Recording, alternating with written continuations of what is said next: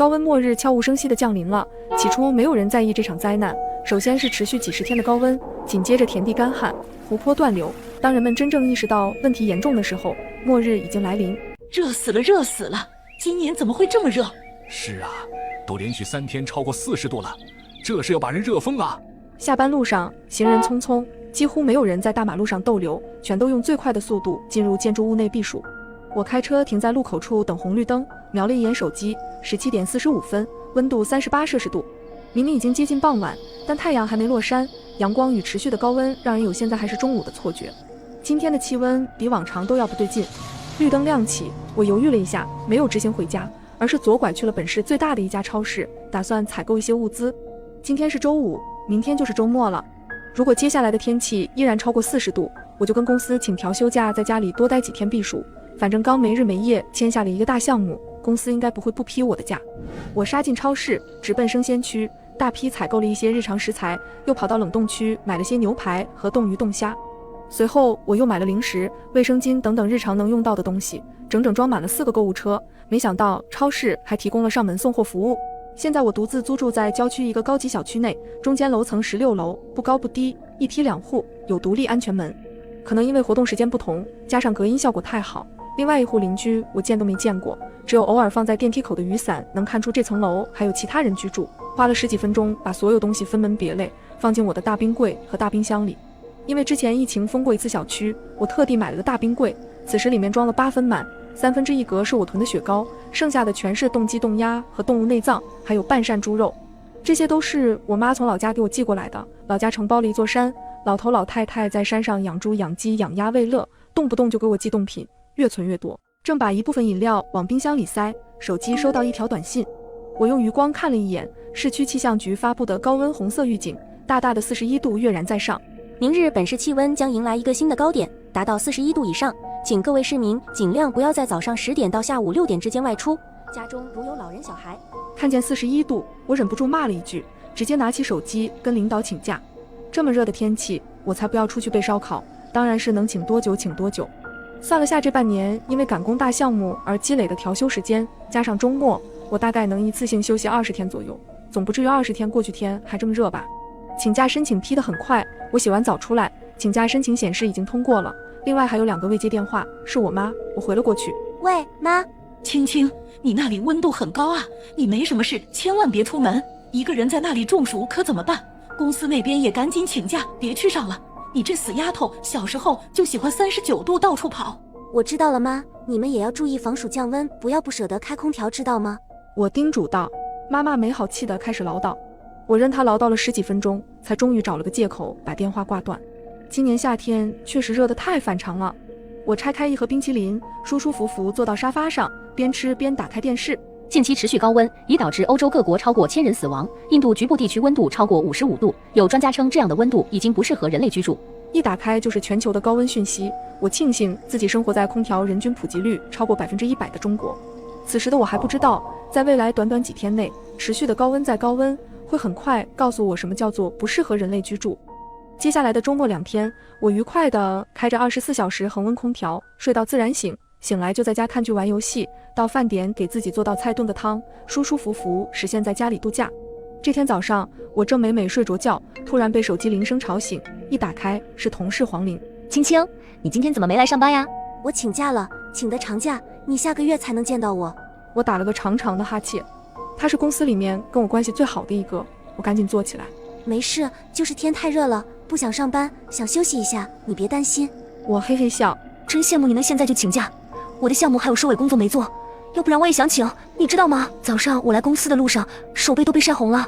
黄玲跟我抱怨了几句，把电话挂了。我看了一眼时间，早上8点45分。我下床拉开遮光窗帘，又打开窗户感受了一下，顿时一股热气扑面而来，视线所及的地方都有些扭曲。我赶紧关上窗，把窗帘拉上。离谱，这也太热了，这种天气需要户外工作的人该怎么活呀？我看了一眼天气预报，显示39度，但很快自动刷新了一下，变成了40度，而后面几个小时的温度预测竟是持续上升趋势。到底是我疯了，还是天气预报疯了？昨天的最高温还是40度，今天就要到43度。我在胆战心惊中给自己简单做了个早餐吃掉，然后收拾了垃圾，打算趁天气还没那么热，下楼扔个垃圾。一开门，正好遇见小区物业的小陈，他刚敲开对门那户，他转头看到我，朝我笑了笑，我也朝他笑了笑，看向我那个从未见过的邻居，是个头发稍长、眼圈乌黑的男人，看起来刚睡醒，眼神一碰到，我们相互点了下头。太好了，您也在，那一起听一下。是这样的，我来通知近几日因为高温原因很有可能停电，如果停电不用慌张，咱们小区有太阳能供电设备，停电后需要10分钟的启动时间，这段时间尽量节约一下用电，空调麻烦开26度以上。会停水吗？我问道。暂时不清楚，但还是建议家里储备一些饮用水，这高温太变态了，我们物业暂时无法保证，实在抱歉。对门的男人点了点头，直接把门关了，看来不是什么很有礼貌的人。小陈也不恼，我问他要不要进来休息下，他拒绝了，说要赶紧把消息尽量快的面对面通知这栋楼的业主，以免有人没收到通知。他还顺便帮我把垃圾扔了，每平方米20元的物业费确实没有白交，小区的配套设施相当先进，服务态度又好又贴心。送走他后，我走到窗边，今天路过的救护车和消防车的声音格外多。我窝在沙发上吹着空调，吃着雪糕，竟有些罪恶感。网络上的新闻开始滚动播放各地极限高温天气导致的各种灾害情况，其中一个视频被顶到了最高处。那是一个记者，前30秒他没有戴帽子，冒着烈阳坚持在户外做直播，到了第31秒，他的头顶突然冒出烟，接着居然烧了起来，幸好旁边的工作人员及时拿矿泉水浇灭。谢谢关心，人没事。高温天气下，请勿在头发上抹太多发蜡，也请不要在太阳底下坐太长时间。我看了想笑，又笑不太出来，隐隐觉得世界要出大问题了。果然，接下来的几天气温继续上升，1个星期后，白天最高温度竟达到了惊人的46度，就连半夜都有39度的高温。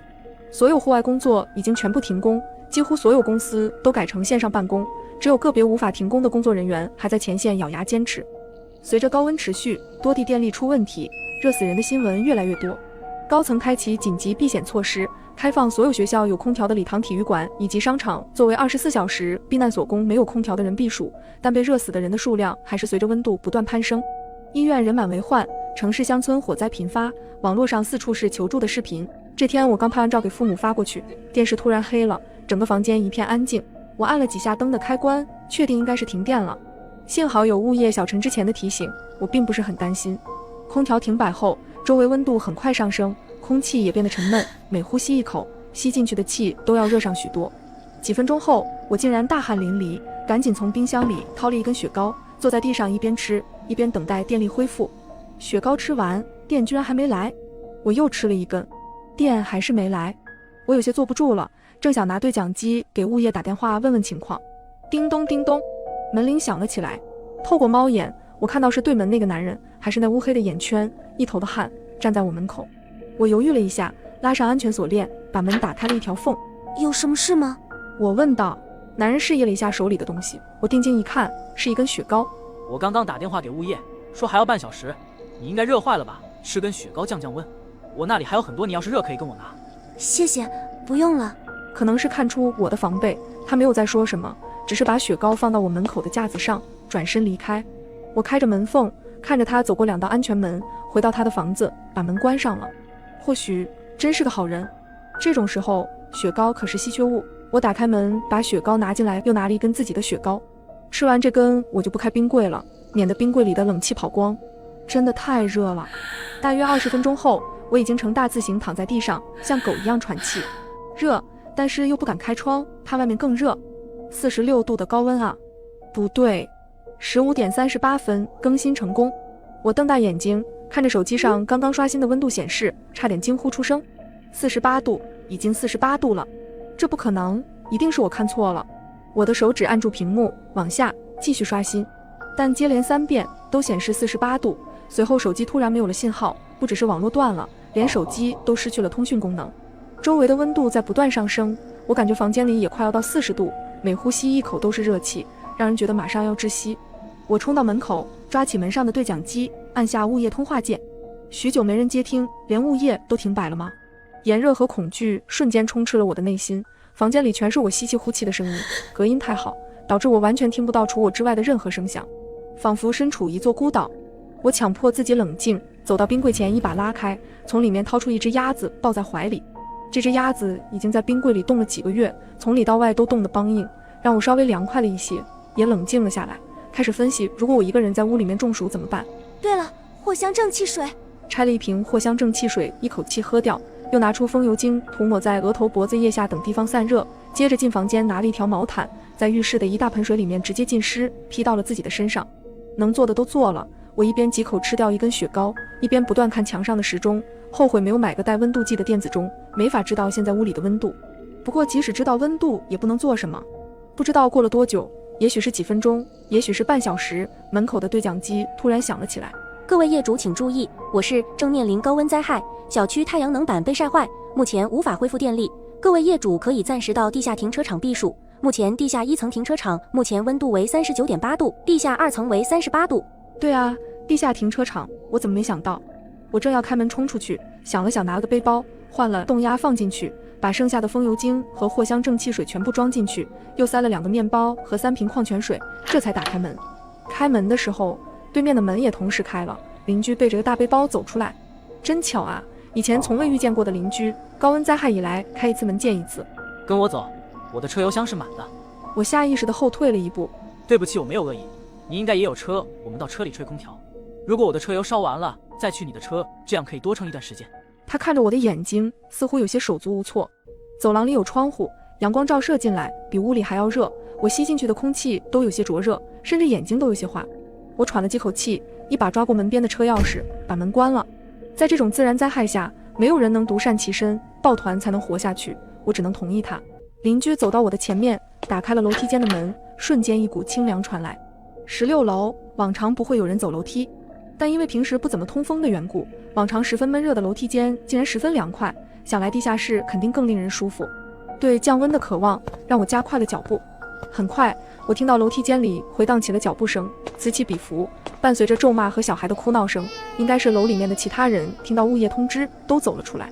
经过5楼的时候，我看到一个头发花白的老人坐在地上靠着墙，有人经过也没有反应。我犹豫了一下说道：大爷，要不然我扶你走。不用，快滚！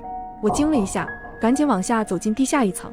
邻居掏出车钥匙，一辆离楼梯间很近的车闪烁了2下，他3步并作2步过去，一把拉开驾驶座的车门，把背包甩在副驾驶座，启动了汽车。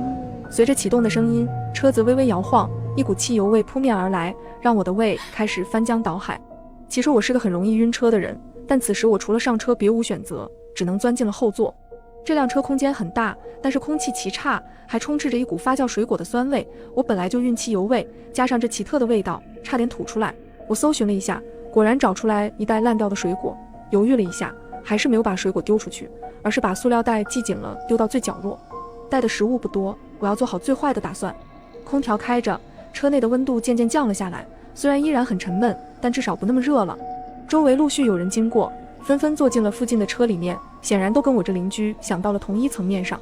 进入地下1层的人看到车里都是人，有的转身就往回走，应该是去拿车钥匙，有的犹豫了一下，迈向地下2层。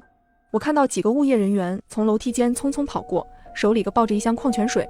自我介绍一下，我叫陆周，你怎么称呼？前面驾驶座的邻居开口道：我叫方清。之后我们便没再说话，安静地感受车里凉快下来的温度。这场天灾不知道什么时候才会结束。空气和氛围一样沉闷，车辆空调运转的嗡嗡声是车内唯一的声音。半晌，他打开了车载收音机。据悉，高温极端天气还将持续1周时间，请各位居民尽量不要外出。一打开就传出了不幸的消息。我叹了一口气，默默思考背包里的水和面包够不够吃，早知道不带那只鸭子了，还能多带点吃的和水。格陵兰岛近几日温度直逼70摄氏度，冰川融化，全球极端天气，半个地球变红。科学家预测未来10年最高温度可能还会上升。陆周换了几个频道，默默关掉了，继续听也没有意义，消息一个比一个令人焦虑。因为这辆车停得离楼梯间近，越来越多的人路过我们的车，有老人有孩子，多数是一家人，行色匆匆。我沉默地看着他们，头顶的灯闪了几下，我的心也跟着跳动。正想着，驾驶座的陆周突然猛地敲了一下方向盘。方清，我错了，我们得回楼上去，我们不应该下楼，车太多了，一会这里可能会非常热，而且很危险。你的意思是？我也意识到了什么，赶紧看了看四周。只要有车的人，基本上都想到了可以到车上避暑。周围的车驶量有8辆已经启动，陆续还有人在进入空车。车辆尾气可能造成温度上升，一氧化碳含量也会升高，我们得回楼上去。我揉了揉太阳穴，下楼容易上楼难，更何况是16楼。你如果不愿意回楼上，可以待在我的车里，只要不走出车外，应该不会有危险。但是，陆舟欲言又止，一旦车油耗尽，我还是得从车里出来透气，到时候不只要经受高温烘烤，还可能直接因为吸入一氧化碳导致中毒。我上楼。权衡之下，我做了决定。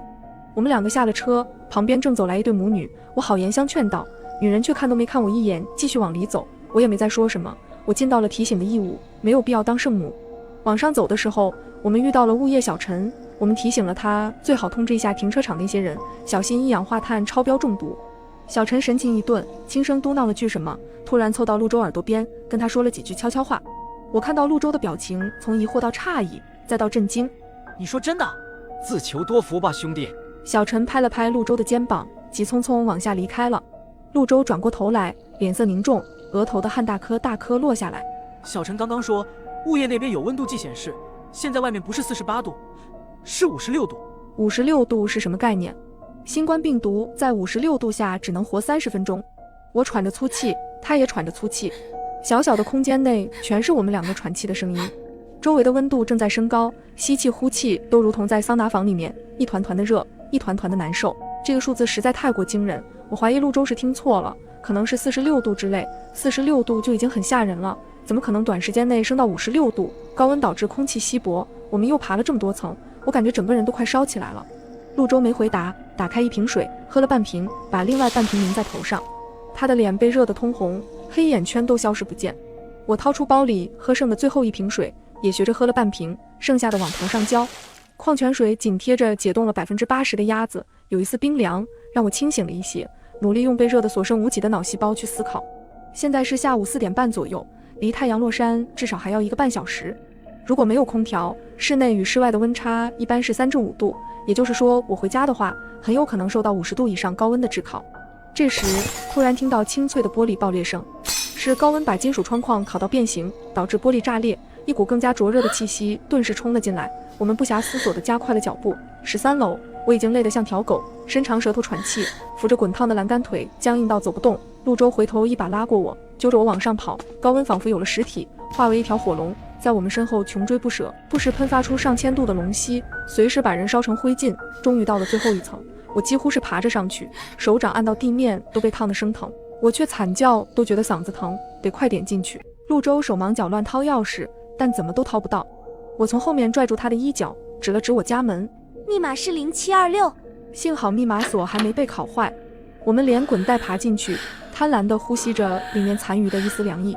好大的冰柜！我听到陆舟惊喜的声音。回家是对的，我存了这么多冰，之前怕停水，也在浴室里存了大量的水，躲过剩下的1个多小时应该没问题。片刻后，我和陆舟躺在浴缸的水里，水中浮着几只鸡。浴室里到处都放着冻鸡，画面有些滑稽，但管用就行，至少浴室的温度已经降了下来，在可以忍受的范围内。你真是个人才，冰柜里面冻这么多肉，是怕丧尸爆发吗？陆舟一边玩着水中的鸭子，一边调侃道：我倒宁愿是丧尸爆发，这样我至少能在家里苟几个月，不怕被热死。我冷冷地说着，看向窗外。这扇窗户可能因为比较小，还在背阴处，没有被烤裂，外面印出黄金城市的假象，很不真实。如果这是梦，我希望能赶紧醒来。2个小时后，太阳终于落山，城市的屋顶褪去了黄金的光泽，黑暗逐渐笼罩大地。陆舟打开门走出浴室，深吸了一口气，终于降温了。突然，我的眼睛自动合上，整个人失去了意识。等我再睁开眼睛，入眼便是客厅。我躺在客厅的沙发上，这是晕了一晚上。陆舟走过来，把一瓶饮料递给我。醒了？昨天半夜停水了，电到现在还没来，手机也没信号。35啊，我沉默了。如果今天跟昨天一样热，恐怕更难熬过去。告诉你一个好消息，手机的收音机功能还能使用，在电量用光前，我们还能听新闻。我还有1%的电。请所有民众白天尽量待在家里，注意补水，不要外出，等待救援。本次高温灾难最高温度可能达到60度。手机电量用尽，自动关机。我麻木地看着它，最高温度达到60度，这个数字让我怀疑自己活在火焰山上。有充电宝吗，亲？我走进书房，掏出2个充电宝，刚要拿出去给他，突然脑中有一道光闪过，我连忙翻出压在床底下的箱子。这是什么？陆舟问。家用太阳能充电设备。什么？家用太阳能充电设备，我之前买的，没拆过。我实在是太佩服我自己了。这几年因为升职进公司管理层，赚了不少钱，所以就各种买，看到什么好奇或者觉得可能有用，都会买回来。如果我没记错的话，这个太阳能充电设备是1年半前买的。那时候我本来想搞辆房车去旅游，被没地方停车劝退，但野外生存设备已经提前买了不少。姐姐，你太牛了，居然有这好东西！陆周听了也兴奋起来，赶紧帮忙拆开，按照说明书调试。半小时后，赶在太阳升起之前，我们把太阳能充电板放到卧室飘窗上，拉上飘窗的窗帘，又把一个冰柜拖到卧室里面，小风扇摆满。太阳缓缓升起，金色重新洒满大地，温度攀升。陆周看了我一眼，我点点头，他果断按下了开关，嗡嗡声响起，属于电器启动的声音，以及小风扇开始工作的声音，犹如天籁。当初买冰柜的时候，我考虑到不需要急冻，所以买的是较低功率的型号。如果太阳能充电板给力，维持功能应该不是问题。现在冰柜里是满满的饮料和矿泉水，一部分是我的，还有一部分是陆周从他家里搬过来的。他说他是个游戏主播，经常10天半个月不出门，所以家里物资也不少。我们把所有食物清点了一下，雪糕全部融化，因为太难处理，被我直接扔了。冰柜内原本总共有6只鸡、3只鸭、半扇猪、5斤左右牛排，以及2条鱼和1袋虾。这些肉类在这样的天气里很难保鲜，我们干脆趁还没开始腐烂，把它们全部在阳台地上铺开，看今天的高温烘烤能不能烤成肉干，方便保存。叶菜经过昨晚的高温洗礼，坏得差不多了，发出阵阵难闻的味道。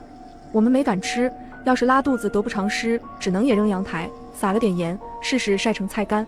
还有鸡蛋，被我用衣服简单包了一下，也放在阳台架子上，希望能晒熟。清点零食的时候，我发现薯片零食爆了2包，被烤得又硬又脆。我拿了个袋子，把地上的全部收集起来，剩下完整包装的与其他零食、饼干、面包一起全搬进卧室里，罐头和大米都在厨房的橱柜里，暂时不动。然后是一袋苹果，趁还新鲜，我们决定赶紧吃掉，这2天的食粮就是这个了。姐姐，你真是人才，居然在家里藏了这么多吃的。陆周赞叹道。我起了一身鸡皮疙瘩。你别叫我姐姐，叫我名字就好。青青姐。闭嘴，不然赶你出去。我们看了1天的书，即使有这样的简易降温装置，我们2个到了下午也是坐着都大汗淋漓，书本也被汗水浸湿。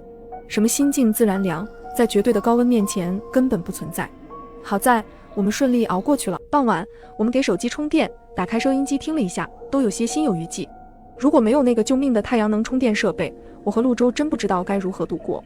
天黑后，我们拿手机的手电筒照明，把阳台那些肉全都收了进来。出去的时候差点滑倒，因为满地都是被烤出来的油脂，肉香扑鼻，盖都盖不住。我本来还有些担心会不会引来别有用心的人，小心翼翼了好几天，半夜都睡不安稳，幸好并没有其他人出现。每天晚上我睡在床上，陆周则睡在旁边的地板上。1周后的晚上，我正睡着觉，砰的爆炸声震醒了我。我猛地坐起来，看向窗外，这才发现并不是什么礼炮，而是对面楼有个地方爆炸了，火光劈开了黑夜。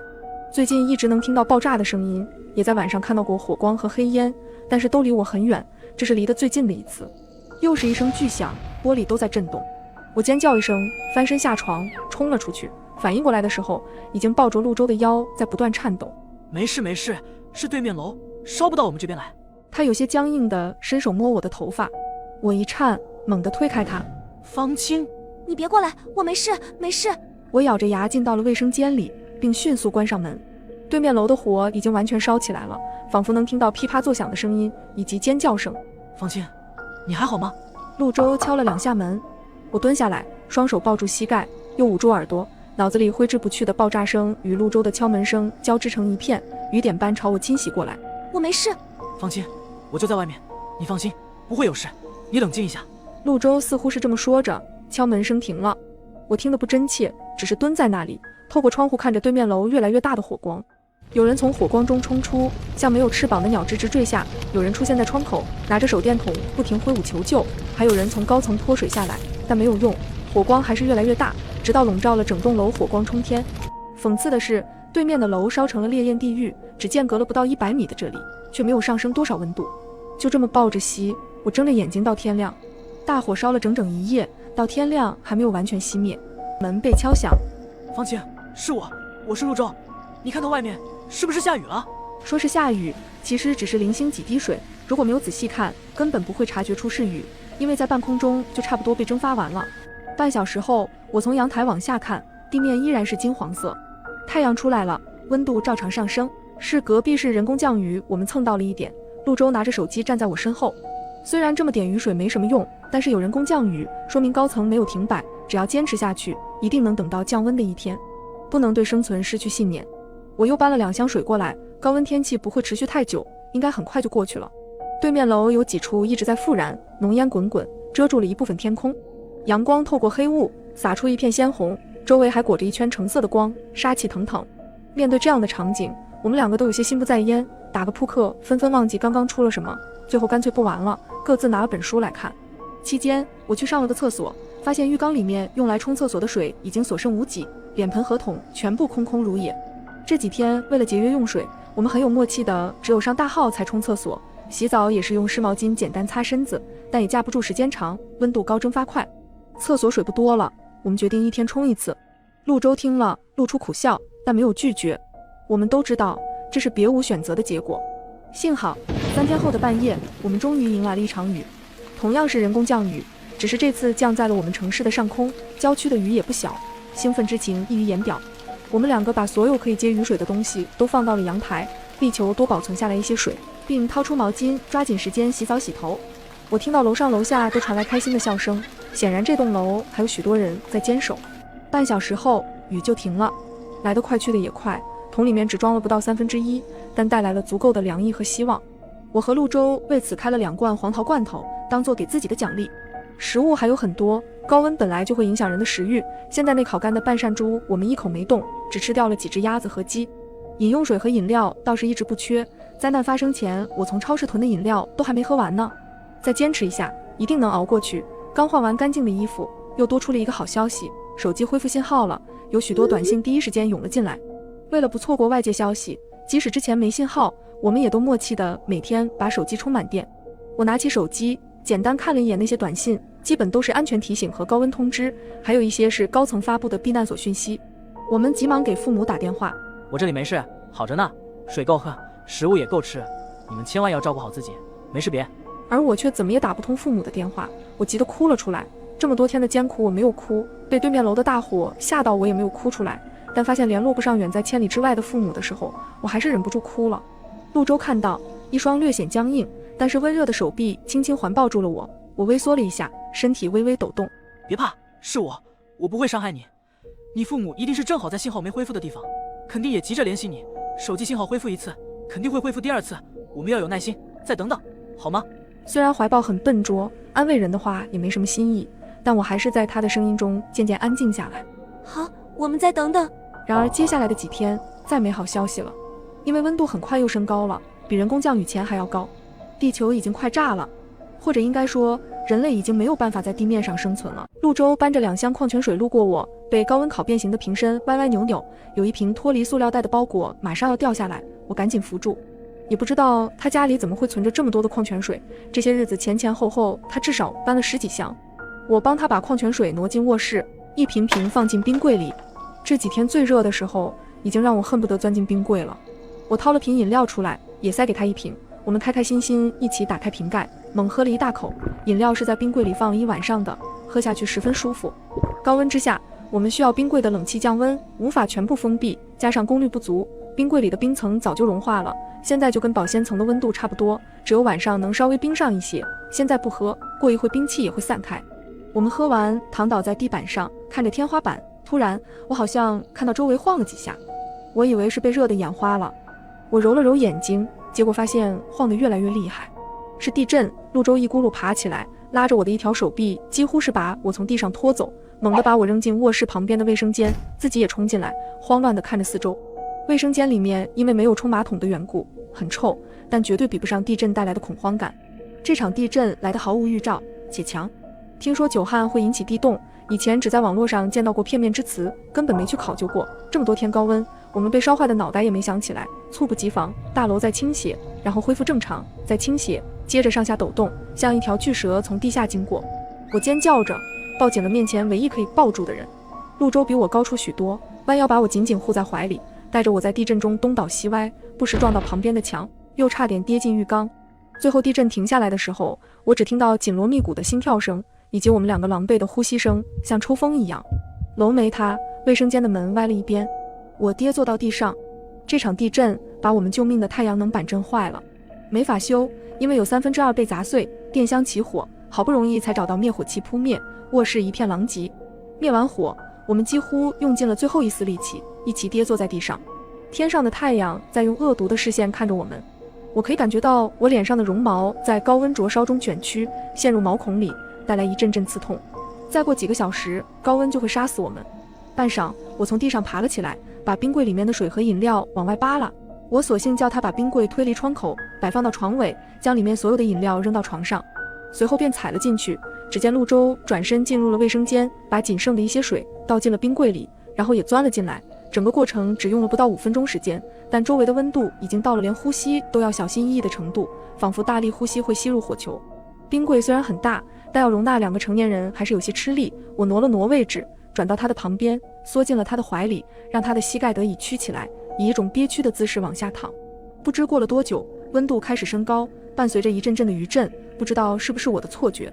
突然我听到了有雨点声，我赶紧爬出冰柜观察，暴雨噼里啪啦击打在碎裂的玻璃上，我看到外面的天是一片灰色，大滴大滴的雨从天上落下来。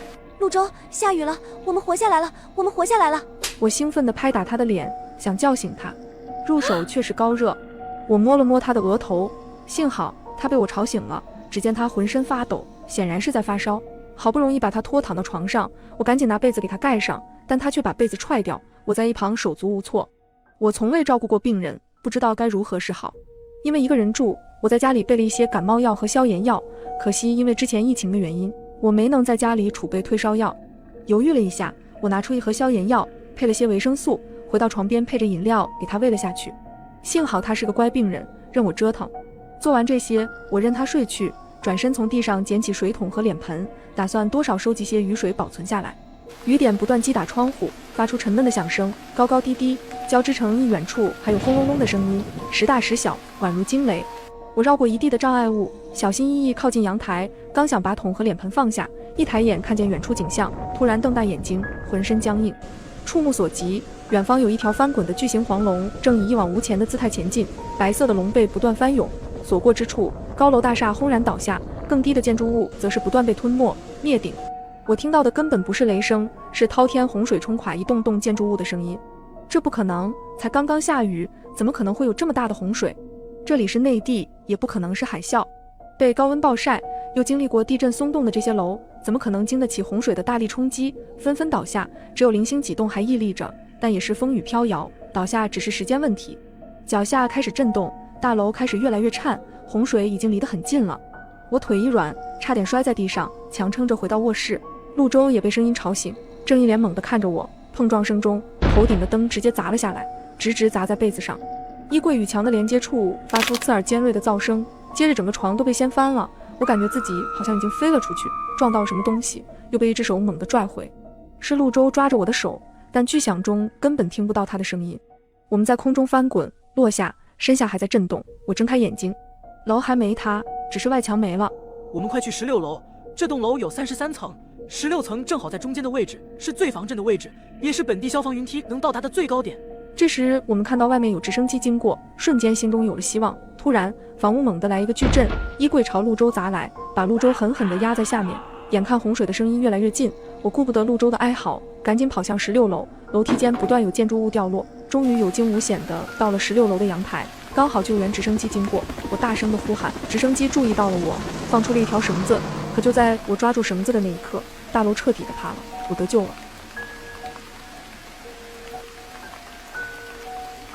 丧尸爆发要来了，而我只是一个贫穷的大学生，每天找兼职打工赚生活费，但我居然因为贫穷活了下来，并把超市改造成防御值拉满的生存基地。因为穷，我比其他人提前知道 Z 病毒泄露这个事。这学期开学前，我豁出命在市内最大的病理研究所做了1周的人体试药志愿者，因为我很需要钱，最后拿到了6000块健康补贴金，也皆是一位温柔的检测员姐姐。昨晚凌晨3点，她突然给我发来消息：皮皮，我们是发现了一种新型 C 病毒，感染者并发后脑神经会被病毒完全控制，变得癫狂嗜血，你赶紧囤点物资，保护好自己。我迷迷糊糊地看着这条信息，吓得从酒店床上坐了起来，瞬间清醒。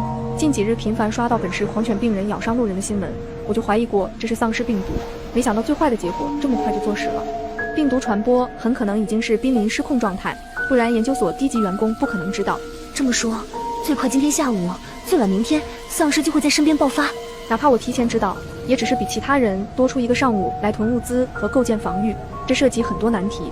对于我一个贫穷的大学生来说，单枪匹马去解决的可行性太低了，我需要靠谱的盟友。整理了一遍思路后，我赶紧下床给李哲打电话。电话接通，他还没有睡醒，但听到我严肃的要求马上见面，还是同意了。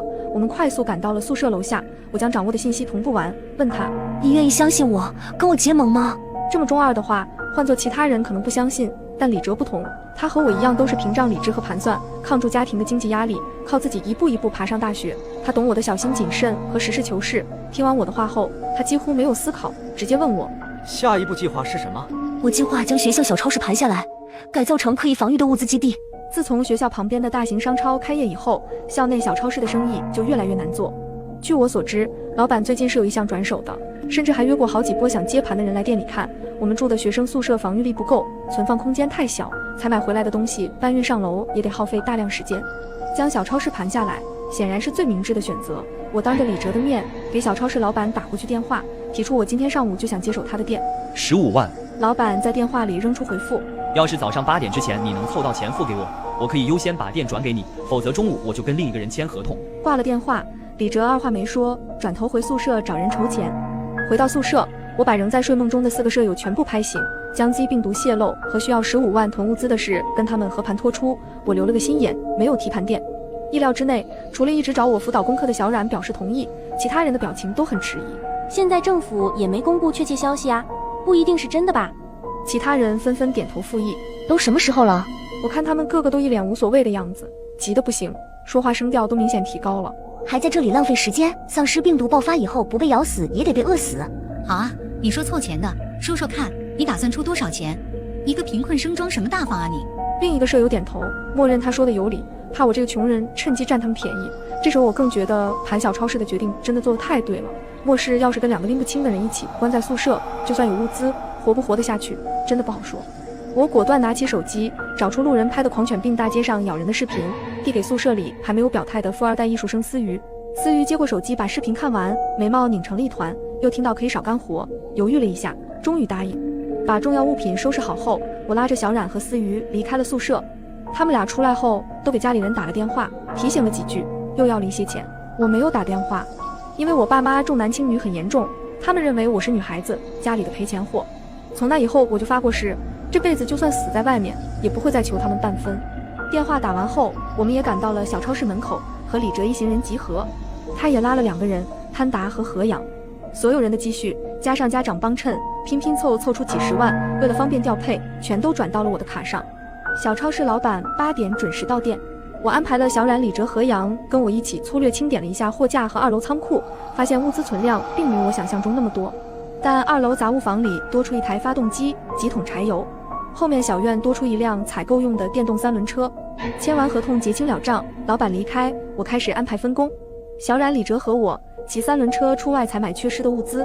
潘达和思瑜因为出钱最多，只负责留在店里给附近供水点打电话，将桶装水尽可能多的收购过来，以及将我盘出来冗余的非必需物资摆在店门口低价甩卖，钱用来继续买必需品。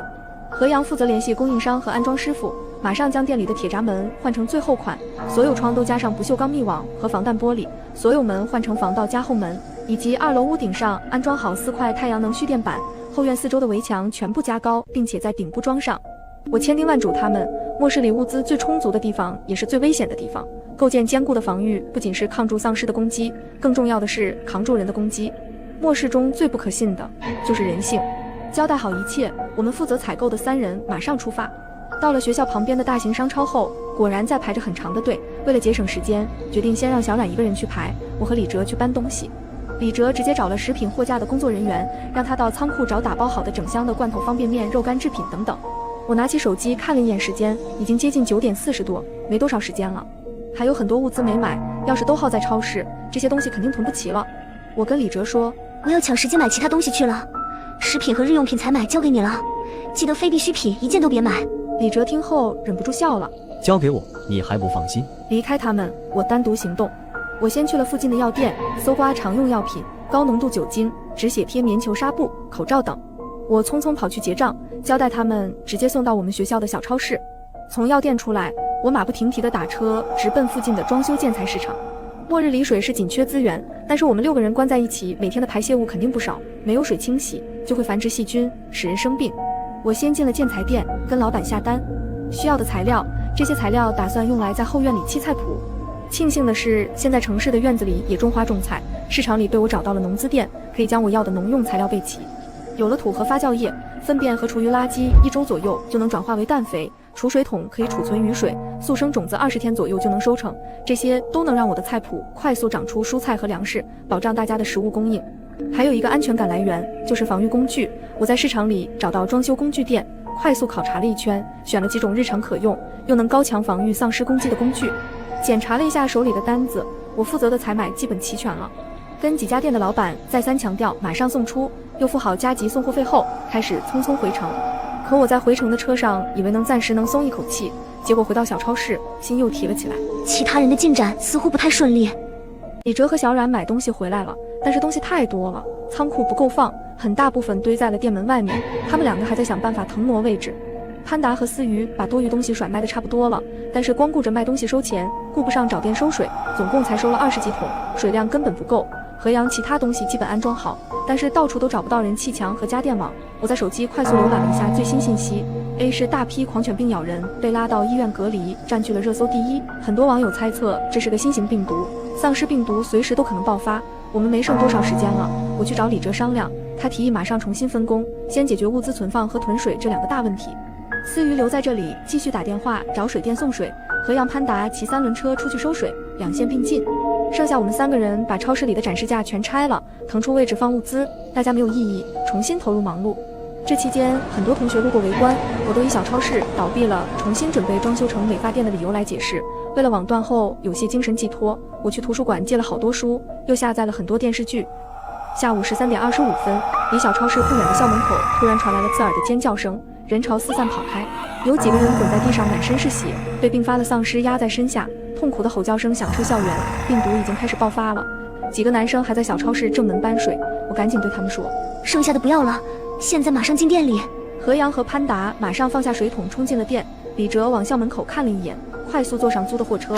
你们赶紧把铁闸门拉上，河阳潘达到后院挪个空位出来，给我开一下后院门。我急得大声说，你疯了吗？没看到那是丧尸吗？这些都不要了，快进店里躲起来。李哲已经启动货车开走了，其他人站在门边拼命喊我。我扑进了门，他们马上按下开关，卷闸门缓缓关上。我来不及思考，径直冲到后院搬走堵着门的水泥袋子。其他人等闸门彻底合上，也赶过来帮忙。挪出门口位置后，看着门口李哲还没有出现，我有点急得冒出了冷汗。就在我站在门口满脑子胡思乱想的时候，看到了李哲的身影，他朝着我吼，后面有丧尸，快让开。我赶紧闪到门边，李哲骑着车冲进后院，何阳在门的另一边把门立即关上，我马上伸手锁上。没过几秒，就接连传来好几阵肉体碰撞的金属声，接着是此起彼伏的撕咬低吼声，外面还有接二连三尖叫求救的声音，听得我们心里都十分恐慌。确认李哲没有受伤后，我冷静了下来，当务之急还是得确认防护到位了没有，地方都检查了一遍。从小缺衣少食的我站在这么充足的物资面前，哪怕耳边全是尖叫开门的声音，也不妨碍心里有一块叫做安全感的地方被填满。这些量足够我们6个人生活1-2年。就在我庆幸队友给力，生存基地初步建设完毕的时候，突然收到了一条微信。陈奇的对话框里直接躺着一条10万块的转账，然后才发出文字信息：收一下款，等下我想办法去小超市找你，记得给我开门。我觉得有点好笑，回他：找我干嘛？他秒回：我东西没囤到多少，干脆跟你们合伙算了。我感到一阵无语，但我挺佩服他求人都能求得这么高高在上的，抬手就在转账记录里点了退还。陈奇马上发来一条：你什么意思？我懒得再回，干脆直接不理他。他接连发来好几条骂我的话，一条比一条难听。一场同学，你难道要看着我饿死吗？皮皮，你怎么那么小气啊？农村人就是小心眼，你以为这个病毒能持续多久啊？到时候你回来宿舍，别觉得待不下去就行。既然你这个贱人这么自私，我就让全校同学都去围攻你那个小超市，我倒是看看能有多坚固。不说话是吗？给我等着。这些话可能别人听了很来气，或者被唬住，但我听着没什么感觉。我妈强迫我去打工养我弟的时候，骂的比这难听多了。陈奇只是骂我贱人而已，相比我妈根本没有杀伤力。陈奇想下跪我，还嫩着，但微信里那句让全校同学来围攻小超市，我倒是相信他能干得出来。小冉在我旁边看着手机，坐立不安。皮皮，他们真的会来抢我们的物资吗？只要我们不开这个门，不充当圣母，我们就会一直安全。把陈奇拉黑以后，班级群很多人都在艾特我，说一些很难听的话，陈奇也混在里面添油加醋。我并没有理会，直接退出了所有的群。这反而提醒了我一件事情，哪怕现在有了防护基地，也不可以掉以轻心。当学校开始停水停电的时候，就是引爆大家抢夺欲的导火索。我立马和其他人提出了轮流值班的计划，大家都纷纷没有意见。外面的世界比学校里要混乱得多。我们在手机上看到，政府正式公布了 Z 病毒的资料和传播情况，我们所在 A 市作为源头是最严重的。新闻画面上，满大街都是撞毁冒烟的汽车，血肉模糊的碎肢和聚集游荡的丧尸。无论政府怎么保证尽快抑制、努力救援，所有消息下的网友评论都是一致的消极和压抑。大家认定这就是全球进入末世的开端了。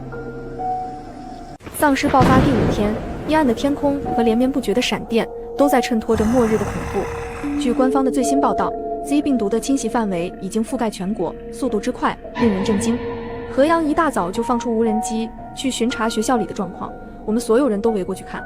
无人机进了宿舍区，屏幕里看到好几个低层男生宿舍的阳台外吊着用被单卷成的绳子。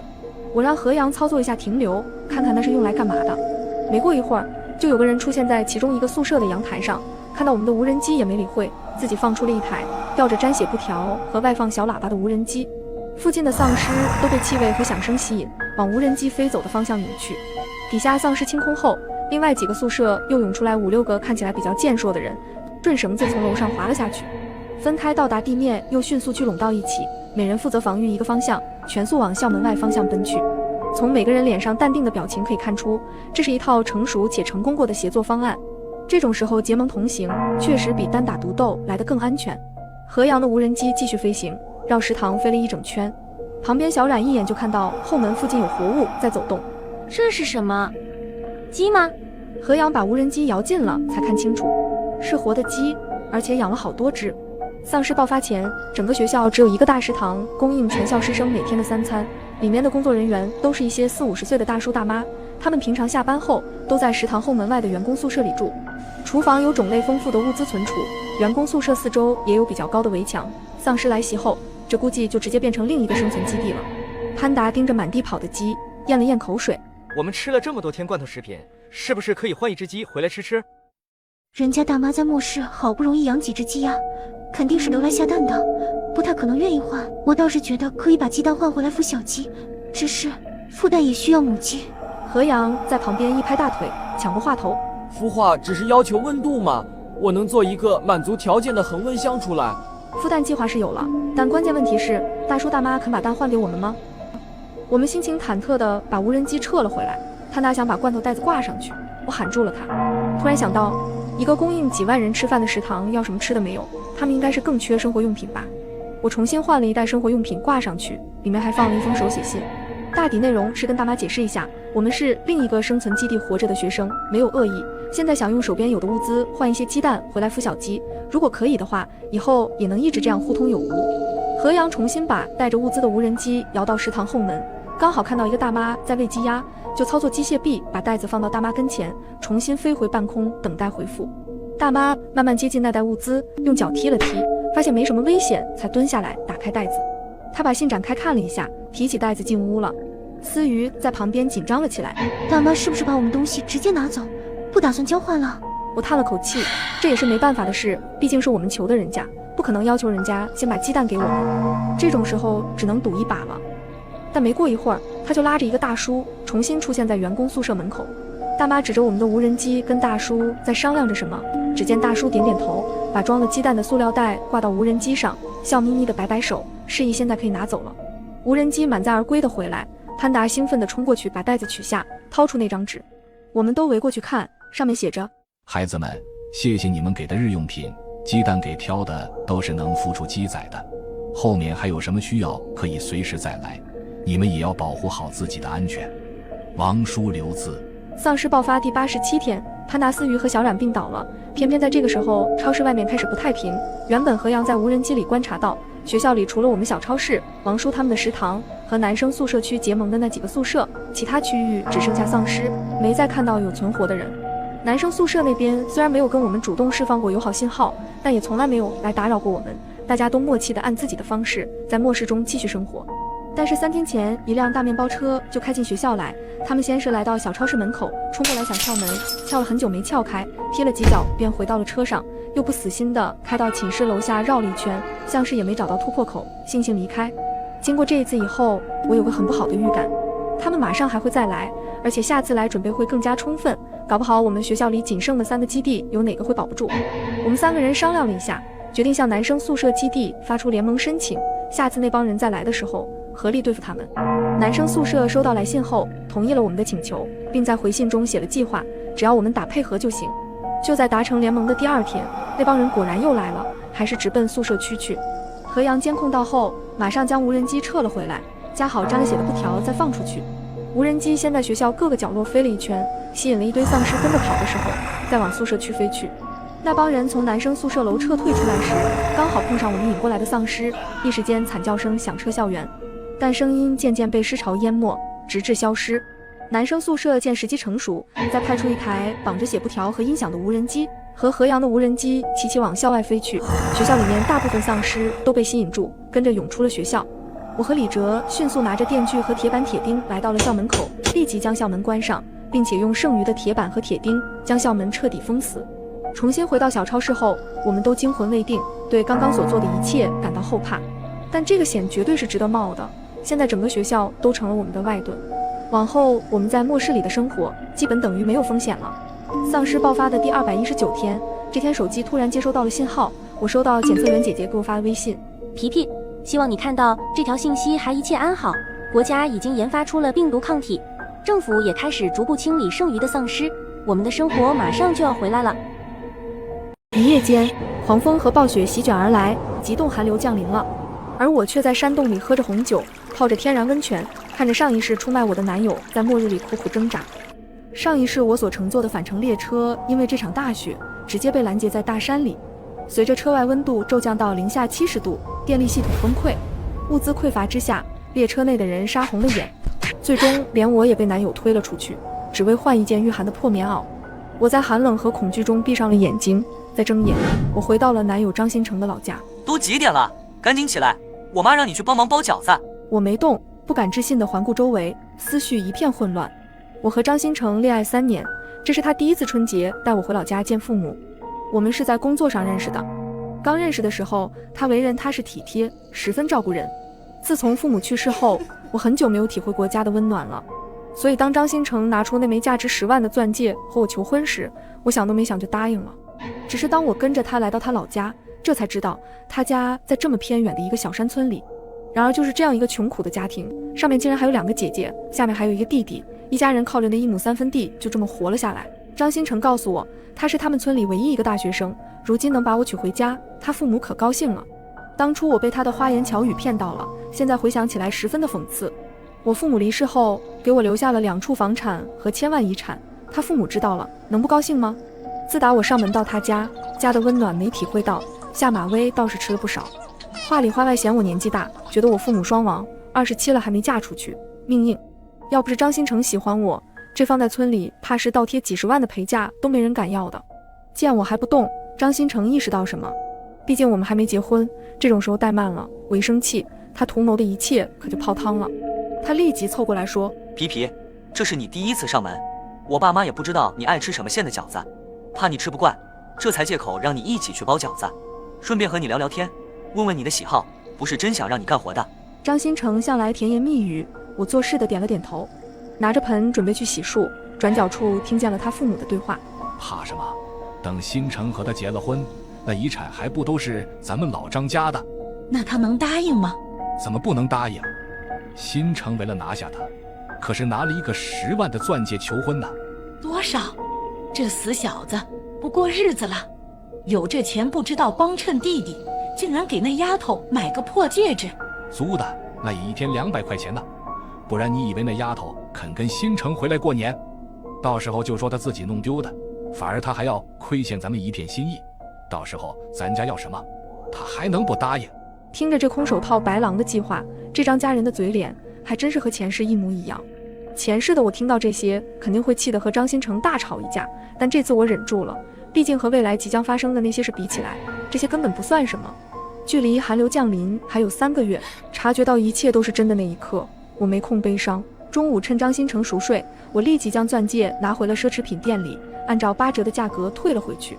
钱到手后，我转头就把张家人觊觎许久的房本拿去做了抵押贷款，把所有父母留下的遗产也全都解冻拿出来。这一次我不光要活，我还要张新成死。前世的寒流是骤然降临的，但如果不是当时那趟列车恰巧穿越高山，估计也会顷刻间被大雪完全覆盖，而车上的人也没有任何生还可能。可为什么外界温度早已下降到零下70度，那趟列车外的温度却慢了1天才降低呢？我察觉到那片山区可能有什么奇特的地貌，于是立即查阅地图，查找该片区域的各种地质学文献资料。经过几日的不眠不休，我终于找到了答案。那里虽然看着是一片郁郁葱葱的大山环绕，实则山体下方处在地热活跃区，通常这种地方下面不是火山带，就是板块交界处。发现了这一点，我转头就去往了前世火车停留的那片山区。在此期间，我都是借口出差，听闻我出差回来可能会升职加薪，张新成半点意见都没有。我来到了距离那片山区最近的一个县城，这里有不少人文景区，我假装景区开发商，和这里的旅行社谈合作，通过1周的勘察和走访，终于让我发现了一处人迹罕至的废弃度假村。听当地旅行社说，那度假村是前任县长披着工友的皮给自己建的私人庄园，然而刚开工没半年，县长就因为贪污腐败被查处了，而那山腰上建了一半的工地就成了烂尾工程，到现在都荒废了快2年了。那地方距离县城还有7、8公里的山路，除了那县长自己当私人庄园，根本没人会特意往那里跑一趟。他们甚至奉劝我少打那地方的主意，听闻那地方有点诡异，总有人失踪，兴许是县长惊动了什么东西，这才出事的。什么怪力乱神和天灾比起来都不值得一提。他们越这么说，我越要去看看。我转头就租了辆车，直奔那废弃的烂尾工程而去。开过盘横的山路，抵达半山腰的时候，终于看到了那个被废弃的烂尾工程。我毫不犹豫地进入到这个山洞里，路的尽头居然有一扇没上锁的门。我用力地推开了这扇门，映入眼帘的是空无一物的空间。越过这块空旷后，面前还有一个房间，我打开手电筒走进去，发现里面竟然还有一部电梯。比起刚刚外面那空旷的区域，这里看起来更像是个严格意义上的玄关。我拿起手电四处照了照，又走进了一个房间，发现这里竟然是整个山洞的配电室。我尝试性的伸手向下拉开电闸，下一秒就听嗡嗡嗡的电机开始启动，没一会儿，整个山洞顿时灯火通明。我不敢置信地继续观察，发现上方竟然还有一个电闸，写着太阳能以及备用发电机组。这一刻，巨大的惊喜冲刷着我的神经，我感觉心脏开始砰砰直跳。真没想到，这里竟然还铺设了太阳能板和备用电机。试想几个月后极寒降临，下方所有的路都被大雪覆盖，那这里岂不成了能隔绝外界低温的绝佳安全基地了？我按捺住心中的惊喜，坐着电梯往下去，走进了一片宽阔的大厅，四周没有明灯，所有灯带都被嵌入石壁里，石壁下方还有干涸的水池，水池上方还有一套过滤系统，看起来是要养鱼的。而水池之上的平台被铺满了土壤，应该是县长为了种植植物准备的。我又走进了几个房间，分别是卧室、唱歌间、图书室，还有星光电影院等等。只是再往深处走，居然看到大大小小的温泉池，温热的水蒸气向上而去，水蒸气顺着微不可察的气流飘散着，看起来顶部的岩石层内部应该有通向外界换气的通道工程。我弯腰抚摸着这里的地，石头都是微微烫手的，大概有个40多度，看样子这里应该就是资料里所说的地热区域了。这等同于天然暖气，有这个在，外面即便再冷也不怕了。我把这个山洞整体的参观了一圈，这里的家居设备应有尽有，这样一个建了一半的庞大工程，没想到最终会无人接手，直接便宜了我。不得不说，这个山洞很适合当基地，甚至不需要我再多开发。这一次收获颇丰，我立即原路返回，将电闸拉上，把铁门关闭。做完一切，我开着车回到了镇子，直接租了一间院子，5个冷冻柜，1辆大货车，随后开始为期2个月的部署。首先是居住安全性，岩石层虽然能够有效保温，但有些区域因为开了窗户，所以保温性能会大打折扣，零下70度，普通窗户根本无法抵御，必须更换为更加牢固的有机耐低温材质玻璃。想要得到外界救援是不可能的，我必须做好打持久战的准备，所以供电和水源是更重要的事。太阳能电热板能承受的最低温度也就-40度，要是想让它持久运行，除非能让它贴到地热岩石上。比起这个可能性，多准备柴油发电机似乎更牢靠一些。虽然如此，但我还是多订购了一些太阳能板。如果真有柴油耗尽那一天，再考虑利用露天的空间进行太阳能发电也不迟。凡事做2手准备最稳妥。至于水源，我直接购买了前端过滤器和净水器，这些都需要准备大量过滤耗材，起码要先保证能用10年。基础设施完善后，我才开始考虑最轻松的囤货。温泉后面的一片空地上方有阳光照射，地面岩石又有天然地热，如果我移植足够肥沃的土壤，种菜应该是没问题。同时那里还可以饲养一些鸡，日常给些谷子就能活。想到这些，我立即向食品厂订购了成吨的米面粮油，每天白天接货，半夜再拉到山里。而晒干的蔬菜和各种军用级别罐头是应急食品，也是最耐储存的。除了基础食物，饼干、糖果、速食饮料我也分批次订购不少。眼看食用物资几乎塞满了整个地下大厅，镇子上有人开始对我的货车起了疑心。他们每天看到有大货车拉着货物送到院子，立即有人开始打听我是做什么的。我也没藏着，给人看了我院子里的几个冷冻柜以及那些零食饮料，说自己要做附近景区食品供应生意，所以每天都忙着四处拉货。久而久之，四周也没人再过问了。1个多月后，山洞里能塞满的地方几乎都被我塞满了，2个月的时间眼看就过去了。张新成那里到底是起了疑心，我看再瞒就瞒不下去了，随后自己坐着火车回了城。这2个月，我肉眼可见的瘦了不少，这让原本对我有些怀疑的张新成彻底没了话说。其实，如果我不和张新成回老家，完全可以提早安全地进入山洞，提前开启末日生活，但也无所谓了。想起他前世对我的所作所为，让我在寒冷和恐惧中等待死亡，那种感受我至今不能忘记。我就算宁可冒些风险，这一次也绝不会让他好活。我笑着和张新成安排着春节回家的事宜。然而越临近寒潮降临这天，前世的梦境就越来越频繁。我洗漱完准备回去收拾了一下，碰到了张新成的父母。丫头啊，俺们乡下人也不知道城里的规矩，你看新城已经给了10万的戒指了，咱还用准备什么别的吗？听闻咱城里没有彩礼这说。我点了点头，是没有，但必须要有车有房呢，毕竟是结婚，谁也不是奔着吃绝户去的，您说是不是？我这话笑着说出来的，老2口当下都是一愣。他们刚要开口反驳，我立即又转了态度。不过啊，您2老养育新城不容易，那城里的房子那么贵，哪里买得起？要我说，给新城买辆车得了，这以后有了孩子，接送2老去看个头疼脑热也方便不是？张母一听，脸色当下又不好了，500-600他都嫌贵。张父毕竟是见识过大世面的，自然知道那5-6万的小汽车在城里都不算什么，立刻打圆场。那是自然要有的，你就放心吧。对了，叔叔阿姨，咱家里棉被棉衣多吗？问这个干啥？刚来的时候就听说有人高价回收棉花呢，一斤好像是300块钱。张母张父一听瞪圆了眼睛，纷纷看向我。多少？1斤300块？怎么可能？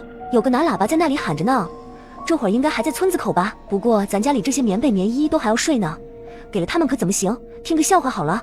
谁知张母当下迈着脚就朝村外跑去。没一会儿，张母就欢喜地捧了一把厚厚的100元大钞和张父回了院子。现在他们贪小便宜的欢喜将会成为末日中的懊悔。达成目标后，我才把计划往下进行。新城，我们领导说让我提前复工，我今晚就要走，你跟我回去不？领导说可以给咱俩订2个商务车的头等座。张父一脸怒意。什么领导？让人大过年回去上班？他给几个钱这么使唤人？我点头，确实没多少，也就5万块钱吧。但我想着买辆车是足够了，也省得叔叔阿姨为难了。张母听完眼睛都亮了。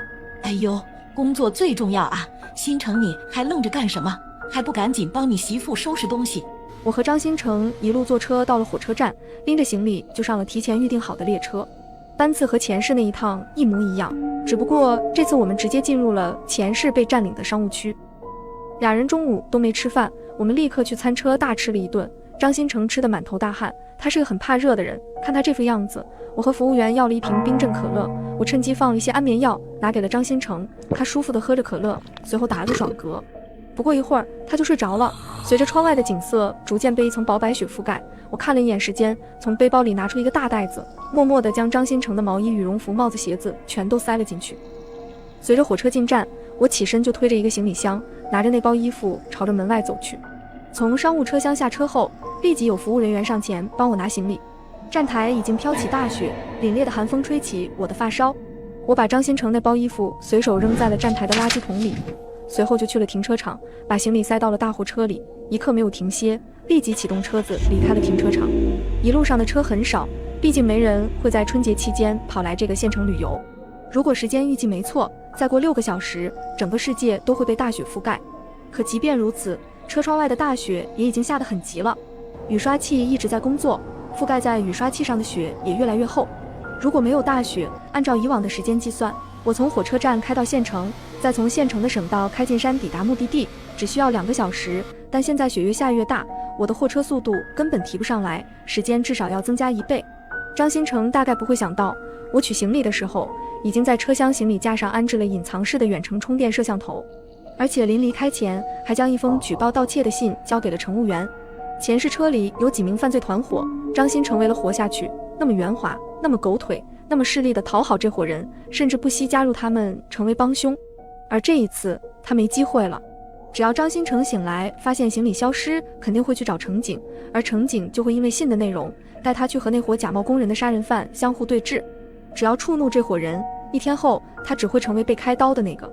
我开着货车在省道上走了半个小时，本以为这一路将会畅通无阻，谁知等路过县城的时候，身后突然多了一辆和我差不多的货车。由于雪天路滑，那辆车也开得不快，和我之间保持着不远不近的距离。雪天的山路，大货车都有跟车的习惯，但天生的敏感让我有所警惕。眼看到达山路的第一个分岔口，那辆货车还是跟在我身后，瞬间我感觉头皮有些发麻了。时间还有2个小时，路程还有3公里，如果他继续跟车，那我会很难办。我不再犹豫，果断减速靠了边。大货车见我突然停在了路边，似乎也犹豫了一下。很快，那辆货车就加速越过了我，在我面第2个分岔口，向着相反的方向开走了。直到确认那辆车不会再回来，这才重新打着车子朝着原本的路线开了过去。我开着大货车来到了山洞门口，我不再迟疑，直接把大货车开进洞口里。我快速进了门，一股暖意瞬间将我包围。识别到我出现，一旁的自动感应装置立即开启了全部灯光。与此同时，一个人工智能声音响起：已识别身高体重，确认为主人皮皮。皮皮你好，欢迎回家。山洞内恒温温度已调节至22度，整体湿度45%。发电机组目前电量99.99%，太阳能电热板工作正常。露天区域温度正在持续下降，温度已控制在15度，鸡群存活，牛羊存活，饲料补给充足，大厅区域土壤略干燥，需及时浇水。此时此刻，我悬着的心终于放下了。我看了一眼时间，距离暴雪末日正式来临还有1个小时。累了一天，我伸了个懒腰，干脆去卧室换了一身服装，冲了热水澡。洗完澡后，整个人都神清气爽了一些，这才从冰箱拿出一瓶啤酒，切了点水果。随后我拿着手机泡进了舒服的温泉里，我淡漠地望着监控里那个还在昏睡的男人，直接喝下冰镇啤酒。随着啤酒花滑入喉间，后背正抵上45度的温泉岩壁，一时间冷热刺激让全身毛孔张开了。泡完温泉，我躺在温暖的被窝里，我把手机监控切换到了张父张母的家里。当初他们把煤炭全换成了棉花拿去卖钱，却在末日里失去了宝贵的物资。画面里2个人紧紧抱在一起，互相取暖，脸被冻得发红，身子不停地发抖。我瞬间感觉大快人心，前世受的所有委屈好像都在这一刻发泄了出去。我大半天的时间都在赶路，身体已经非常疲惫了。我闭上眼睛，美美的睡了一觉。起床之后，我打开冰箱，拿出了一盒鸡翅，准备用空气炸锅做烤鸡翅。就在这时，人工智能的声音突然响起：警告，室外温度已下降至零下30度。听着系统音的提示，我打开了电脑监控，又倒了一杯啤酒放在桌子上。好戏当然要配好酒。果然，监控里列车内一片混乱，张新成站在那里束手无策，疯狂地给我打电话。只是他不知道，我那张手机卡早就随着我下车时被一起扔在了站台上。听着手机里传来关机的声音，张新成皱起眉，他茫然地看向四周，目光落在了2个乘警身上，而那2个乘警正带着前世的几名犯罪团伙往警务室方向走。警察同志，您可要帮帮我，我老婆行李里的衣服都不见了，程景上下打量了他一眼。你叫张新成？您怎么知道？说话间，程景反手拽起他，省得我找你了，跟我们一起去警务室。几个人本来低着头，听见张新成的名字，其中为首一个高个子的男人抬起头，恶狠狠地看向张新成。眼看警察带人离开了车厢，我将烤鸡翅拿了出来，随后起锅煮了一袋火鸡面，又煎了个鸡蛋。当热腾腾的面出锅时，张新成再次出现在监控画面里。只见他不停地给我发消息：皮皮，你现在在哪？我东西都在你那里，你下车了我怎么办？还有，我衣服都去哪了？混乱之中，突然几声枪声响起。所有人听着，立刻给我把东西放下，一个一个滚出这个车厢。谁要是敢拿东西，我就崩了他。我随即打开了监控的对话按键。都世界末日了，这点东西够你们吃几天的？瞬间几个人像是炸了毛一样。大哥，快看，这有个摄像头。如果想活久一点，奉劝你们别破坏这个摄像头。高个子男人靠近摄像头说：你是什么人？为什么在这里安装摄像头？我怕我男人出轨，临走前架在这专门拍他的，谁知道会遇到这种事。几位，我现在不在车上，也和你们没有任何利益冲突，但我知道你们被困在车里了，我男人也是，我希望你们把他给我找来。那高个子男人瞬间明白了什么。那和我们有什么关系？我凭什么帮你？你们被困在车里，不出几天弹尽粮绝，早晚被冻死。可我男人也在啊，我怎么会让我男人死呢？我当然是要他活着。你想想，跟着他，你们不就能一起活着了吗？似乎察觉我说的有道理，几个人对视一眼。我男人叫张新成，你们把他找来，我就告诉你们我的定位。更北边的地方已经零下70度了，还好你们在山里，温度下降没那么快。趁着现在温度还没低到出不去，赶紧离开，不然等这车上的电力系统崩溃，你们那里可就成了世外天然冰棺了。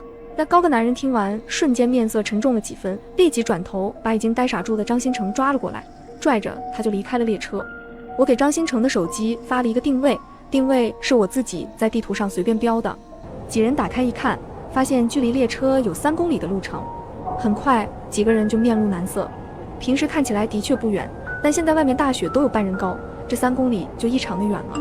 我看外面温度又开始下降了，要是再不出发就走不了了。张新成，别人我不管，你可一定要活着找到我，这仓库里的食物够咱们吃好几年的了。说着我又把满当当的货架照片发了过去。高个子男人闻言，一把勾住张新成的脖子。你放心，你男人，我们一定给你安全送到了。看到了我身后满满当当的物资，那几个人果然动心了。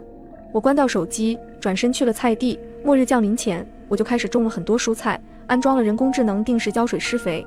如今蔬菜已经成熟了许多，我摘了满满1盆的蔬菜，放到了事先准备好的冰柜里。忙完这一切，发现张新成早已打来了20个未接视频通话。我拿起手机，立即给他回了视频，等了许久他才接通。走多远了？还没到吗？我们到达山顶了。沈岩，你要不来接我们一下？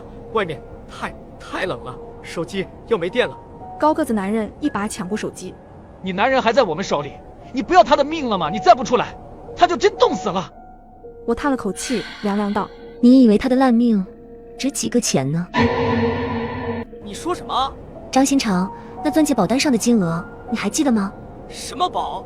张新成顿了一瞬，似乎终于明白了一切。他还想辩解，却被高个男一把踢倒，踩在了雪地里。靠！你们2口子要死要活，害得老子也被耍了。把他男人衣服脱了，现在赶紧回火车里，还有救。随着手机被丢到一旁，视频里顿时传来张新成的叫骂和哀嚎声。只是哀嚎了没几秒，视频就彻底断了。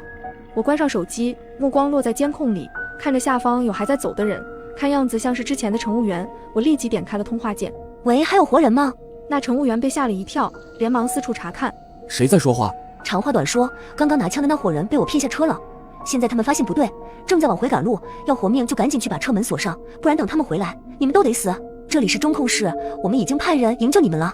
我说完，那人愣了一下，随后像是燃起了生的希望，立即联合车厢里几个人往车门的地方赶去。眼看车厢里没了人，我这才关掉了摄像头。我能做的也只有这些了，给予他们希望，希望他们能守着最后这点信念活下去。而接下来能帮他们的只有他们自己了。系统汇报室外温度。好的，主人，现在室外温度零下70度，安全等级危险。我心中一凛，随后长长吐出一口气。末日终归是降临了。解决完张新成和列车上那一伙杀人犯，我又回到卧室，昏沉地睡了1天1夜。这3个月对我来说实在是太累了，我很需要补足精神。然而这1天1夜的睡眠，在漫长的末日岁月中显得那么微不足道。因为我发现，只要我想，我可以每天都躺在床上，想睡多久睡多久。这期间，每天晚上我都在看早些时候下载的那些热门求生小说。3个月后，世界再也没有新的消息了，手机像是报废了一样，除了拿来看小说、玩一些单机游戏，几乎没了其他用武之地。狗在山洞里的日子就这样一天天过去。就在我真的以为世界上就只剩下我一个活人的时候，突然有一天，在我从冷库拿3文鱼的时候，听到身后大货车里传来的声音，我真的差点被吓晕了。这都过去5个月了，冷库恒温零下20度，大货车里怎么还能有活的东西？总不能这山洞真的闹鬼吧？这鬼早干嘛去了？然而随着我靠近声源，才发现声音竟然不是来自车厢，而是驾驶位。就在我即将打开车门的下一秒，突然那个杂音再次出现。我猛地打开车门，可没想到出现在我面前的竟然是一个对讲机。喂，是救援队吗？你们在哪？听得见吗？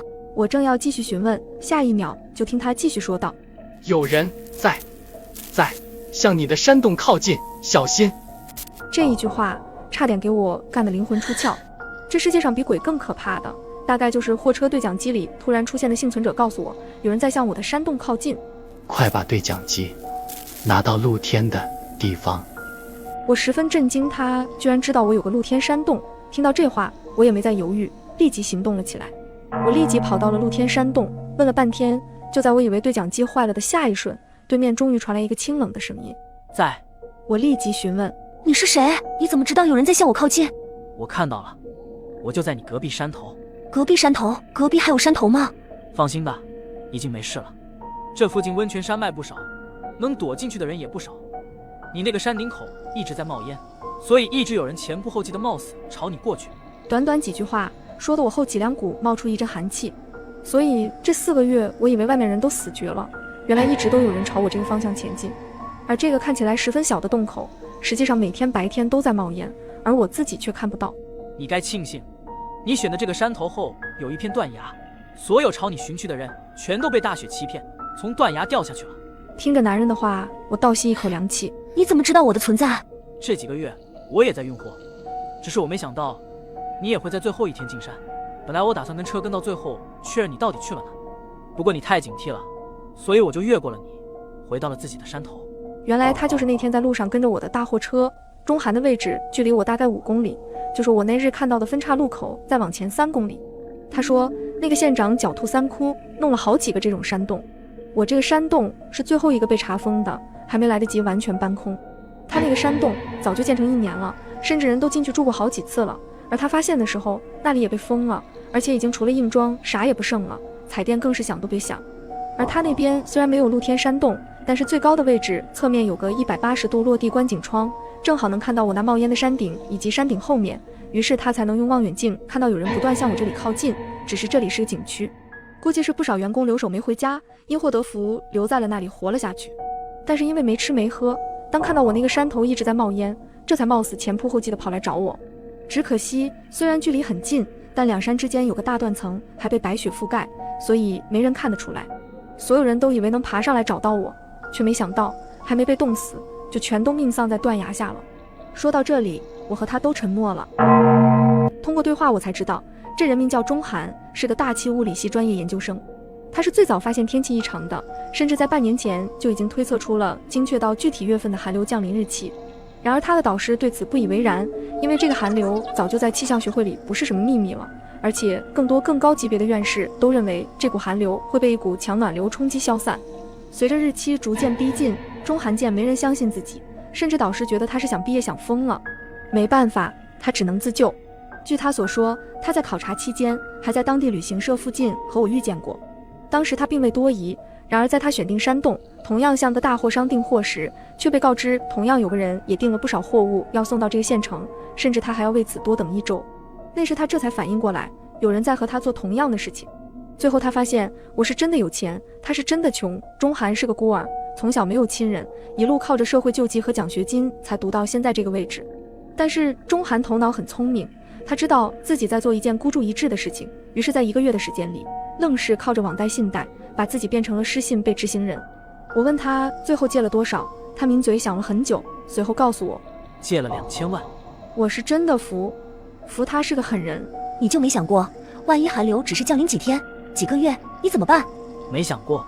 有了钟涵在，我枯燥的生活也算有了点乐趣，好歹有个邻居，总好过每天对机聊天墙。因为没有完全掌握我的订货单，以及他这边没有露天条件，所以钟涵在后期的物资订购上和我出入有点大。比如他完全没考虑过饲养鸡鸭和种植蔬菜的问题，但是他学我囤了不少维生素，算是给自己身体必要的营养摄入做了一些补充。冷冻肉他也跟着我买了不少，但他不会做饭，这是最大的问题，所以直到现在那些米面粮油和肉他都几乎没怎么碰过。冒昧问一句，您这5个月吃什么活过来的？方便面。好吧，他赢了。钟涵这个人声音听起来冷淡，其实还是挺热心肠的。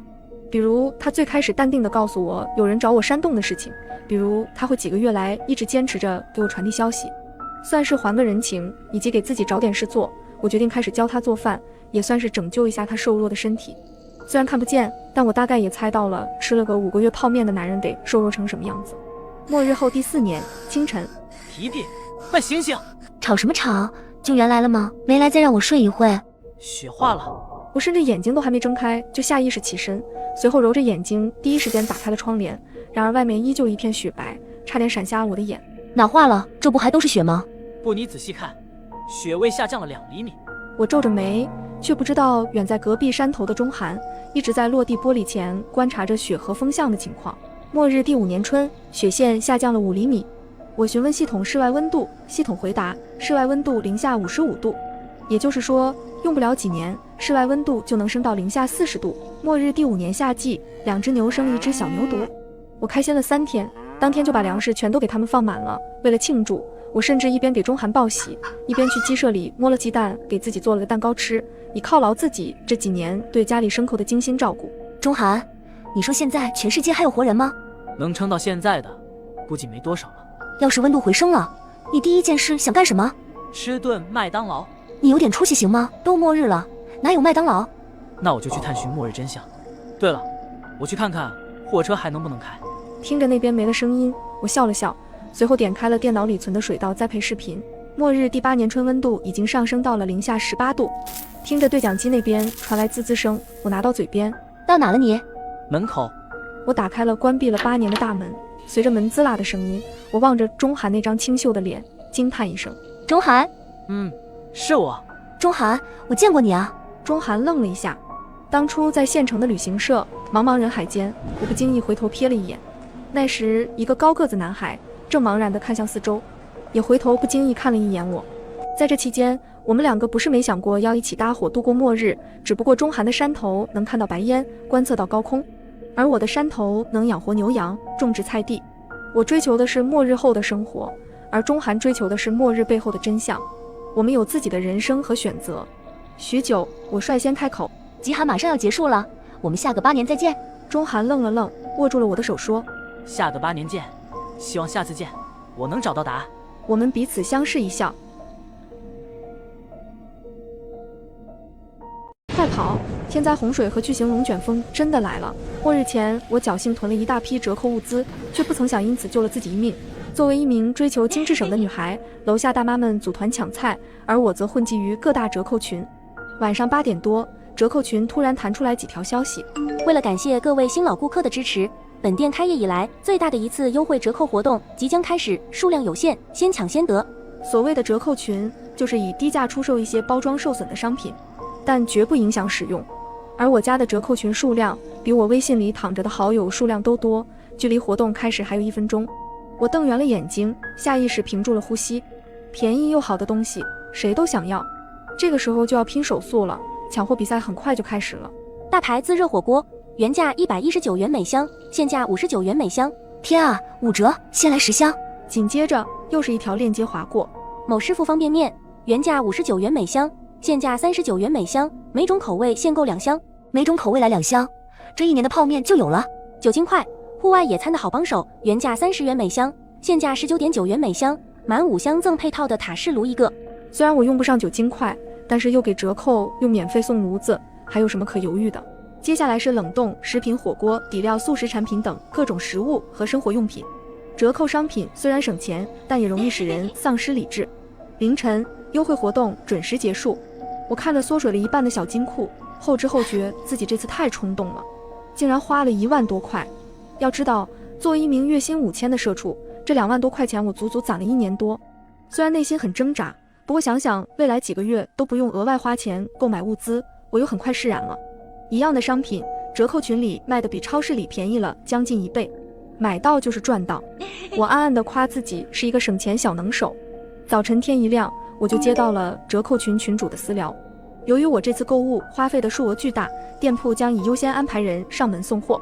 看到还有这种好事，我心里美滋滋的。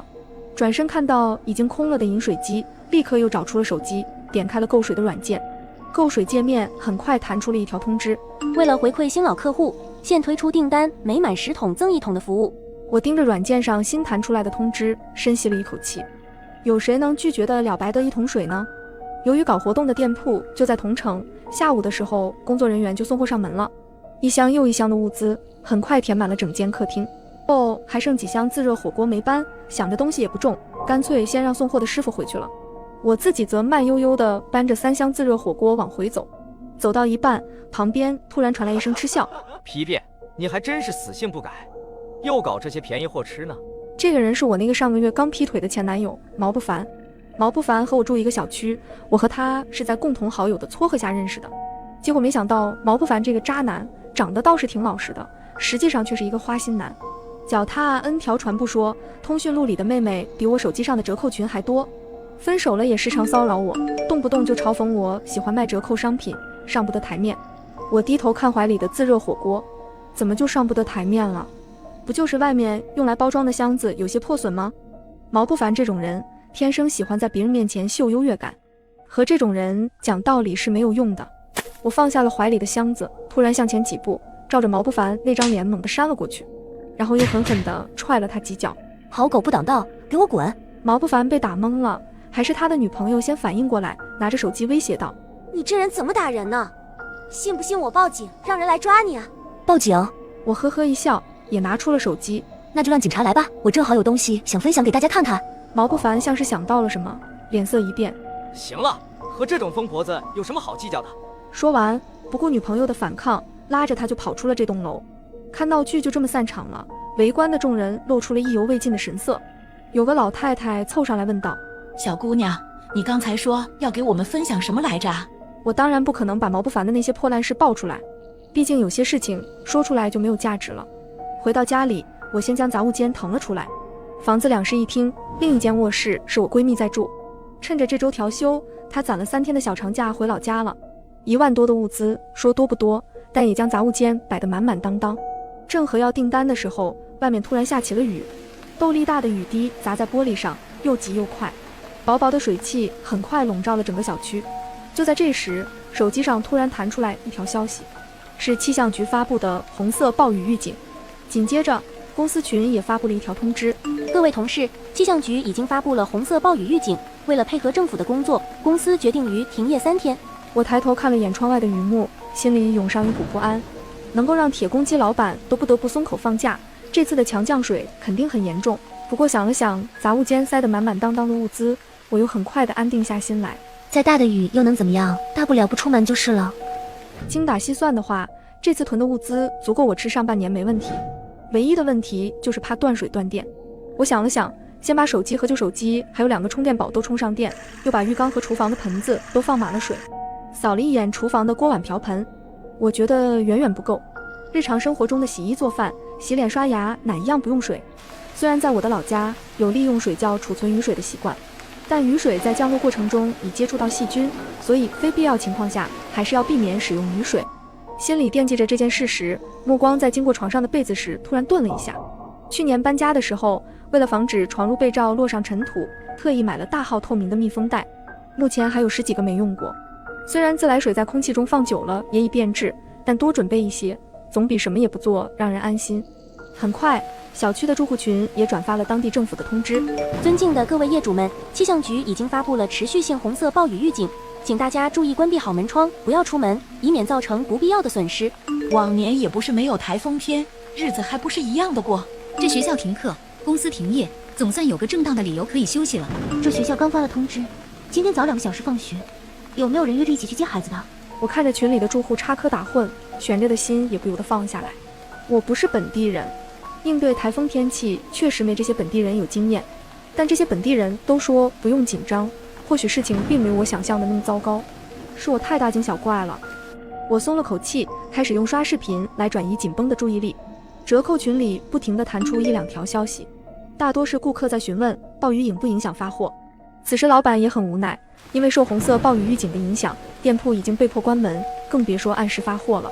群里怨声载道，老板也只能竭力安抚顾客，表示等暴雨结束，以推出更多优惠的活动。让我没想到的是，这次 A 市的持续性红色暴雨预警竟然登上了热搜，连远在大西北的父母亲人都注意到了这件事。亲戚们都来打电话关心我，应对完各路的亲戚的关心后，我长舒了一口气。我贴着窗户，看着小区里模糊不清的景象，不就是特大暴雨吗？我就不信它还能一连下3天。事实证明，是我见识少了，特大暴雨竟然真的下了3天，而且还有持续增强的趋势。第1天，小区楼下的花池里面的水满到溢了出来；第2天，积水倒灌进车库，小区的业主叫苦连天；第3天，雨水漫进了小区1楼，小区里的住户终于开始慌了。这次的暴雨怎么回事？这都下到第几天了？是啊，往年也下过这么大的雨，但都是下一会歇一会，哪像这次竟然一刻也不停歇。先别管停不停歇了，有没有人过来搭把手？我家里进水了。看到这句话，很快就有几个热心的住户自告奋勇地去帮忙。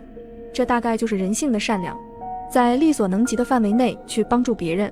我捧着一罐热气腾腾的八宝粥，满足地叹了一口气。水电燃气在特大暴雨的第2天就停了，如今还能吃到热气腾腾的食物，多亏了暴雨前买的那几箱酒精块。暴雨降临的第5天，雨水像石子一样敲在窗户上，让人胆战心惊。在我的记忆中，从未见过这般大的雨，仿佛千军万马一般倾盆而来，势不可挡。在老家，虽然偶尔也已有暴雨出现，但大多持续不了多久。像这样持续了5天的，简直闻所未闻。我睁大眼睛盯着窗户，看着外面的狂风暴雨，感受着窗户的微微震动。忽然，雨水从胶带封着的缝隙间漫了进来，我连忙找了块抹布将雨水擦干。这几天，小区的住户群改成了互助群，各家住户都出现了各种困难。看着住户群里越来越多的消息，我的心再次悬了起来。特别是看到群里有人说隔壁县是泄洪区的时候，猛地想起闺蜜的老家就在隔壁县的乡镇，我连忙给闺蜜打电话。喂，闺蜜，你那边？话刚讲到一半，我感觉到闺蜜的情绪有些不对劲。皮皮，我们这边的地势太低，几万亩的粮食都被淹了。那你和叔叔阿姨怎么样了？家里进水了，我们只能往更高的地方走。我靠在窗边，看见闺蜜刚刚给我发来的消息，忍不住红了眼眶。这是我卧室的密码，卧室里有一些吃的，还有一个常备医疗箱。如果不舒服了，要记得赶紧吃药，防人之心不可无。如果救援一直不来，你别傻乎乎什么都拿出来给别人。趁着煮泡面的功夫，我走到了窗边，继续观察情况。自从特大暴雨持续出现之后，我每天早起的第一件事就是和家里互相报平安。噼里啪啦的雨声伴随着母亲唠叨，莫名让我的心情安定了下来。连续几天的降温，楼里出现了好几例低烧的住户。可是1米多高的积水，外面的车进不来，里面的车出不去。互助群里的交换信息开始有人缺水，有人断粮，所有人都被困在了家里，只能被动地等待救援。暴雨降临的第10天，雨水已经漫上了3楼，3楼的住户骂骂咧咧地往楼上搬，救援队迟迟不来，楼里的气氛也越发的焦躁。今天楼下的争吵声持续了许久，我竖着耳朵听了听，可惜还是没打听明白缘由。水电早就停了，即便手里还剩2个满电的充电宝，但电力不知什么时候恢复，我也不敢浪费。我拉开窗帘，边观察外边的情况，边给我父母打电话，但是打了很久，他们都没有接通。我的眼泪不由自主地在眼睛里打转，但是我必须振作起来。这时候，手机来了一个电话。皮皮，上周你不是买了3箱自热火锅吗？我这边实在没吃的，你把自热火锅分我1箱吧。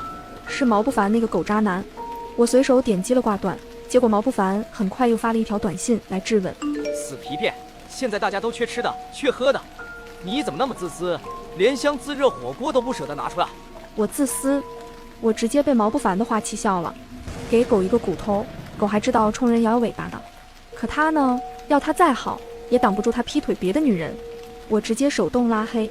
但我没想到，这人竟然恶劣到在住户群散播我手里有物资的事情。皮皮，你到底有没有良心？如今外面到处都是洪水，正是大家最困难的时刻，你把物资拿出来让大家共度难关，怎么了？大家都是邻居，平时抬头不见低头见的，你就忍心看着大家伙饿死？看到这几条信息，几个没有囤物资习惯的住户确实动了些小心思，更有人直接艾特了毛不凡。你刚才说我们这栋楼里叫皮皮的那个小姑娘手里有不少的物资？那可不。毛不凡见有人搭理他了，连忙回复道：暴雨前我亲眼看见他搬了3箱的自热火锅回家。问话的那人沉默了。3箱自热火锅顶多也就是18盒，时间都已经过去小半个月了，还能剩几盒？毛不凡见没人搭理他了，继续在群里叫嚣道：皮皮这个人啊，就喜欢买一些便宜的折扣商品，说不定他家里囤了不少吃的，就是不舍得拿出来与大家共享。大家相信我，我是他的男朋友，最了解他了。有人看不得毛不凡这样占用公共资源，回对道：男朋友？我看是被分了手的男朋友吧，不然能这么祸害人家小姑娘？是巴不得我们这楼的人去找小姑娘的麻烦吧？我看了眼群里的内容，心底冒起一层寒意。暴雨刚持续10几天，大家手里多少还有些物资，所以理智还在。但随着时间的流逝，大家手里的物资肯定已越来越少。我不敢想象，如果毛不凡再迟几天把这些内容发出来，已给我带来什么样的麻烦。我深吸了一口气，将分手前收集到的证据直接发到了群里。毛不凡脚踏 N 条船，同时与多名女子保持关系的视频高清版，没有马赛克，几乎是视频刚上传过去的瞬间，群里就炸了。我去，有点劲爆啊！难怪小姑娘才分手，这样的渣男谁忍受得了啊？这爱好真够别致的，竟然全都拍下来了，哈哈哈，痛快！对待臭渣男就该这样。还想陷害人家小姑娘，被实锤了吧？特喵的，管理员的手速也太快了，我还没看完就发现视频没了。嘿嘿，楼上的兄弟，我手快保存了，要的私聊只需要2元。我知道这条视频一发出去，毛不凡的名声就算烂了，但那与我何干？是他不仁在先的，以后就算他还想煽动住户的情绪，别人也得考虑他话里的可信度。我正开心的时候，突然看到了群管理员给我发来的通知：因传播违规视频，禁言3小时。好，臭皮皮你够狠，你给老子等着！毛不凡撂下这2句狠话后，便不再发消息了。可我却隐隐觉得他在酝酿更大的阴谋。我放下手机，在客厅里走来走去。我住在 B 栋公寓，毛不凡住在 A 栋公寓。按理说楼下这么深的水，2人暂时是见不着的，但就怕有人狗急跳墙。毛不凡是一个极其好面子的人，如果不是走投无路，是绝不可能厚着脸皮找我这个前女友求助的。我思考了许久，我的目光还是落在了房门上。阳台以及卧室的窗户都安装了防盗窗，如果毛不凡要进来，肯定是要通过房门。我检查了一遍门锁，然后又推了洗衣机和冰箱，还有沙发挡在了门后面。卧室和杂物间都是密码锁，没有密码进不去。我想了想，如果房门是第1道防线，那么卧室显然就是第2道防线。睡觉前，我将卧室门也反锁上。天生敏感的我，只有这样做才可以更加安心的睡觉。末日爆发第15天，我正在厨房煮螺蛳粉，外面突然传来了门锁转动的声音，有人在撬门。我心里一紧，螺蛳粉也顾不得吃了，下意识就想往卧室跑。可转念一想，要是撬锁的那个人进入了客厅，那离进入卧室还远吗？再者说，门后面堆了洗衣机、冰箱、沙发，即便想进来也要花不少功夫。想到这，我壮着胆子停了下来。外面的人，我不管你是谁，现在赶紧给我离开，否则我就要喊人了。对方沉默了一会儿，这才出声说道：皮皮，别怕，是我。是毛不凡的声音。我吓得连忙倒退几步。是毛不凡那个渣男就更吓人了好吗？皮皮，我没别的意思，就想和你借点物资。渣男果然还是贼心不死。毛不凡，我劝你赶紧走，不然我真的要在群里喊人了。皮皮，我真的是走投无路了，就看在咱们交往过一场的份上，让我进去拿点吃的吧。我没说话，但也清楚毛不凡不达目的是不以罢休的，所以紧急在住户群里求援。我立即在群里寻求帮助。各位，有没有人能帮个忙？这个渣男上门来抢物资了，现在正在撬我的锁。如今正是半夜，我不知道有多少人能看到这条消息，所以我只能不停地复制这条内容刷屏，恳求提示音能够唤醒一部分人。我手里拿着菜刀，目光紧紧地盯着房门。那个视频一发出去，我和毛不凡就已经完全撕破脸了。我不信他只要点物资就可以离开，更不相信他会就此放过我。毛不凡很快就发现了我在群里刷屏的消息。你这个臭婆娘，真是给脸不要脸！你等着吧，等我打开这扇门，一定第一时间要你好看。房门被拍得砰砰作响，显然对方已经在暴力卸门了。我一手拿着菜刀，眼睛紧紧地盯着屏幕，希望有人能看到我的求救。渐渐的，我绝望了。明明这里的动静这么大，可左邻右舍竟然一个出面帮忙的人都没有。也许其他人只是想独善其身，又或许是也想分一杯羹。对于别人的想法，我无从得知，只能紧紧地握住手里的菜刀。毛不凡连入室抢劫都敢做了，还介意杀掉一个我吗？毕竟死无要证的话，将来谁也拿他没办法。房门的晃动越来越大，就在我以为这一仗在所难免的时候，住户群里突然多了一条回复：妹子，你别害怕，我就快赶到你们楼层了。外面很快传来了打斗声。就在我犹豫着要不要打开门去帮一下那位好心人的时候，微信突然多了一条私信：别开门，我是你对门的。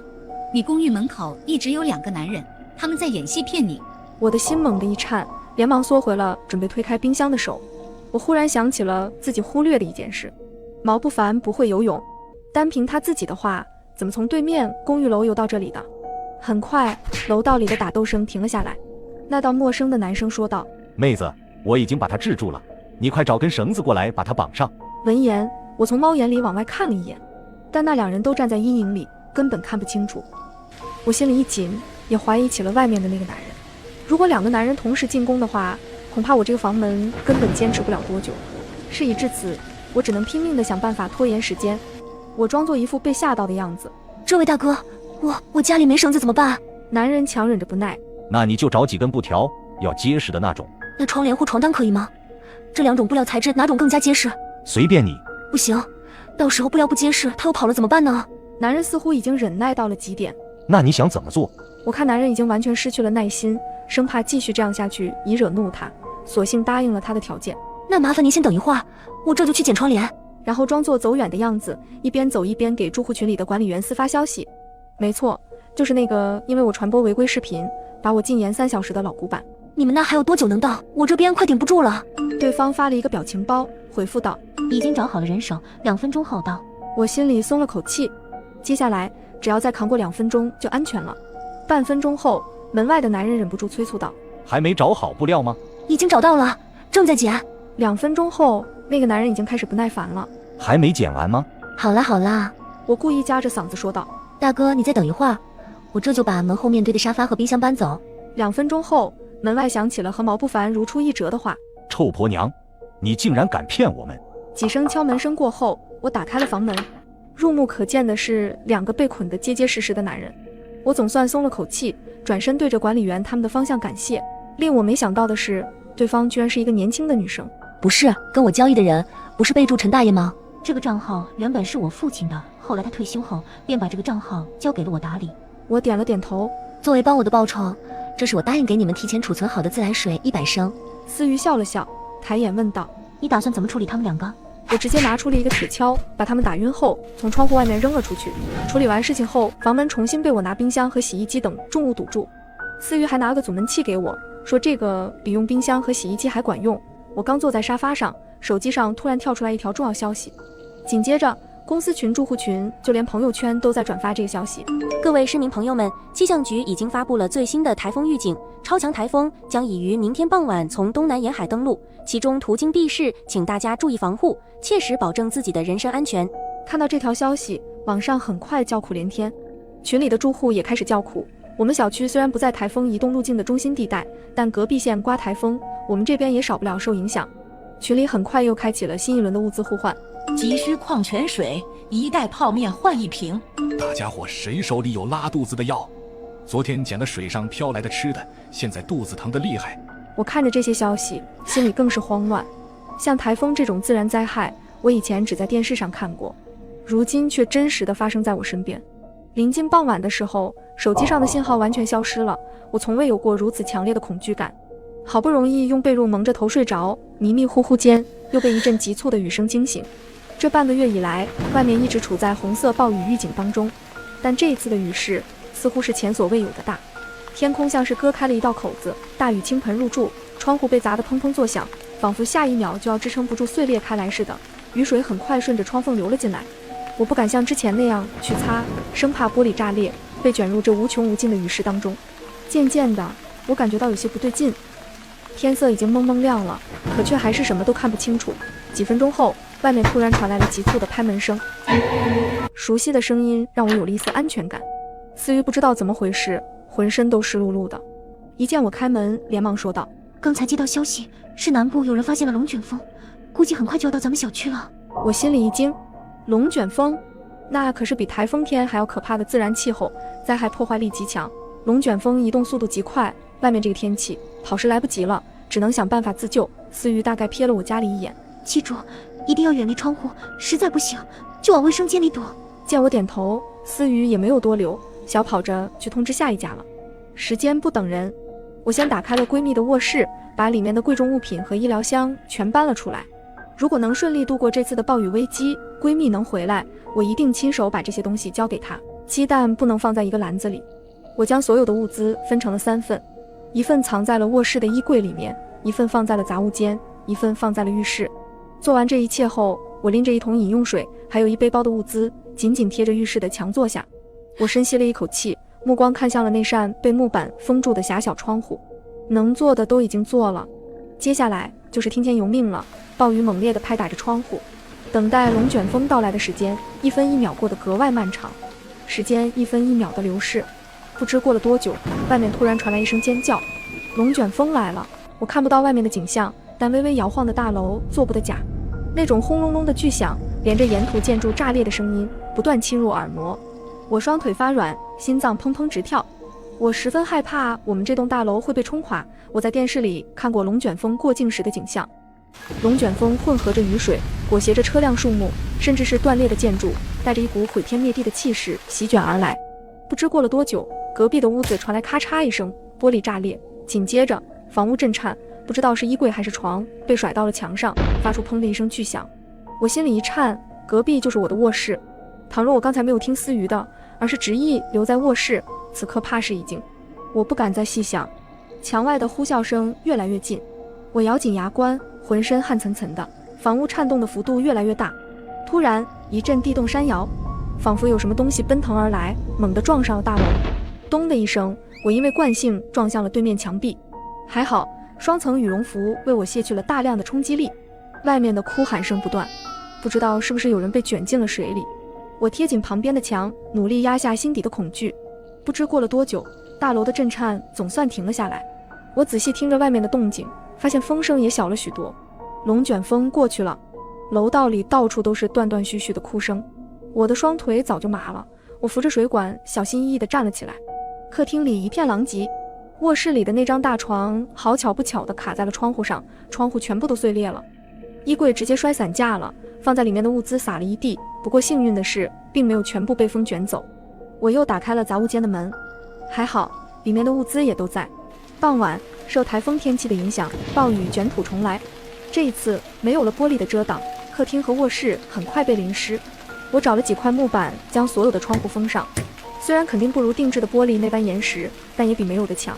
如今洪水已经上涨到了12楼的高度，我住在22层，虽然暂时没有被淹没的风险，但如果暴雨一直持续下去，家里被淹没是迟早的事情。到时候小区里幸存下来的住户们还能坚守自己的底线吗？暴雨降临的第25天，洪水已经漫上了15楼，越来越多的住户开始挤在楼道里，无论是吃喝还是拉撒，都在楼道里解决。这场由暴雨主导的末世正在一点点刷新人类所能承受的极限。我走进窗户，看清楼下的景象后，心底微微一颤。不知道从什么时候开始，水面上漂浮的尸体越来越多。我拿起手机，再次给我的父母打电话。末世降临的每一天，我都会在睡觉前给父母和闺蜜打一次电话，尽管没有一次接通，但心中就是有种莫名的执念和挣扎。这时候门口突然传来敲门声。小姑娘，我和我家孩子已经3天没吃东西了，可以给我们一些食物吗？是对门的大姐。我心里开始犹豫了起来。末日时期，我所剩的物资也吃不了多久了，可是外面洪水高涨，要不了几天可能就会把大楼完全淹没，到时候手里有多少物资都没有用处。更何况在渣男毛不凡骗我开门的时候，是对面大姐好心提醒了我，不然我早就落入圈套了。想到这里，我毫不犹豫地开了门。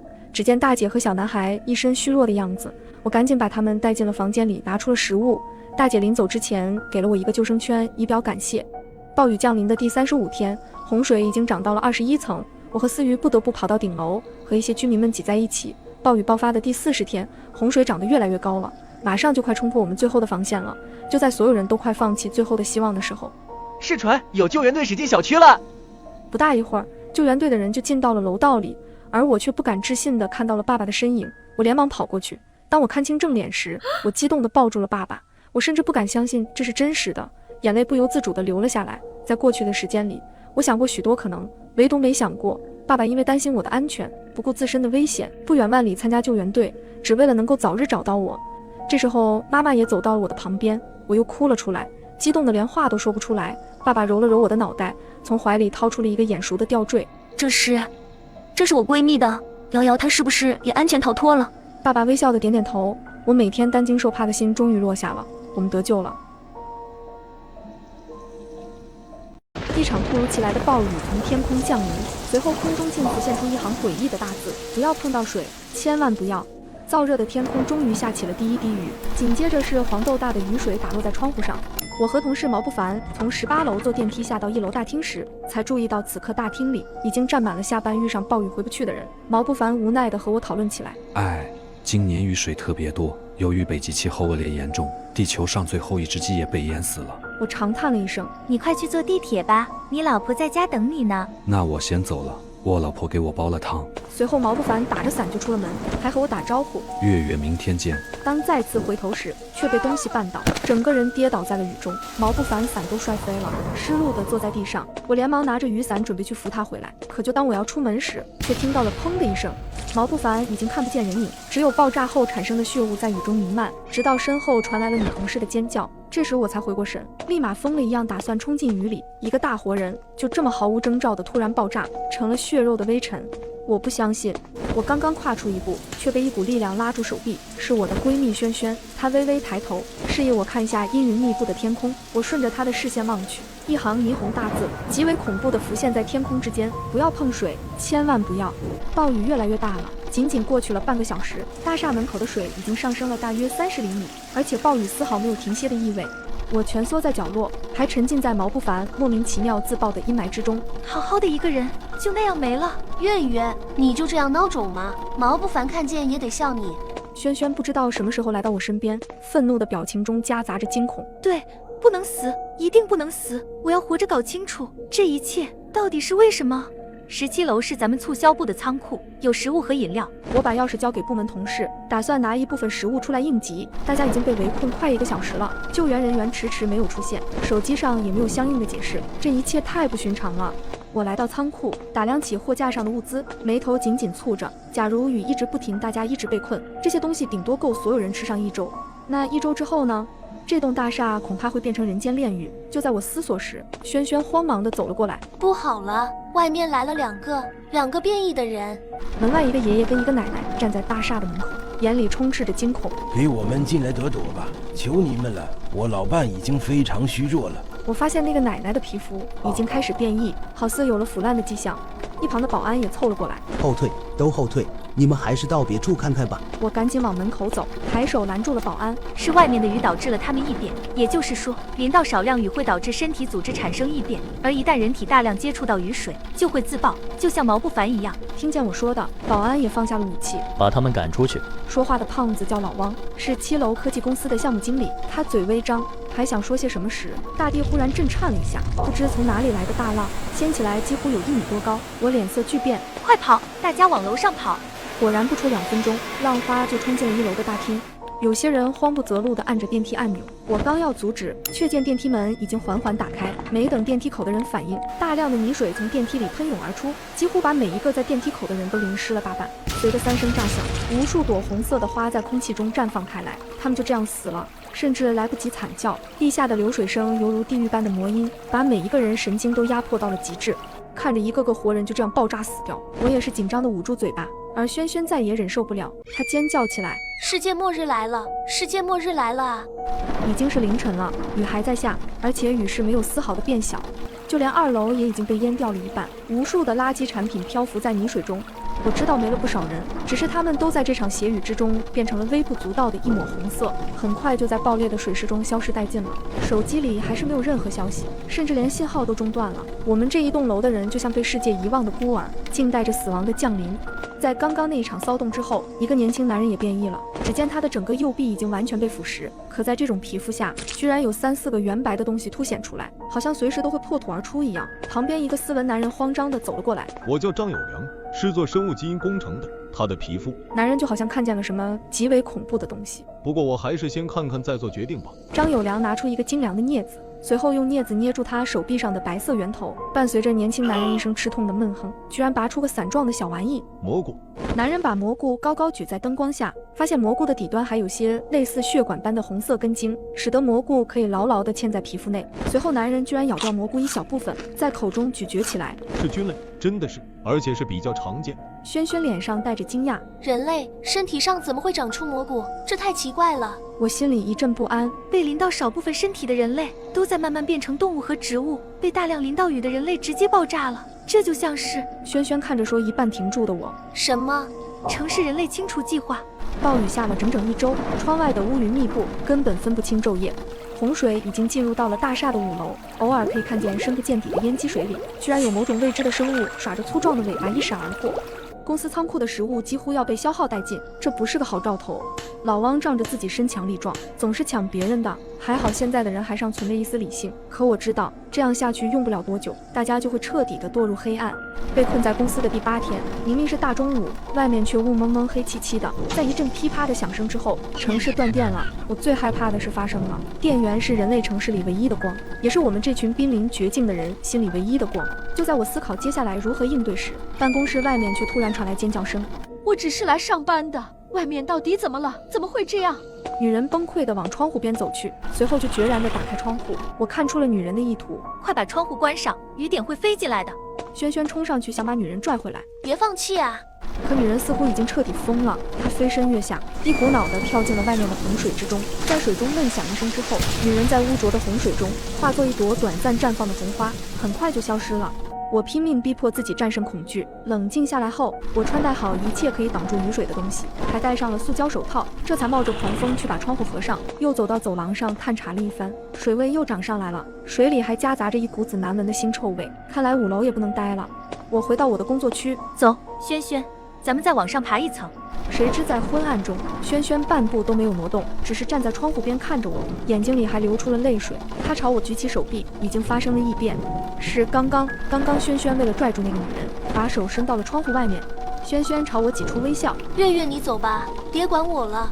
就当我要说话时，老汪却走了过来，他指着轩轩：“你有病是吧？被雨淋了，怎么还在这里？是想传染给我们，害死大家吗？好好一个年轻小姑娘，真是自私自利。”轩轩耷拉着脑袋，委屈的眼泪全部噙在眼眶里。我上前拉住轩轩，我和他一起离开。哎，等等！我转过头去，他满脸鄙夷地看着我，伸出一只手。钥匙？什么钥匙？17楼仓库的钥匙。别以为我不知道，我们这么多人，总该有粮食吃吧？你们公司的人站着，太自私了。要做好人就好人做到底。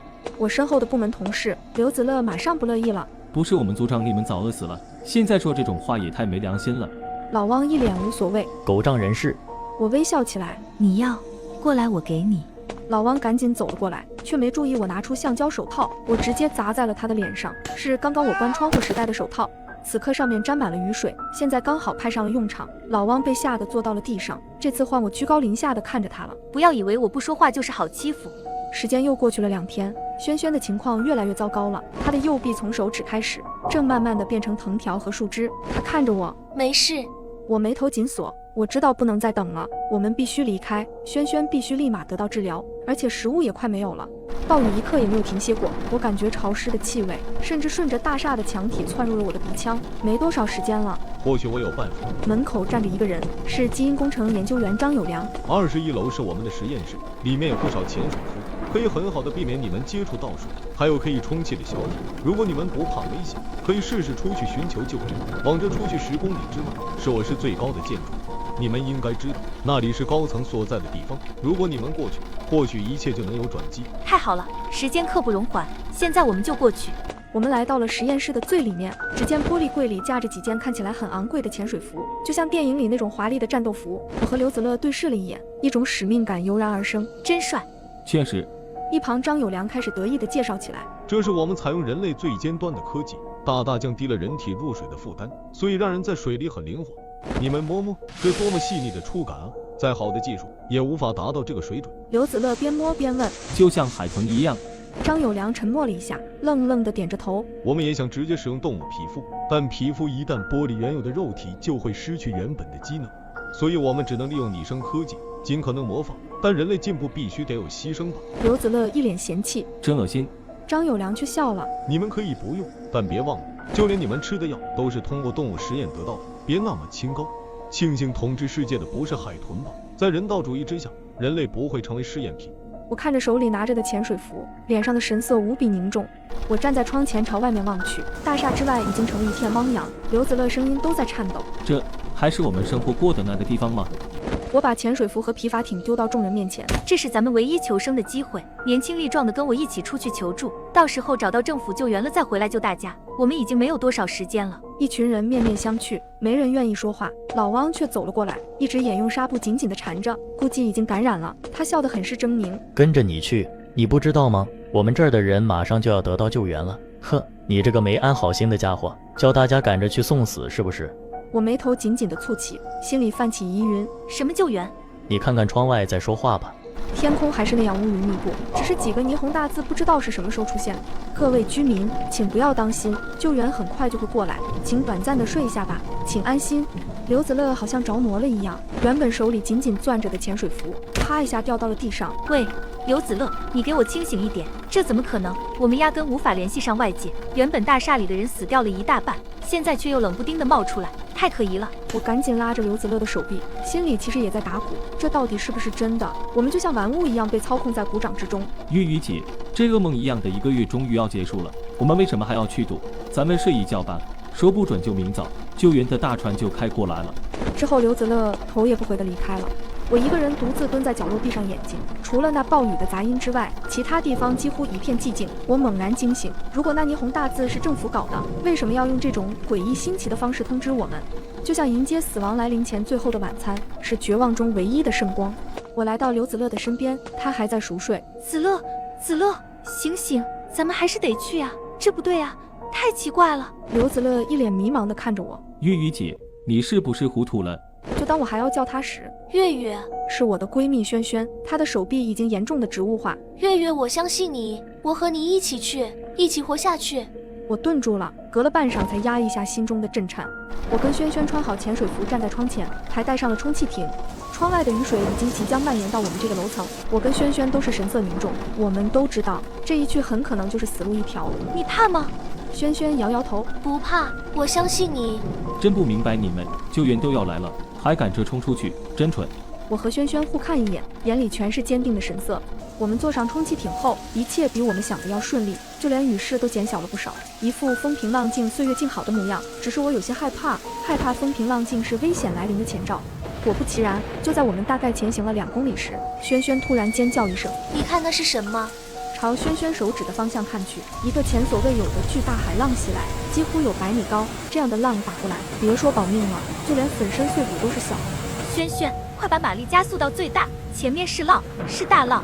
萱萱赶紧去调气艇的速度，可是已经要来不及了。那个巨浪的速度之快，不超过5分钟就离我们不足3公里了。根本没有什么救援，也没有什么奇迹，只有一个可以毁灭一切的巨浪，足以吞噬掉所有人的希望。果然都是谎言，巨浪又咆哮着向我们冲来，天空一片漆黑，我们都笼罩在它的阴影之下。在巨浪冲向我们的前一刻，我拉着萱萱从皮筏艇上跳了下去。在水里，我的视力忽然丧失了，之后就是一阵耳鸣。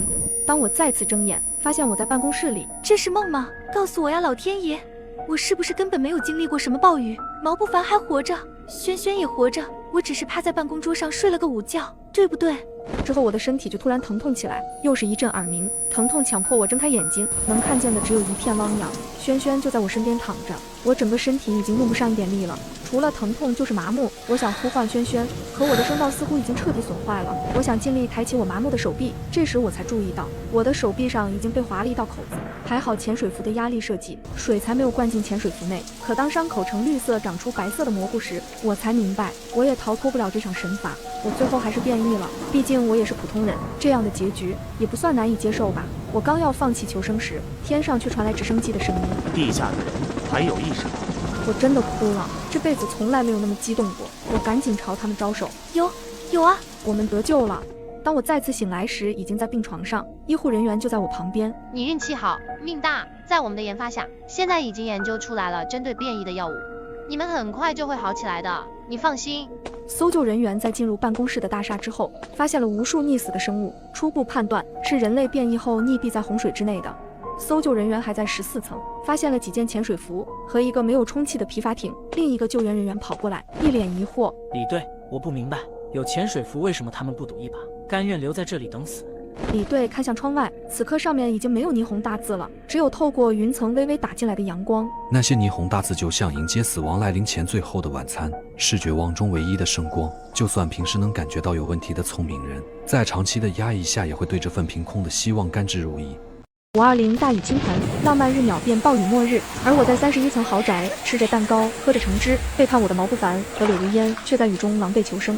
我猛地惊醒，冷汗把睡衣浸得透湿。梦里那场暴雨真实的可怕。5月20日，我男朋友和闺蜜在我生日当天把我反锁在屋子，看着暴雨一寸寸淹没我的口鼻，我手指到现在还在发抖。毛不凡明明对我百依百顺，柳如烟更是从小和我穿一条裙子的好姐妹，他们怎么可能害我？柳如烟一直看不上毛不凡的穷酸样，总劝我分手。而我和毛不凡唯一的矛盾就是我不肯跟他上床，他每次都无奈笑笑，说等我准备好。难道这才是他变心的真正原因？我努力说服自己，这不过就是个噩梦。可手腕上妈妈求的红檀木手链突然断了，珠子噼里啪啦砸在地板上。这串开过光的手链戴了10年，从没出过问题，现在它却断了，我心里咯噔一下。就在这时，手机震动起来，是男友毛不凡的短信：小傻瓜，明天520是你生日哦，本帅哥亲自下厨给你做一大桌子山珍海味，要不把如烟也带上？他说他只吃饭不说话。这3条短信内容、语气，甚至标点符号都和梦里一模一样，这绝对不是巧合。我眯起眼，老天爷既然让我做梦，我决定了，就信他一次。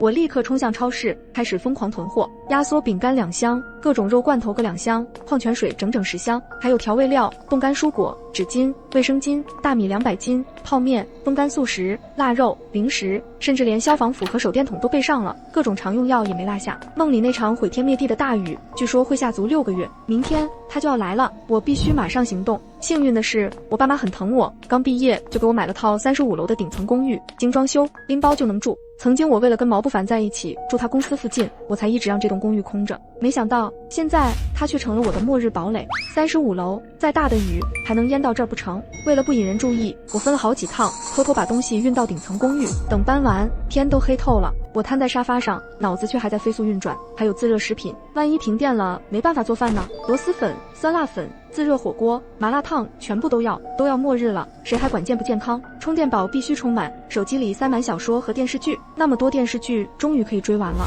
不得不说，我爸挑房子的眼光真是毒辣，这里的安保系统可是一流的，窗户是加厚防盗的，大门更是银行金库级别的特制安全门，外面想硬闯，除非他们开坦克来。等我忙完这一切，窗外已经彻底暗了下来。我打开电视，调到新闻频道，结果发现竟然没有一条是关于这场暴雨的预警，也是这场暴雨来得太突然，太诡异了。今天还是晴空万里，明天就是末日降临，这种事说出去谁信啊？刚想着梦里的事儿，手机叮咚一声，我和毛不凡、柳如烟的群聊弹出新消息。柳如烟：小叶，毛不凡刚打电话提醒我，明天是你生日，等着我，明天一定要给你做个大蛋糕。竟然和梦里的话一字不差，我胃里一阵翻江倒海，索性直接黑了屏，懒得看，泡了个热水澡，试图洗掉一身晦气。刚吹干头发，毛不凡的电话就追了过来，屏幕上那3个字刺眼得很：小叶，这么晚了，跑哪儿去了？怎么还没回来？他声音依旧体贴，我心念电转，语气平静：我妈想我了，我临时买了票回家陪她。电话那头，毛不凡声音黏糊糊的：这样啊，那你可得好好陪陪咱妈，等你回来，我要好好收拾你这个小坏蛋。他那腻歪的腔调，以前听得没什么，今天却让我浑身起立。我胡乱敷衍几句，直接挂了，多听1秒都嫌脏。不过奇怪的是，平日里我和毛不凡在一块，柳如烟的消息就跟连环炮似的。今天我忙了一整天，他竟然安静如鸡。莫不是他此刻正和毛不凡在一起，忙着偷情？这念头让我一阵恶心。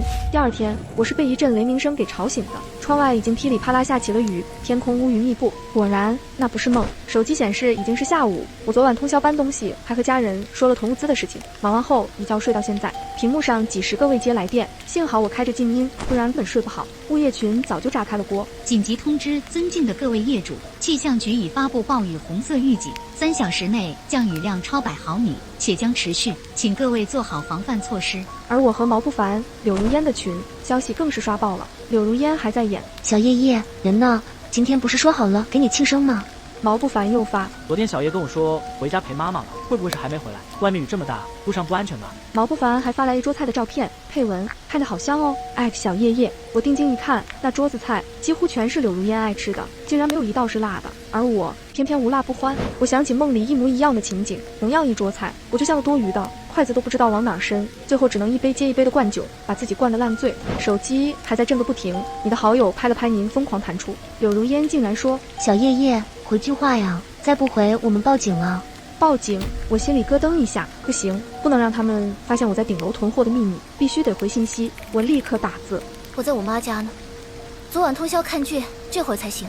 雨太大了，今晚去不了，你们别等我，你们先吃，等我回去，请你们吃顿好的赔罪。”毛不凡和柳如烟几乎是同时回复的。好吧，小叶，那我们就不客气了。嘿嘿，还有蛋糕哦，你没口福了，开玩笑啦，等你回来给你补一个。我冷笑一声，直接扔了手机。这时，电视新闻插播：紧急通知，据专家预测，本场大雨将持续约6个月，请各位居民注意安全，做好长期防汛准备。6个月，我看着窗外越下越大的雨，心底升起一丝快意。末日真的来了，而我早已准备好了。520末日暴雨第一天，微信群背叛我的男友和闺蜜还在假惺惺地关心我。小叶叶，雨太大，你要小心，没事别出门，别急着回来，安全重要。是怕我回去打扰他们的好事吗？闺蜜柳如烟消息紧跟着弹出：小叶叶，雨好大，今晚我没法走了，先借住在你们的爱巢哦。放心，我们不会做什么的。后面一个捂嘴笑表情，我胃里一阵翻涌，那个表情暴露一切。他们口中的不会做什么，在我脑海里翻译成会做一切。我没理会，继续吃我的蛋糕。可是这被闺蜜和男友同时背叛，蛋糕也没那么甜了。原来一切都有迹可循。他记得柳如烟的特殊时期，却在我生理期递来冰奶茶。他会下厨，菜却永远不放辣。谁不知道柳如烟不吃辣？我以为我拥有爱情和友情，最后我是个小丑。可没想到，才吃饭的一会功夫，窗外竟然已经是一片汪洋，电闪雷鸣，雨点发疯似的砸着玻璃。我站在窗前，水里突然出现一个小点，我心里一紧，赶紧拿起望远镜，竟然是一位环卫阿姨。她在洪水中踉跄，伞被吹翻，人直接栽进水里，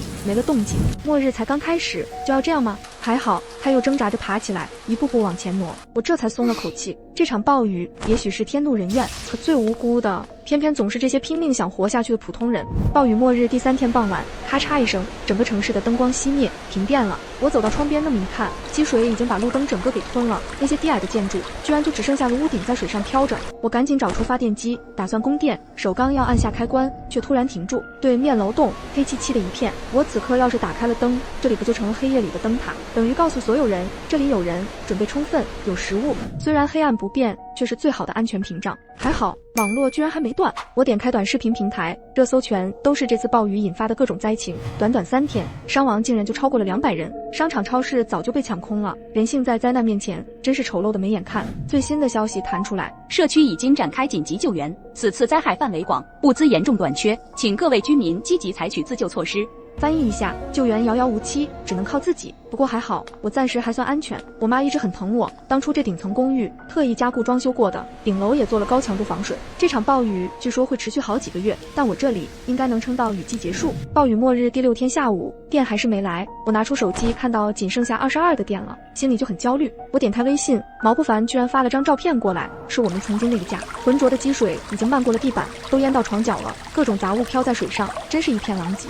他还在那疯狂艾特我，怎么办啊？这地方根本不能待了，水都淹到2楼了。小叶叶，你还在你妈妈那里吗？我冷眼看着，没回。预知梦里他说什么来着？小叶可能知道我们得势了，我们不能开门放他出来。如烟，我接近小叶，只为了和你更近一点。结果他下一条消息又来了。小叶叶，我刚刚打电话问过阿姨了，阿姨说你根本就没在她那里，你到底在哪里？你快说话！他好像很急，可偏偏就在这个时候，柳如烟跳了出来。我知道了，小叶，你是不是在不黑小区？就是你爸以前给你买的那套顶楼公寓里。我心里咯噔一下，沉了下去。当初我爸买这套公寓打电话和我说的时候，柳如烟就在旁边，我这张嘴也是快，居然就告诉了他。这都多久的事了，我差点就忘了这个要命的细节。柳如烟的新消息又弹了出来。小叶叶，你别担心，我和不凡哥已经借到了一条小皮艇，我们这就划船过去公寓找你，你可一定要给我们开门呀！我们现在急需你的支援。急需支援4个字，他打得理直气壮。我头皮发麻，冲到门口检查，还好防盗门装得极其牢固，稍微松了口气，可心脏依然砰砰狂跳。我回到卧室，猛地拉上厚重窗帘，把自己彻底隔绝在黑暗中。他们要来便来吧，我是不会开门的。咚咚咚，急促敲门声将我从浅眠中惊醒。他们来了。我蹑手蹑脚到门边，透过猫眼望去，他们浑身湿透，爬了35层，不知是汗水还是雨水从头上滴落，脚边是一滩积水。皮艇靠墙边，柳如烟嘴唇发紫，不停哆嗦。毛不凡显得十分焦躁。敲了10分钟了，小叶怎么不开门？小叶，开门啊！这种时候还耍大小姐脾气，开门！是啊，无论我怎么做，他都觉得我耍大小姐脾气。柳如烟才是温柔善解人意的。毛不凡很快失去耐心，抬脚猛踹大门，一声闷响，砰，门却纹丝不动。柳如烟轻声安慰：“别生气了，咱们先在这待着吧，至少不会被淹。”然后在我注视下，他们在昏暗肮脏楼道里紧紧拥抱，亲热起来。胃里翻腾，几乎要吐，身上那么脏，竟还能亲下去，这就是他们背着我偷情的样子，真爱啊！连末日都阻挡不了。他们低声交谈，没有发现暗处的监控摄像头正闪着红点。是的，我在门外安装了摄像头和录音设备。末日中，安全第一。第2天，柳如烟发烧了，再次从猫眼望去，她蜷在墙角，嘴里呻吟，全身发抖，脸异常潮红。毛不凡坐在一旁，手足无措。我的视线掠过茶几上医药箱，里面有退烧药、消炎药，默默将医药箱往角落推了推。凭什么给他？起初毛不凡还哄他用室外套过他，但柳如烟烧糊涂了，意识不清，情绪暴躁，一巴掌甩在毛不凡脸上。跟着你真是倒霉，要是我跟着小叶抱你一下，我也肯定现在在屋内吃香的喝辣的。我当初还和你偷偷摸摸在一起干嘛？毛不凡被打愣住，半边脸颊红肿，他沉默片刻，仍卑微的轻声哄着：“如烟，你再忍一忍，说不定过2天就能退烧了。我这儿还有最后半块面包，也实在不行了，我们才能吃。”毛不凡在我印象中一直是暖男型，何时变得如此卑微？我当初到底看上他哪点？柳如烟不理会劝慰，背对他坐下。突然，对面公寓门吱呀打开，走出一个男人，眼神贪婪地打量着柳如烟。毛不凡试图挡在如烟前面，却被那男人一把推开。男人开口：“美女，认识一下，看你不太舒服，我家有吃的，还有药，不如跟我，保证你舒舒服服。”这话说的赤裸到令人发指。毛不凡当时脸就涨红了，喊着：“你谁啊？敢打我女人主意！”谁知下一秒，柳如烟却面色潮红，把手轻轻放进了那男人的手心，任由他搂着腰进了屋。毛不凡简直不敢相信，质问他为什么。柳如烟转身，眼神决绝。外面暴雨，水淹到了2楼，我们回不去了。敲了那么多家门都没人开，灾难下活下去才是最重要。门迅速关上，只留毛不凡一人站在外面。很快，对面飘出饭菜香。饥饿的毛不凡或许想通了刚刚得话，他居然敲响对面的门，低声下气的求实：“大哥，赏我2口吃的吧！刚才是我不对，我给你钱，我女朋友有钱，我让她转给你。”哼，我都不在，他还惦记着从我这捞好处。可屋内根本没人理他，反而隐隐约约传来了一些奇怪的响动。毛不凡瞬间就明白了里面在发生什么，他浑身发抖，眼神也渐渐变得疯狂，最后抓起墙角的灭火器，朝着对面的门就猛砸。1下、2下、3下，然而这一切都是白费力气。回应他的是屋里更加不堪的动静。毛不凡终于崩溃，瘫坐在地。我正吃着自热火锅，盯着监控屏幕里的好戏，手里的筷子突然停在半空。这剧情比最狗血的电视剧还刺激。柳如烟居然用自己换了活下去的机会，她背着我和毛不凡搞在一起，为了活命又抛弃了毛不凡。我放下碗筷，悄悄拉开窗帘一角，外面的暴雨像是有人在天上开了个大闸，疯狂地灌下来。更吓人的是，楼下的水位又涨了，已经淹到8楼阳台了。这才第7天啊！手机上的消息越来越少，大面积停电，社交平台上求助信息刷屏，有人喊女儿发烧没药，有人哭断粮3天，还有人说亲人找食物没了，可是几乎没人回应。我看着满屋子的物资，又瞄了眼电量1000的手机，心里这才稍稍踏实。君子无罪，怀璧其罪，这一点我比谁都清楚。晚上睡前，我习惯性的看了眼监控，却看见柳如烟从门缝伸出手，扔出几个水果和饭团给毛不凡。正当他准备关门时，毛不凡猛地弹起，死死拽住门框。你疯了吗？好心给你吃的，你还想硬闯？柳如烟尖叫着用力推门，门最终关上了。毛不凡沉默地转身，抓起地上的食物，发出咔咔的咀嚼声。我盯着屏幕，看到他眼中充满的恨意，全然不见往日的温情，只剩冰冷的杀机，看得我后背发凉。这还是我认识的那个温柔体贴的毛不凡吗？暴雨末日1个月了，我每天第一件事是检查屋顶。高层公寓防水做得再好，也抵不住多日的暴雨。房顶3处渗水点让我寝食难安。我拿出防水胶和密封条仔细修补，实在应付不了的地方，只能用厚棉被堆在渗水点，勉强解决问题。搞定这些后，我会犒劳自己，一碗自热酸辣粉，加满火锅丸子和冻干蔬菜。外面是末日，我却吹着小电扇，吃着热腾腾的食物，看着下载好的电影。这种诡异的安逸感让我既庆幸又有些负罪。洗完澡，我不敢用吹风机，声音太大会引来屋外毛不凡的注意。那家伙像幽灵一样在30几层游荡，敲遍每一户的门，在祈求食物。我只能靠小电扇慢慢吹干头发，然后躺在凉席上入睡，梦里仍是无尽的雨声。可楼下住户没这么平静，时不时传来撞击声、哭喊声、争吵声，甚至有人从阳台伸出鱼竿，在楼下的污水里叼物资。暴雨越下越大，绝望如洪水般吞噬着这座城市。暴雨末日3个月了，我刷着社交软件，试图获取外界信息。突然，一个帖子让我血液凝固。家里还剩最后一袋小饼干。再一条，妈妈把我推醒，给我喂了一块肉，好好吃，但好久没见喵喵了。妈妈躺着不说话了。爸爸在干嘛呀？我又吃到肉了。我手指发抖，扔下手机，冲到卫生间，吐得昏天黑地。那孩子无知的话语里藏着我不敢细想的可怕真相。我靠在墙上，泪水不断滑落。这就是末日的真相，比我想象中要黑暗得多。监控里的毛不凡就是人性扭曲的典型。他现在瘦的只剩骨架，像个行尸走肉般坐在35层的台阶上，等着柳如烟的施舍。最讽刺的是，当他痛哭哀嚎时，屋里柳如烟和那男人的笑声却格外刺耳，而毛不凡眼中曾有的温柔早已被饥饿和恨意吞噬。我开始怀疑自己的决定，也许我该放他们进来，但生存本能告诉我，绝不能开那扇门。6个月的末日暴雨终于停了，窗外积水依旧淹着大半个城市，散发着腥臭。远处出现了救援船和直升机的影子，我却没急着冲出去，因为我的物资还够撑一阵子。更重要的是，不能让毛不凡知道我一直都在家。直到1天后，监控显示毛不凡离开了35层走廊，我松了口气。随即，柳如烟静也从对门出来，看样子是去找救援队。可他才刚走到楼梯口，毛不凡突然出现，手里寒光一闪，柳如烟尖叫一声倒下，身下的积水颜色变了。我看着监控，捂住嘴，强忍尖叫，浑身颤抖。就在这时，手机震动了一下，竟然是毛不凡的微信。小叶叶，你还好吗？救援部队到了，我很安全，你呢？我的手抖得几乎打不出字，但我清楚，现在绝对不能有任何异样让他起疑心。我回复：救援队来了，我也安全了。手机刚充上电，暴雨第1天我家电网就坏了，手机一直没电。他停顿许久才回：你妈不是说你不在家，你在老家，还是你骗我？我心跳加速，赶紧解释：当时我正好跟朋友吃饭，吃完就回家了，可能错过了。毛不凡又沉默片刻。小叶叶，你在哪儿？我去找你，想你了。我忍着恶心回复：我还在我妈这，过段时间就回去找你。好吧，我等你哦。放下手机，我浑身冷汗。谎言能骗他多久？若他发现我一直瞒着他，目睹了他最不堪扭曲的一面，再联想到他对柳如烟做的事，我会是下一个吗？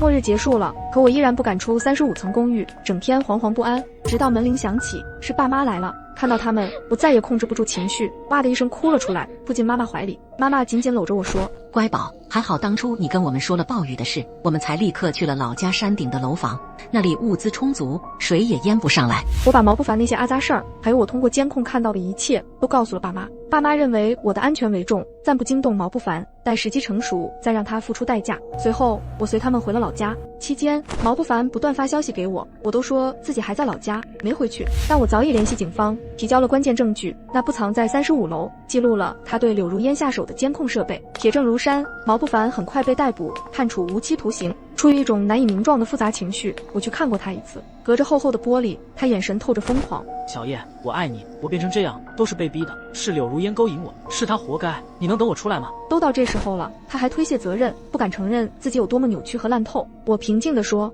你恐怕是出不来了。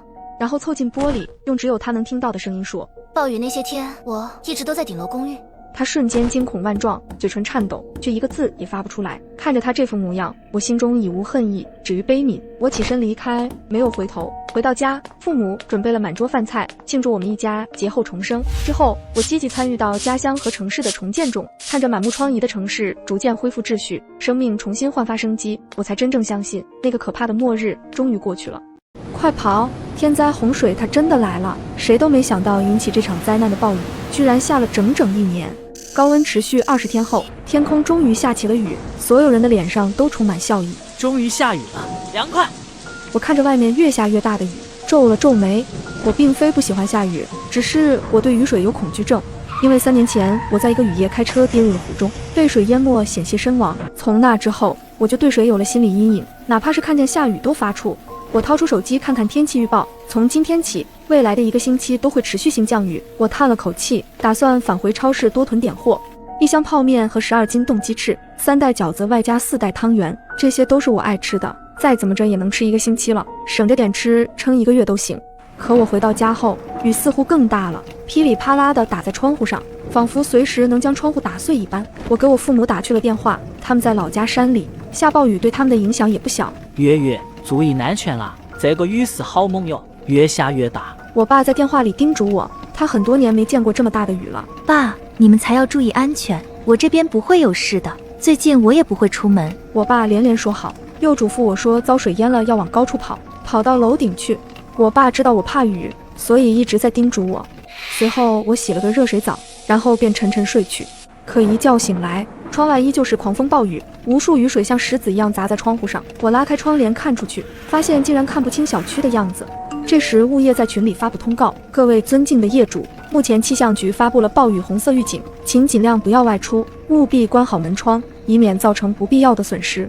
我父母还多次打来电话询问安危，我只能说没事，一切都好。由于我囤了很多货，所以暂时不担心吃的。我不信它能下1个星期，然而它真的下了1个星期。我的窗户已经在摇晃了，缝隙里渗入了不少雨水，这不得不让人恐慌。再看业主群里，已经乱成了一锅粥。物业再次发通告，紧急通知，请各栋1楼的业主及时转移家具物件。目前小区大面积被淹没，雨水很可能涨到1楼。这个通告一出，所有人都惊了，1楼都要被淹了，那地下车库肯定已经成水库了。我们这小区地势虽然不高，可也不至于被淹吧？听说东郊已经成大海了，怕不是长江要决堤了？大家都乱了，我也心慌。我对水的恐惧不是别人能比的，我害怕雨水把我3楼都淹了，那我就成了瓮中之鳖，再次体验水带来的恐惧。于是我想起了我爸的话，遭水淹了就往楼顶跑。我们总楼层是31层，我坐电梯抵达了最高层，这里一共有6户人家，只剩下最后1户空着。我尝试打开那扇门，可结局肯定是打不开。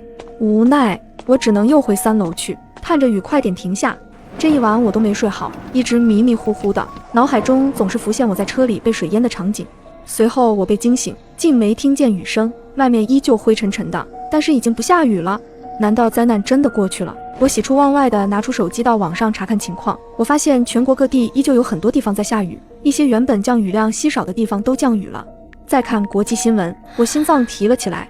印度首都迎来100年未遇的大暴雨，大片贫民窟被淹没。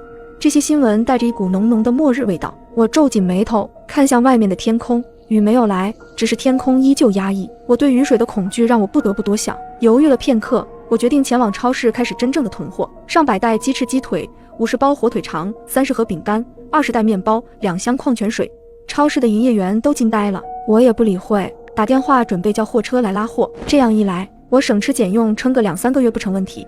之后我又去药店买了一些防止发烧跟腹泻的药物，当然这样依旧无法让我有足够的安全感。我最怕的还是水淹，3楼实在是太低矮了。我也早有了想法，私聊了业主群里的一个人，由于他的房子在31层，但人一直在外地生活，2-3年才会回来一次。他本人也多次在群里发布出租消息，让我们帮忙找客源。我直接跟他说，他的房子我租了，并直接租了3个月。没一会他就让物业把钥匙拿给了我。我开始转移阵地，一次又一次的上楼下楼，将我的物资全都搬去了顶层的房子。终于在晚上9点，我把全部东西都搬完了，我累得几乎虚脱，但我还是强撑着将门窗检查一遍，直到确定彻底锁好了。这样一来，我躲在31层，坐拥一屋子的物资，安全感十足。噼里啪啦的声响不断，雨水仿佛弹珠，激烈地拍打着窗户。可突然之间，楼下竟然传来尖叫声。整个小区大乱，前一刻还在楼下走动的业主赶紧跑回家，人们在暴雨中仿佛挣扎的蚂蚁。物业第一时间发布了通告，让大家不要外出，关好门窗。业主们在群里骂骂咧咧。又下雨了，气象局不是说不会下了吗？我好不容易抢的点肉，刚才急着回家，不知道都哪里去了。车库的水还没退呢，又下了，完了完了！看着群里的抱怨，我也是无可奈何，毕竟天灾不是人为能够控制的。可就在暴雨下到凌晨2点的时候，嘈杂的雨声中居然夹杂了人的叫骂声，那是1楼传来的，我在31层都能听见，可见有多少业主在叫骂。1楼绝对被淹了。楼道的声音也很嘈杂，显然1楼的业主在往楼上跑，各层楼的声音也多了起来。31层的业主纷纷开门出去，我听见有邻居急切的说话声：“赶紧下去帮忙，可别淹死人了。”他们无疑是善良的，我做不到，因为我怕水，我不愿意下去接触水。之后我便开始关注全国各地的新闻，热搜第一的是专家的预测，全国性大暴雨恐造成长江中下游爆发100年未遇的大洪水，魔都浦东机场完全被淹没，长江口洪水泛滥，宝山、金山等地大面积瘫痪。这些消息让我胆寒，现在的暴雨绝对不正常，已经无法用常理来解释，这可能是一次生物大灭绝。我止不住胡思乱想，如果雨下几个月甚至1年，我怎么办？我父母怎么办？我赶紧给父母打电话，得亏还有信号。我爸忧心忡忡：“月月，这天不正常啊，我觉着得上山去了。咱们五梁山2000多米高，有山洞可以躲。”我爸平时大马哈，这次竟然想上山了，他着实是怕了。是不是咱们村子被淹了？我心瞬间提到嗓子眼。前天就淹了，泥石流冲了半条村子，没了好多人啊。我爸声音有了哭腔：“你不早告诉我？怕你担心啊，你那边也不好过。我看新闻了，你们小渡口区好多小区都淹了，你赶紧去高层。”我说我已经住在31层了，你们集结村民，带上吃喝，赶紧上五娘山躲着。我爸说好，又跟我说找机会也来五娘山，这话让我眼前一亮。对呀，我怎么傻愣愣的？要是上了五娘山，往山洞里一躲，2000米的海拔高度，洪水滔天也淹不了。不过我现在走不了，到处都被淹了，没有船是不可能离开的。而且我这栋楼31层也有上百米高，雨水要淹到31层恐怕有点困难，除非真的下几个月以上。挂了电话后，我精神已经很疲惫了，过度的忧虑和畏惧让我昏沉沉的。虽然拥有一整屋的物资，但是雨水的恐惧让我没有任何胃口。取出被褥后便打算睡去，今晚注定是个不眠夜。楼层里闹哄哄的，我精神不佳，听着闹哄哄的声音入睡了。这一晚上我一直在做噩梦，仿佛自己掉入水中挣扎，感觉自己的肺里全是水一样，根本无法呼吸。忽然间我被噩梦惊醒，耳朵一竖就听见了狂暴的雨声，雨声仿佛上天的怒吼，伴随着呼啸的风声袭来，撞得窗户哗啦啦响。楼层已经不太吵闹了，我估计大伙都累惨了，低层的跑到了高层的家里，正在歇息。我晃晃悠悠的来到客厅，突然发现客厅已经积了一层雨水，天花板的一角正在漏水，里面不断有雨水渗入，这就是高层的坏处。这种暴雨之下，顶层不漏水都难。于是我将一部分食物搬到了卧室，免得被淋坏了。至于客厅我没办法管，可群里已经乱套了。饿死了，谁家有吃的我高价买。我家大米全被淋湿了，我200多万的房子就这么被淹了，感谢楼上的邻居收留我一家。慌乱和悲痛在群里弥漫，不过大家依旧在互帮互助，等待救援。可是如果暴雨连续下1个月、2个月、3个月，大家还会相亲相爱吗？食物匮乏，房屋潮湿，病人遍地，到时候整栋楼恐怕会成为炼狱吧。我承认自己这么想很自私很不道德，可我真的怕。为了防止人性的阴暗面大爆发，我又跑出了客厅，确认门是否锁好。随后我将鞋柜推到了门口，死死地抵着门，我要确保绝对的安全。之后的3天里，暴雨越来越大，什么红色预警已经无法形容了，物业也没了动静，恐怕物业室都被淹了。不久后还听到了屋外的哀嚎声，2楼、3楼全淹了，我的家啊！太可怕了，我看4楼也快被淹了。按照这个水势来看，市区的街上肯定也全淹了。我真饿得不行了，谁能给点吃的？绝望的气氛在蔓延，比雨水蔓延的更快。又一个3天过后，暴雨加起来已经下了半个月了。我躲在卧室里不敢出去，整个客厅全是水，排水系统完全撑不住了，卧室很快也会被水浸泡。可就当我想着如何解决这个情况时，突然发现大楼在轻轻晃动。这难道是错觉吗？可随之而来的是那种轰隆隆的巨响。我看向窗外，却发现洪水正往我这边涌来。我第一时间就往门口走去，先是锁上房门，然后退到了墙角，紧紧地抱着自己。至于别的办法，我一概想不到了。我只能祈祷大楼能顶住这次洪水。呼啸声越来越近，我咬着牙关，双手死死抓着行李箱，浑身冒着冷汗。3年前的痛苦记忆似乎也袭来了。狂暴的雨夜，我坠入湖中的那种恐惧感刺激着我的神经。突然的轰然一声巨响，我仿佛被一柄大锤砸在了后背，半个身体都往前滑了一下。我好害怕，我只能牢牢地抓住箱子，使出全身的力气往后退。外面惨叫不断，不少上在走廊的业主被洪水冲击，不知道卷到了哪里去。他们动作还是太慢了，或许是从低层走楼梯上来的，根本来不及躲进别人家里了。在无数嚎叫声中，大楼激烈地震动着，我听见了墙壁被撕裂的声音，无数的裂缝出现了。此时我极度的恐惧，我抓紧墙角，在惊恐中居然闻到了恶臭的淤泥味。洪水竟卷进了31层，我心想死定了，洪水竟这么高，直接冲到了31层，那我必定要被淹没了。然而上天并没有对我那么残忍。门外除了一阵又一阵卷进来的水浪外，滔天巨浪并没有席卷进来，也就是说，洪水并不能淹没31层，它或许吞噬了20层，尾巴扫到了31层。我长长的松了一口气，可不等安心，砰的一声巨响，震得整栋楼都在晃动。我明显感觉自己的身体往右边滑去，整栋大楼在倾斜。毫无疑问，一定是洪水带来的建筑物撞坏了大楼右侧的支柱，或者将大楼右侧撞破了大洞。无论是什么情况，大楼的倾斜足以说明它不安全了。我躲在31层没用，因为洪水迟早会冲垮大楼。惨叫声依旧不停，我听见邻居的妇女在大喊：“救命啊！楼要倒了！救命啊！”我完全不敢动弹，我本来就害怕水，如今面对洪水外加可能倒塌的大楼，胆子已经吓破了。我只能慢慢往墙角移动过去。可卧室天花板传来闷响，像是钢筋水泥在崩裂，一定是大楼倾斜挤压了天花板。我运气太差了，头上的天花板要裂开了。下一刻，咔的一声，几块碎石砸了下来，破碎声越来越密集。生死攸关之际，我终于有了一丝勇气，我必须离开这里，我不敢赌，万一整个天花板砸下来，我就要困在这里了，甚至可能当场丧命。我的物资都在卧室，但此刻我只能抓住2个人头大的皮箱子往外走。可刚到屋外，卧室天花板砸了下来，露出一个大洞，雨水倾泻而入。我心有余悸地站在客厅，却发现客厅里满地的积水，根本没办法待下去。唯一值得庆幸的是，大铁门没有被撞开。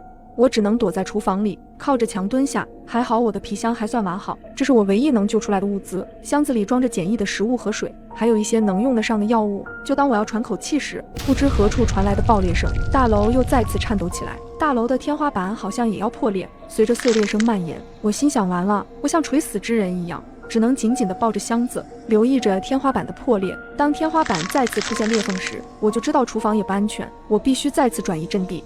现在的屋里已经没有完整的天花板了，我只能抱着箱子躲在客厅的角落里。上方是昏暗的天空和倾盆大雨，宛如恶魔的大嘴。我不敢直视这样的天空，这让我难以呼吸。我只能看向别处，一扭头看见了阳台外的世界，那是何等恐怖的场景！洪水已经淹没大部分的楼层，而我们这一栋楼恐怕被淹没到了20层以上。这种绝望的场景令得我心态崩溃了。3年前的噩梦被无限扩大，我明明可以呼吸，却感觉喘不上气来。人类面对大自然的灾难是何等渺小啊！我肯定活不了了，我无法战胜3年前的噩梦，也无法脱离这栋倾斜的大楼。但愿我的父母能活下来吧，他们上了五娘山，不可能被淹没的。这么想着，心里可算有了一丝安慰。我深吸一口气，鼓起勇气看向天花板外面的天空，却惊奇地发现雨居然停了。我难以置信，这雨它真的停了吗？紧接着隔壁也传来叫喊：“雨停了，雨停了！”雨真的停了。我不惊喜是不可能的，我都觉得自己必死无疑了。结果老天爷给了希望。我不可置信地走到阳台，再一次看外面的天空，真的没有雨了。20层以下虽然被水淹没，但是水流也变得异常平静。没事了，没事了，我们还活着。邻居们都在阳台喊，相互鼓励。由于31层是最高的，所以每一间房都有很多低层来的业主。我们31层热闹非凡，我心想原来周围还有这么多人啊！一瞬间竟被感染了，说不出是什么感受。我对活下来的渴望又强烈了起来。我必须去五娘山，现在绝对不是安全的。因为中途停雨的事已经发生过了，那只是老天爷喘口气罢了。我必须离开这里。可是现在到处都被洪水淹没，除非有船，就可以顺着水流走，去往东南方向的五娘山。只要在暴雨再次降临前抵达五娘山，我就能活下来了。打定了主意，我的求生欲望前所未有的强烈。我也明白不能再一个人躲起来了，我藏着只能等死，苟活多少天最终都是死。现在我得依靠集体的力量。就当我在想着如何自救时，门外却传来哭声。谁家有退烧药？我的孩子高烧2天了，现在更严重了。我是医生，我家里有药，可我家在15层，已经淹没了。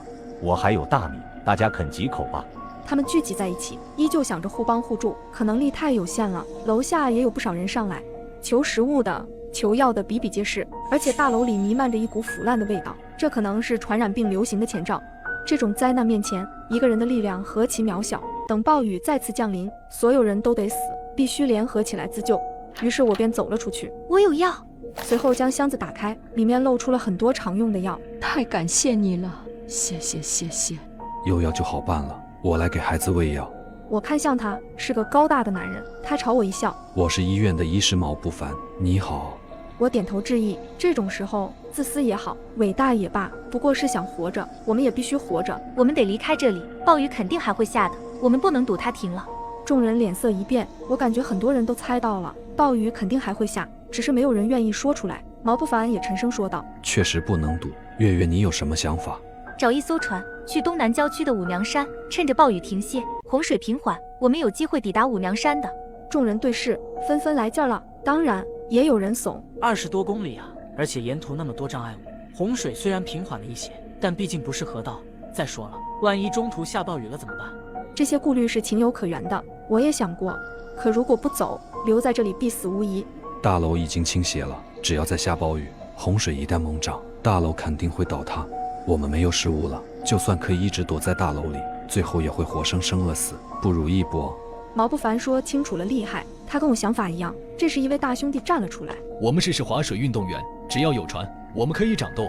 那么唯一的问题只剩下船了。一个小伙子说出了想法。嘉陵上游就有船厂，也有很多渔船，洪水是从那边来的，应该会冲一些船下来。大楼北侧肯定有船。为了确定真实性，我来到了能看到大楼北侧的窗户边，果然看到了一艘渔船。虽然已经破破烂烂了，但没有沉，说明主体构架还算稳固。这样一来的话，基本上所有的问题都解决了。随后大家一拍即合，决定明天早上就走。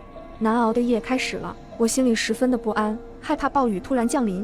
不过还好，天亮后暴雨并没有来临，甚至东边有了一抹光，刺破了白蒙蒙的死寂。随后我们所有人依次上了船，毛不凡便开始叮嘱我们，全都要抓住船只，不要掉下水了。船下的洪水波荡不息，虽然没有昨天那么恐怖，但也不容小觑。我作为最怕水的人，缩在渔船尾部，双手抓着皮箱，全身都在发麻。我不敢看下面的洪水，肚子里一阵阵反胃。毛不凡则轻轻地走过来。怎么了？是哪里不舒服吗？我勉强点头。有点晕船，快出发吧。之后的船一路前行，前方是一望无际的洪水，整个城市都被淹没了，只有一些孤零零的高楼耸立在水中，高楼上还有人朝我们挥手求救，可我们哪里能救他们？毛不凡在船头眺望着远方，东南方向有河道，我们只要进了河道，就能顺利抵达五娘山一带了。就当我想对着天空感叹自己成功的时候，响彻天际的一声惊雷和闪电划破长空，原本白蒙蒙的天一下子就暗沉了下来。我心里一突，冷汗直流。毛不凡他们也变了脸色，恐惧的众人全都在催促：快快快，又要下雨了！我最担心的还是来了，伴随着惊雷滚滚，暴雨必定吞噬大地，而我们还要走半小时。加速加速，河道还算平缓，大家使劲儿！一个男生站在船头指挥着，让开船的人借助洪水的力量向前冲去。我庆幸这里有个船员，要不然我们这些普通人根本不会开船。更大的惊雷炸裂，仅仅一瞬间，大雨倾盆。它不是由远及近的，而是覆盖了整个玉城。大雨一刹那就落在了整个玉城区域，我们被暴雨淋得睁不开眼睛，行动严重受阻。男人还在努力地鼓励着：不要怕，不要停，洪水还没来，快！他口中的洪水是指再次爆发的山火，我们船下的洪水并没有那么可怕了，可怕的是后方的第二波洪水。我在船尾内心发出鼓励，同时睁大眼睛盯着北边，灰蒙蒙的天交杂着闪电，中间是无穷无尽的雨水。我心中祈祷这洪水千万不要来，可惜上天并听不到。没一会就听到北边传来骇然的巨响，那是洪水在翻滚，它真的来了。前面的毛不凡在大吼：快到五娘山了，再坚持15分钟。这话无疑是鼓舞人心的，我都再次涌现了一股力量。3分钟后，洪水的声浪逼近，我们的渔船开始颠簸，水的震动传到了这里，渔船很难稳固了。又3分钟后，我看见了翻滚的巨浪，那是何等恐怖的景象啊！从日城的北边一路俯冲而来，浪头比之前的高太多了。这一次的洪水绝对会吞噬31层，整个市区很难再有活人。而我们若被洪水追上，一瞬间就会被撞得粉身碎骨。我的心里隐隐在激荡，3年前的噩梦近在眼前，洪水要把我吞噬了。月月，大家是跟你出来的，你给我振作点。毛不凡一脸严肃地看着我，我该相信的是绝地逢生，而不是困在噩梦中走不出来。洪水越来越近了，而我们的船越来越慢，因为洪水震荡太激烈了。就在我闭上眼睛，等待死亡的来临时，突然有人大喊：船，大船！前方竟有一艘大渔船逆流而上，足足30米长，破浪而来。我大喜过望，这是幻觉吗？月月，是月月吗？一个老汉站在船头朝我们大喊，他的身影都是模糊的，暴雨太大了，我全身一颤，爸！我大哭起来，往船头跑去。随后我们所有人都上了大船，这艘带着希望的大船拯救了我们。末日爆发后，我独自一人躲进了地堡里，看着妈妈去世前给我的留言，我陷入了沉思。她说我的闺蜜萱萱会让我死无葬身之地。在末日爆发前，我正在等待着飞机起飞，前往末日地堡避难。可这时闺蜜萱萱却打来电话：月月，你在哪儿呢？我这就过去陪你啊。我在处理妈妈去世的事情，不在家。你晚上过来吧，7点过来就行，咱俩一起吃饭。挂断电话后，我一脸鄙夷，因为妈妈说过萱萱会被刺我，原本我是不信的。直到我得知了我们家有空间异能的事情，并且把家里的钱全部换成了物资，囤积在了这个空间里面，我才明白我妈说的是真的。而且萱萱会刻意追踪我的行程，每时每刻都要知道我在哪儿。我知道她是想跟着我进入地堡，因为只有我有地堡的门票，只有我同意才能带她进去。在飞机上，我拿出手机看着离线新闻，版面上写着醒目的大字标题：大暴雨将至，全球面临历史洪水威胁，洪水的规模和影响程度将严重考验各地排水系统、防洪措施等。暴雨、极寒、丧尸和变异动物横行，公众应保持关注，做好个人和家庭的防护准备。我一脸无语，这些内容有些夸大其词了。一开始我是不信的，但是仔细想想，我拥有一整个存着食物的空间，而且我们家族还流传着末日预言，他们几代人都在努力预备着这一时刻，就是为了让后辈子孙能够活下去，也就是我，为了让我能够活着熬过末日生存的20年。我到达地堡的时候，外面雷声滚滚，要下大雨了。地堡的建造者毛不凡傲娇地看着我：放心吧，月小姐，这个地堡非常坚固，它可以抵御3000毫米的降雨，长达500小时的洪水，就目前这些小意思都不在话下。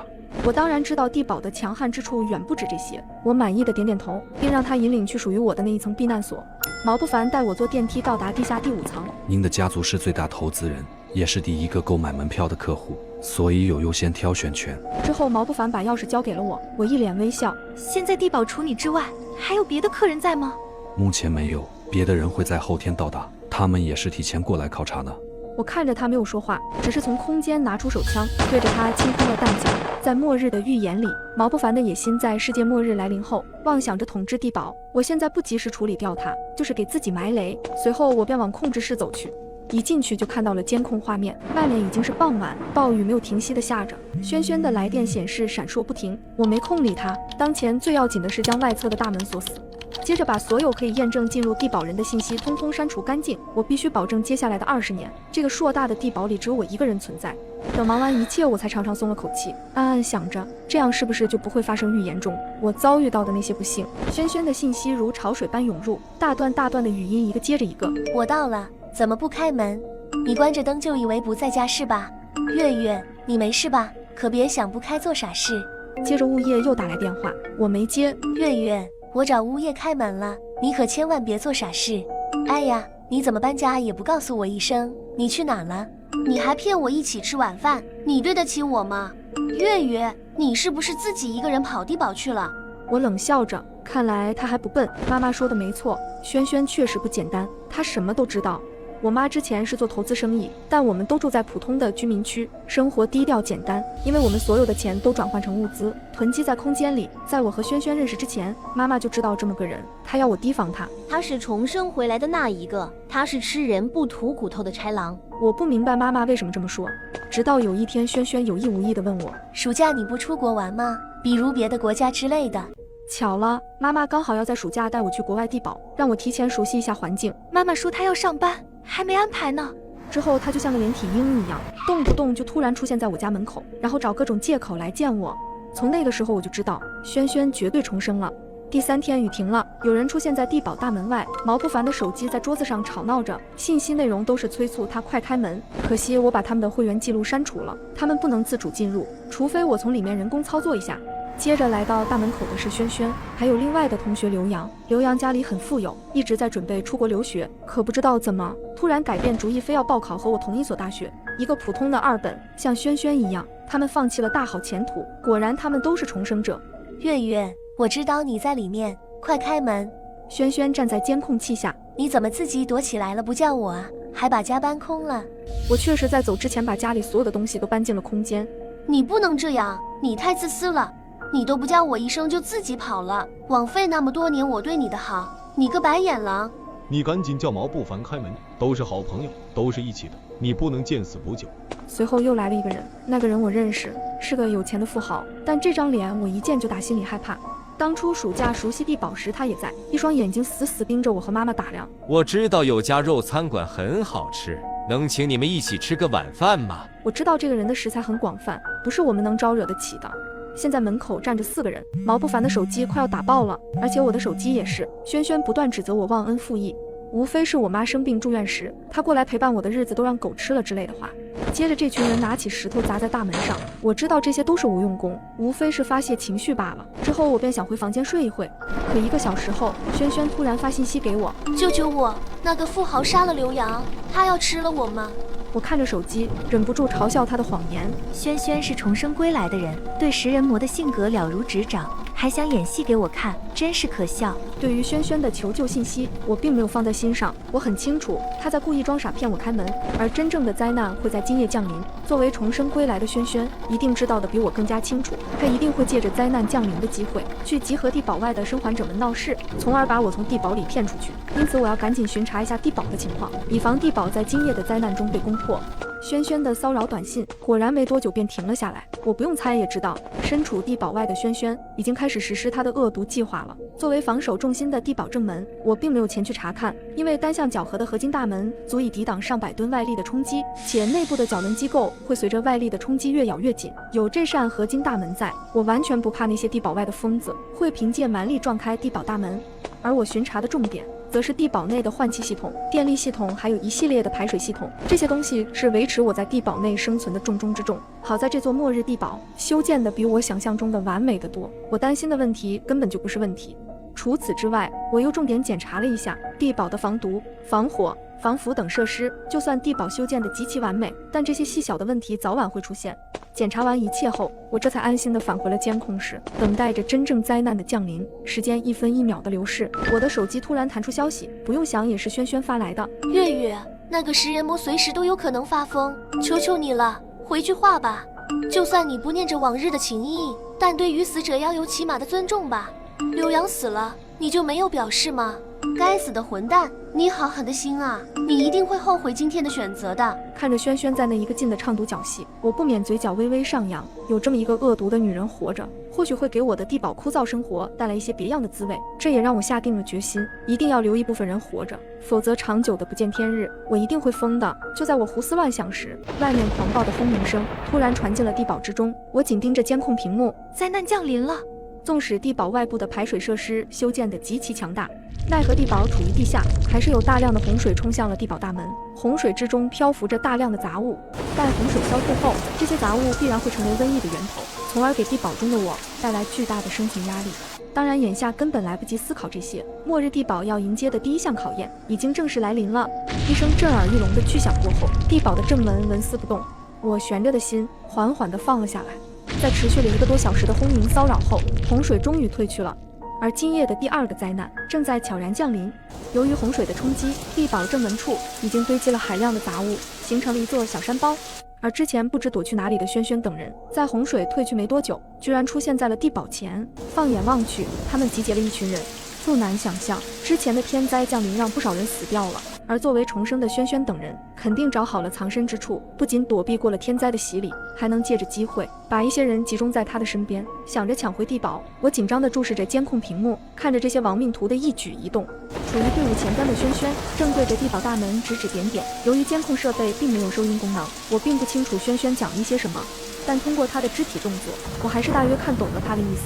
轩轩好像在忽悠亡命徒们向地堡的正门发动冲击。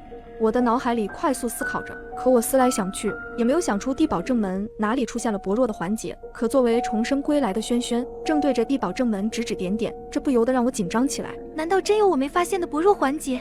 可就在这时，那一群人突然就散开了，不知道去做些什么。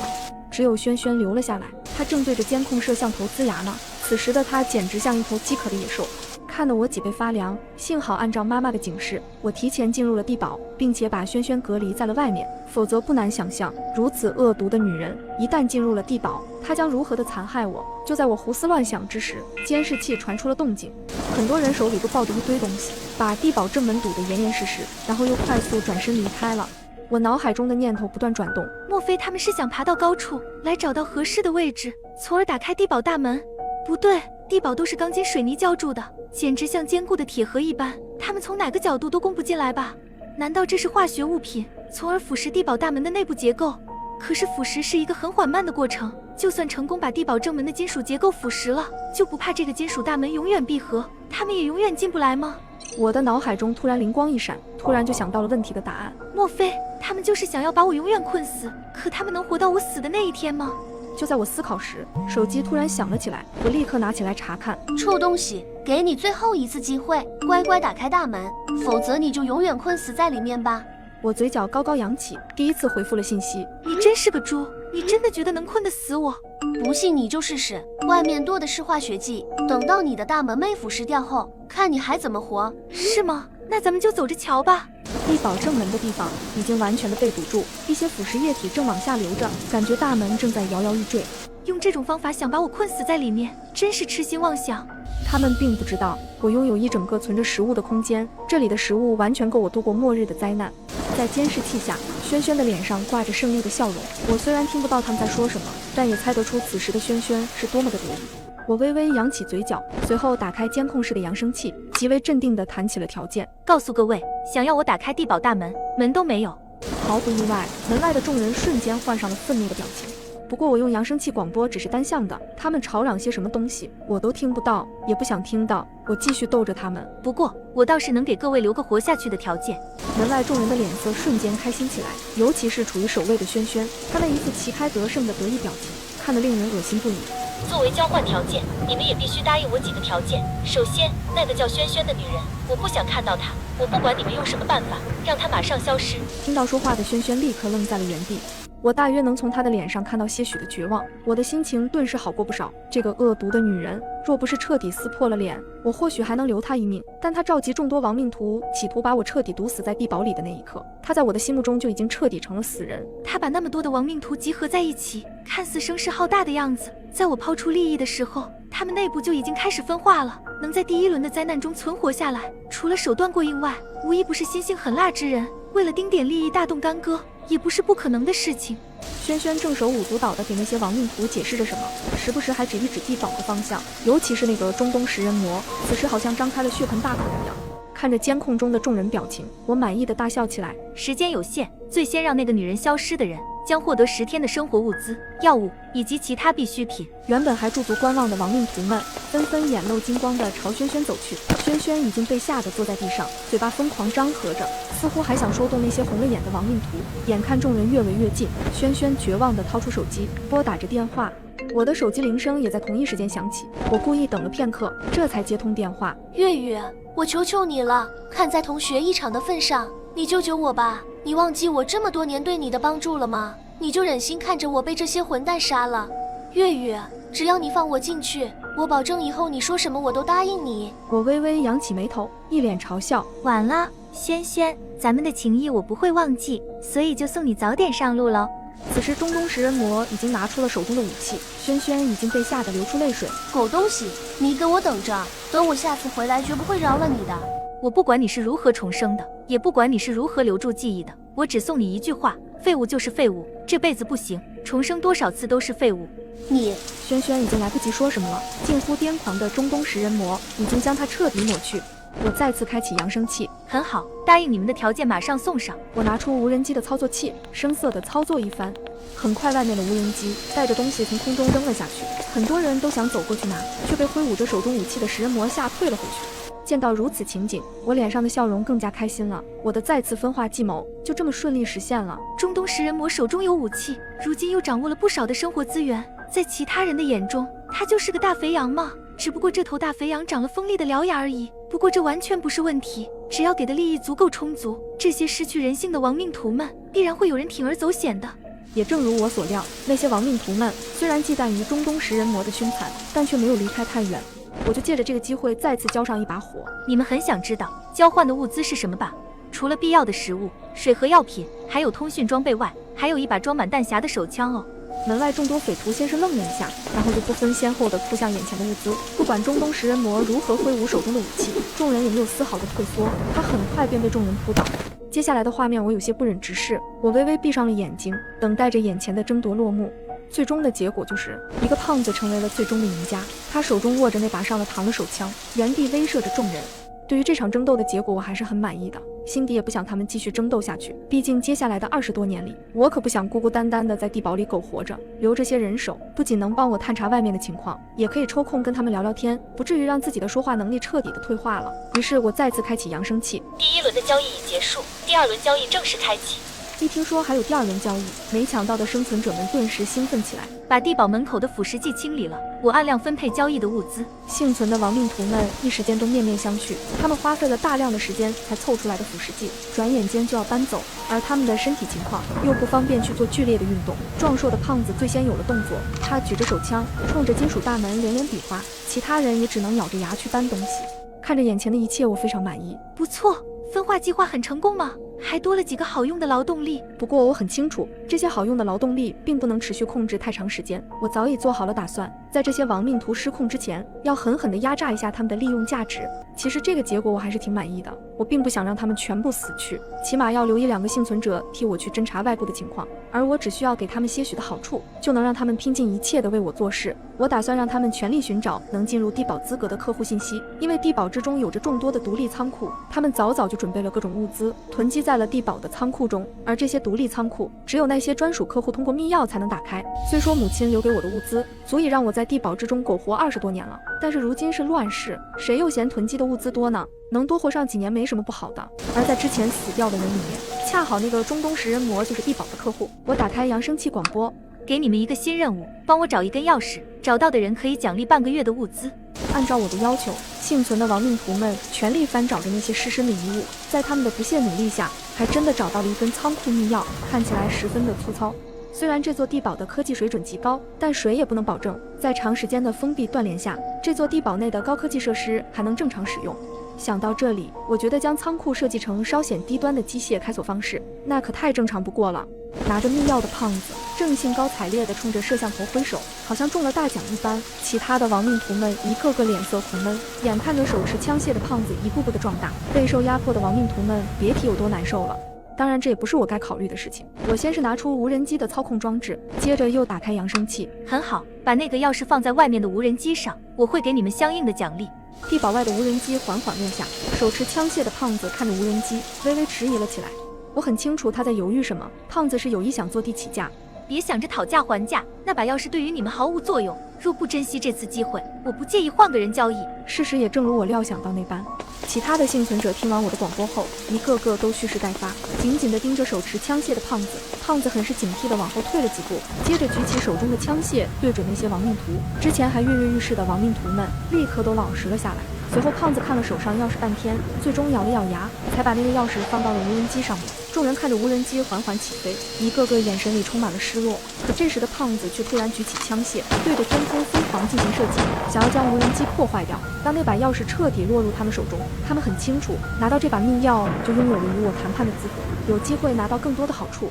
我看着眼前这一幕，顿时生气起来。破坏了传送装置，你们就再也拿不到物资奖励了。这可是地堡唯一的无人机。此外，你们就这么肯定地堡没有针对外部攻击的武器吗？胖子听到后惊恐地放下枪械，在我的操控下，无人机快速起飞，直到飞到安全地点。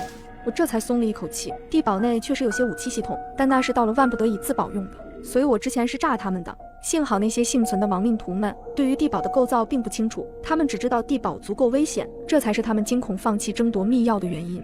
之后我按照承诺给予了一些物资奖励，其中依然有一把弹匣填满的手枪。至于这份奖励最终由谁拿到，我可就不管了。之前的突然变卦已经让我对他们失去了耐心。我拿着那把密钥直奔中东土豪专属的仓库区而去。在此过程中，我隐约听到了几声枪响，之后便彻底的沉寂了下来。按照密钥上的编号，我顺利的找到了中东食人魔的专属仓库。当我打开仓库大门的那一刻，我彻底傻眼了。别人为了度过末日，都是大量囤积生活物资，这个中东食人魔倒好，他囤积的竟然是各种武器，甚至还有一台重型装甲车。如此看来，这个疯子很早就做好了打算，只要他一进入地堡，就马上靠武力控制整座地堡，其他的地堡的客户们都将成为他的压榨对象。果然是个疯子，也难怪之前的轩轩在见到中东食人魔的时候会那么的惊恐，显然上一世的经历不算美妙。我在硕大的仓库中溜达了一圈，没有找到想要的生活物资，瞬间让我觉得无语。现在这座地堡中只有我一个人了，给我这么多武器有什么用？难道是嫌我死得不够快吗？带着一肚子的失望，我回到了监控室里，却发现幸存的亡命徒们在之前的争端中竟然全数都倒在了血泊中。对于这次结局，我是10000个后悔。后悔之前不该被情绪左右，这也导致了我接下来的20年里只能孤独地在地堡里活着。而这座坚实的地堡也像对世人彻底遗忘了一般。自此以后，地堡大门外再也没有外人出现过。在长久的孤独生活中，我甚至一度怀疑那场堪比末世的洪水是不是把世上的人类都灭绝了，只留下我这个幸存者在地下孤独地苟活着。那我独自苟活的意义又是什么呢？时间一天天的流逝，绝望的孤独已经把我脆弱的精神折磨到了极限。我一度怀疑自己疯了。地下的设施虽然还算齐全，但我已经没有任何精力去维护保养它们。日复一日的精神折磨让我没了活下去的希望。眼看着地堡运作系统已经岌岌可危，即将要彻底崩溃时，地堡外的一束亮光突然照射了进来。喜极而泣的我很想大声呐喊，但我已经丧失了语言能力，只能抬手表达这里还有我活着。丧尸末日爆发后，我和闺蜜躲进防空洞，种菜养鸡吃火锅。末日前，闺蜜月月风风火火要拉我开店创业。小叶，我找到一个绝佳的创业路子。创业？我可没钱啊，我爸也不让啊。可月月直接戳破我，少来，你养小鲜肉的钱呢？我一口奶茶差点呛到，什么小鲜肉，那叫风险投资，沈墨内颜值，绝对潜力股。可惜啊，大师说他名字扣我财路，男人算啥，搞钱最重要。月月眼睛一亮，对，那你快问问大师，我这店名末日奶茶咋样？末日，现在可是太平盛世啊！我当时就觉得他脑子不正常，可是谁让她是我闺蜜呢？投资。然而当她带我去踩点，我彻底傻眼了，竟然是个废弃的防空洞，还是在半山腰。我问她，这地方没有客人。他却一脸神秘，这叫小众 IP， 肯定火。我本来是不信的，直到我看见防空洞外面齐刷刷摆着10台崭新的柴油发电机，10台啊！开奶茶店用这个，我敢肯定他绝对是疯了。我刚想骂他，谁知道我手机响了。闺女，金圈太子爷毛不凡点名要和你相亲。是我妈的电话，金圈太子爷毛不凡点名要跟我相亲，这泼天的富贵砸我头上了。可我一转头，却看见月月站在旁边，冲我露出了一个诡异的笑。我心里咯噔一下，随便扯了个借口说回家换衣服，赶紧溜了。这地方还有月月的笑，太不对劲了。没想到一回到家，我就看见月月的平板居然落在了沙发上。联想到她最近那些神神秘秘的举动，还有那个防空洞，我鬼使神差的就拿起来点开了她的浏览记录。屏幕上赫然跳出来，一个人一天吃多少米，没有光怎么种菜，鸡窝怎么才能不出声，甚至还有赤脚医生手册。我眉头越皱越紧，这是干嘛？然而当我继续往下滑，目光猛地定格，最底下那一行字居然是丧尸病毒。我立刻给金圈太子爷发了条信息，您是个好人，但我们不合适。然后抓起车钥匙，掉头直奔防空洞，抓住月月的肩膀打断他。我看到你的浏览记录了，丧尸是真的吗？月月身体一僵，眼神无比认真。真的，1个月后丧尸爆发，全世界都会完蛋。听他解释了末日的具体情况，我立刻给爸妈打电话。我爸权衡之后，决定去官方庇护所，打算在末日后混进人类精英层，50多岁正是奋斗的年龄。挂了电话，我看着月月，亲爱的，我们是不是还得搞点呀？月月一脸惊恐，我赶紧澄清，我说的是吃的，鸡鸭鹅的鸭。最后，我俩在防空洞最里面搞了个小型生态园，种菜、养鸡、养鸭，两个入口也彻底加固，大口对着盘山公路，足够卡车通行；小口则隐藏在半山腰，仅容一人爬出。外面还缠绕了电网和伪装藤蔓，确保隐蔽。丧尸爆发当天，手机上依然风平浪静，直到深夜，通风管突然传来一声爆炸，我吓得一激灵，抓起望远镜就冲到瞭望孔。高速路口那儿，一辆车翻了，还在烧，旁边一个腿都断了的人居然抽搐着爬起来，猛地扑向一个女的，张嘴就咬。我放下望远镜，手心里全是冷汗，赶紧确认洞里安全。我立刻上网刷消息，别碰水，水有问题。我好像吃蘑菇坏肚子了，楼下一群人叫得跟狼似的。好消息，你没坏肚子；坏消息，楼下是丧尸。丧尸病毒真的来了！外面下起了暴雨，天地间灰蒙蒙的，到处都是丧尸的吼叫声。这时候我才真的庆幸，月月选了这么个偏僻的防空洞，躲开了第一波大混乱。可到了第7天，天天吃冰罐头，我俩都快吃吐了。我直接冲进生态园，拎起那只最肥的鸡。就这样，外面是人间炼狱，我俩却在防空洞里点着小炉子涮鸡肉火锅，旁边平板还放着宫斗剧。丧尸末日第15天 ，A 城大面积断电，空气里都是丧尸的腐臭味。我没事就拿着望远镜看外面，想找找有没有活人。这天我真看见了一对情侣被丧尸堵了，可他俩特别冷静，女的扭头就往停车场跑，男的掏出个不锈钢盆，哐哐哐猛敲，把丧尸都引向自己，然后猛地把盆扔向远处。那些没脑子的丧尸果然被声音吸引，追着盆就去了。靠着这扔盆战术，男人成功跑到停车场，跳上女人开来的车，安全离开。人类为了活下去，智慧真是无穷。我赶紧记录日期：2052年6月10日，幸存者2名，一男一女，用不锈钢盆制造动静，引开丧尸。目前丧尸状态没智力，跑得快，对声音特别敏感。月月凑过来看我的笔记，哟，观察日记写的还挺像回事儿。他顺手拿起望远镜，我也看看外面。等等，他声音突然绷紧，脸都白了。公路拐角那有辆车，下来的人冲着我们来了。山壁下方，一男一女正贴着岩石摸索，他们在找什么？防空洞的入口。他们找到门了。身旁的月月声音发紧。3个月前，沈墨还握着这双手教我拉弓射靶。那时谁能想到，我的第一个真正的靶子会是活人。忽然，洞外一只丧尸猛地从马路扑出来，可那个男人毫不犹豫将身边的女伴狠狠推了过去，尖叫戛然而止，只剩下令人头皮发麻的咀嚼声。月月低骂一声：“哦，这男的比丧尸还恶心。”男人转身去拉汽车后备箱找工具，打算破门。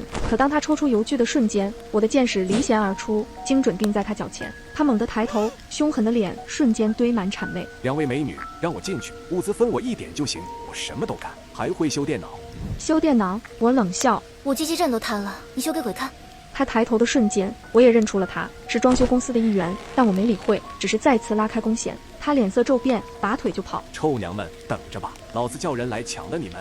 嗖，第2支箭射中他的大腿，他惨叫一声，栽倒在地。我强迫自己移开视线，不去看他流血的样子。最终，我们把他牢牢地绑在了路边的树上。血腥味引来了丧尸，我们关上厚重的防空洞门，外面的惨叫声似乎更清晰了。那夜，我梦见自己被绑在树上，一只丧尸咧着腐烂的嘴问：“亲，能给个5星好评不？”惊醒时，月月正端着一碗黑乎乎的液体站在床边，喝点热的姜汤。我喝了一口，辛辣的几乎喷出来。月月温柔地看着我，加了10片姜，网上说这样驱寒。他突然正经起来，白天的事你做得对，如果放他走就是放虎归山。现在是一个人，我们能应付，如果他叫来一群人呢？如果有武器甚至炸药呢？然后他握住我的手，你不要自责，是我们一起做的决定，我支持你。我点头。那男人后备箱露出的刀柄，看向防空洞时眼里的贪婪，都证明了末日里最可怕的从来不是丧尸。就这样，生活在诡异的平静中继续。白天我们加固防御，晚上挤在一起翻看早已停止更新的社交媒体，假装世界没有崩塌。某天刷到一条老旧热搜，沈墨改名，你家小白脸上热搜了。月月凑过来，末日也挡不住八卦之魂。评论区有人问，哥哥改名是为了抵抗丧尸吗？求帮我也改一个。还真信了你那套分手鬼话，居然改名了。月月啧啧称奇，我想起过去的轻松甜蜜，说不心软是假的，但命只有一条。唉，我这该死的妹！上次那个没去成的相亲对象毛不凡，最近也联系我好几次呢。话音刚落，月月的表情突然变得古怪，欲言又止。丧尸爆发2个月后 ，A 城彻底断电断网，朋友圈都刷不了，这才是末日真正的样子。偏偏今晚，夜空中的月亮红得吓人，像一只巨大的眼睛。月月看着洞外，脸色惨白。红月亮，要出事，尸潮要来了。话音刚落，远处嚎叫声此起彼伏，我们赶紧看监控，画面里无数丧尸从各处涌出，汇聚成黑压压一片。然而，更让人头皮发麻的一幕出现了，他们竟然开始叠罗汉，一只踩着一只，疯狂地朝高处爬。我本以为他们只会无脑往前冲，谁想到这这些东西居然还会用这种方法，这完全推翻了我们之前的认知。我趴在床上，心里却七上八下的。我发现一个惊人的事实，丧尸在不停的进化。我赶紧记下新的观察。2052年7月15日，红月出现，丧尸异动引发尸潮，当前状态具备初步协作能力，能通过叠罗汉克服垂直障碍。万幸的是，尸潮并未朝我们这边来，或许是我们藏得够好，但那瘆人的嚎叫持续了整整一夜，我们一整晚没睡，直到天亮才渐渐平息。丧尸爆发3个月后，防空洞里的生菜长疯了，绿油油的，看着就让人安心，也成了我们主要的维生素来源。而且每次只摘外层叶子，它就能持续生长，堪称末日永动机。月月还搞了个堆肥箱，虽然味儿冲，但能自制营养液。他天天念叨，等种出大西瓜，咱们就能称霸废土了。这点绿色确实是唯一的慰藉。可是外面的世界却越来越不对劲。通过断断续续的收音机广播，我们得知丧尸出现了新的进化，丧尸进化到有些开始模仿人的声音。我本来是不信的，这太离谱了。偏偏就在那天，门外忽然传来一个小孩的声音：“救命！里面有人吗？”月月立刻想去开门，是个孩子，他还受伤了。我拉住他，想起收音机里关于丧尸模仿声音的警告。不对劲，可能是收音机说的伟人最擅长模仿声音。月月指着外面，他只是个孩子啊，万一是真的呢？末日里哪有那么多万一？外面那小孩7、8岁模样，衣服干净的异常，低着头，嘴里喊着救命，脸上却一滴泪都没有，只是机械的重复。我突然有了个主意，对着外面喊：“小朋友，爱你孤身走暗巷。”下一句是什么？外面的小孩哭声戛然而止，他慢慢抬起头，答不上来，只是用那种童音木然的重复：“开门，救命，开门。”月月倒吸一口凉气，瞬间捂住了嘴。没有小孩不知道这歌词，他是伟人。我们赶紧退回洞内深处，死死顶住大门。我在备忘录记下：2052年10月15日，伟人出现，会简单清理自己，模仿人类外貌和声音，特点：单独行动，外表像人，识别方法：智商不高，接不住梗。但现在更让人焦虑的是，丧尸在进化，我们剩下的物资却在一天天减少。末日第100天，防空洞里物资快没了，我把最后一块压缩饼干掰成2半，大的递给月月，他却只顾着看那株黄番茄苗，我硬塞给他。给你。说完我们得出去找物资。就在这时，咚咚咚，敲门声让我汗毛直竖。月月居然要去开门，我一把拉住他。忘了上次抓小孩的伟人了。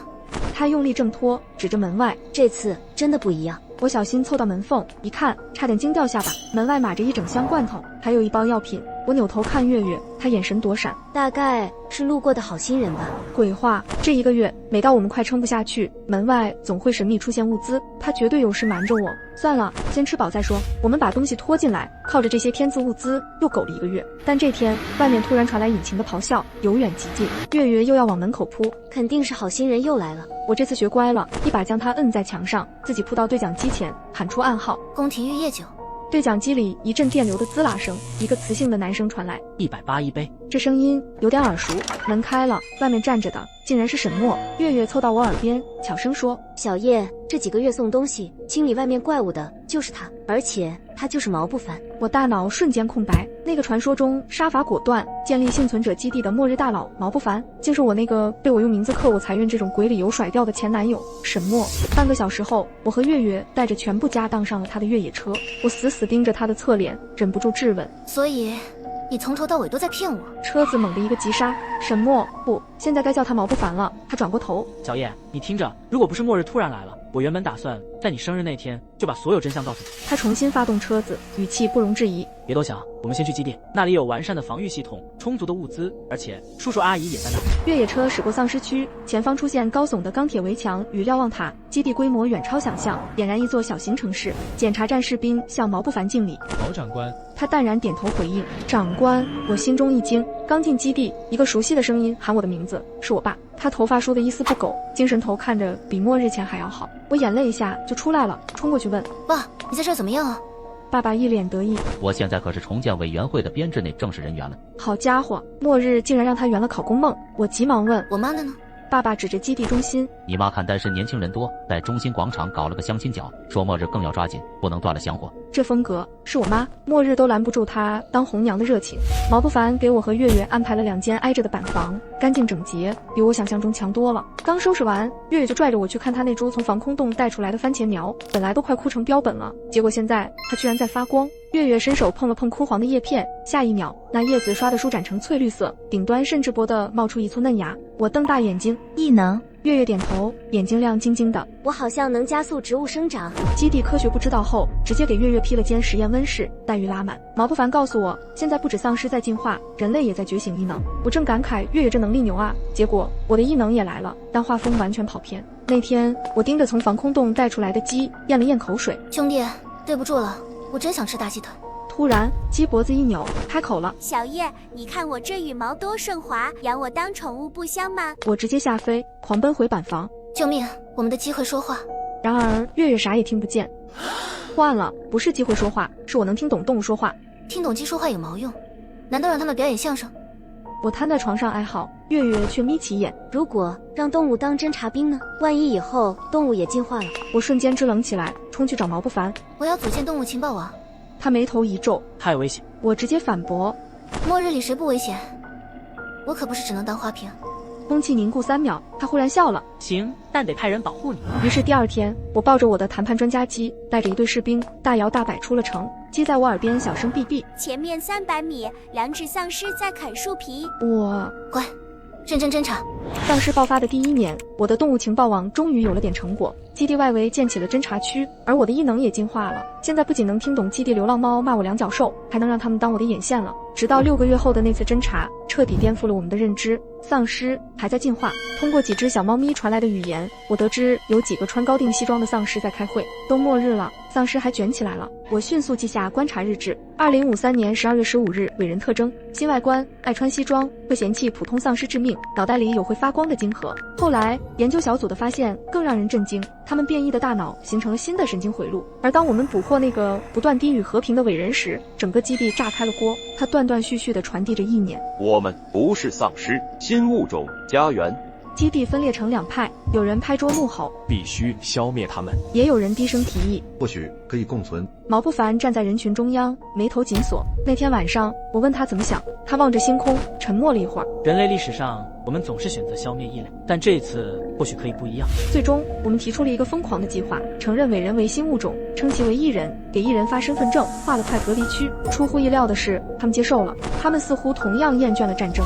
快进到2055年春天，阳光出奇的好。毛不凡突然把我堵在月月的菜园子。今晚吃火锅。我挑眉。末日还约会？他看着我，很认真地说：“正因为是末日，才更要珍惜每个今天。”婚礼那天，老母鸡一边撒花瓣，一边嘀咕：“浪费，不如撒虫子。”世界变了，但有些东西永远不会变，比如爱，比如希望，比如人类在废墟里重建家园的固执。哪怕是在末日，春天依然会来。末世前，我和妹妹同时觉醒异能，她选了绝世美貌，我选了超级体力。妹妹凭借惊人美貌混迹权贵圈，我则沉迷撸铁。妹妹嘲讽我：“你选体力能当饭吃，我美丽可以拥有一切。”然而极寒来袭，零下100度低温，世界陷入崩塌，而我凭体力入选护卫队，受人敬仰。妹妹却意外冻伤，为了保命只能截肢。我去医院看她，她却给我下药，红着眼刺我。都怪你，当初你要是不选体力，我就不会这么惨。剧痛中，我失去意识，在睁眼，我竟回到了选择异能前，选超级体力。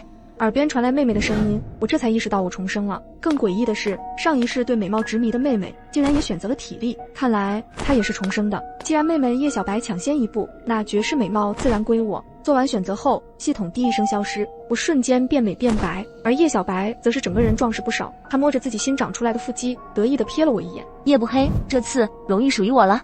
而我则装作听不懂的样子。妹妹，你在说什么？叶小白狐疑地看我一眼，见我好像不像是装的，他更得意了，骂我一声小可爱就走了。等叶小白走后，我看着镜子里自己没有窟窿的脸，差点激动地哭出来。上一世叶小白捅了我99刀，我那么惨，妹妹一点不愧疚，竟然还想逆天改命，做她的春秋大梦去吧。但现在并不是报复妹妹的最好时机，现在最重要的是先苟过末世。距离末世只剩1个月，我必须赚足够的钱，打造一个安全屋。思来想去，我决定直播带货，说干就干。当天晚上，我向各大平台投递了简历，因为我的美貌，几乎各大平台都给了我 offer。我精挑细选，最终选择了一家分成最高、选品自由度也最高的平台。第1场直播，我偏偏选择了羽绒服、雪地靴、毛绒手套这些冬天才用得到的东西。要知道，现在已经快4月了，直播公司的人都对我投来怀疑的目光。毕竟这家公司分成高，处罚金也高得吓人。可是我不得不赌，我不仅要挣钱，我还要救人。刚开始直播时，直播间里冷冷清清，毕竟现在快4月份，谁会买冬装呢？但我早有准备，主打一个反季促销、超级折扣的噱头。我穿上厚厚的羽绒服，在镜头前展示。多亏了我的绝世美貌异能，即使裹得像个熊，也显得格外时尚好看。直播间的人气开始慢慢上涨，大家纷纷留言：主播好漂亮，穿羽绒服都这么好看。这羽绒服款式不错啊。在我的卖力推销和美貌加持下，羽绒服竟然一件接一件的卖了出去，最后库存全部清空。第一次直播就大获成功，我赚到了一大笔钱。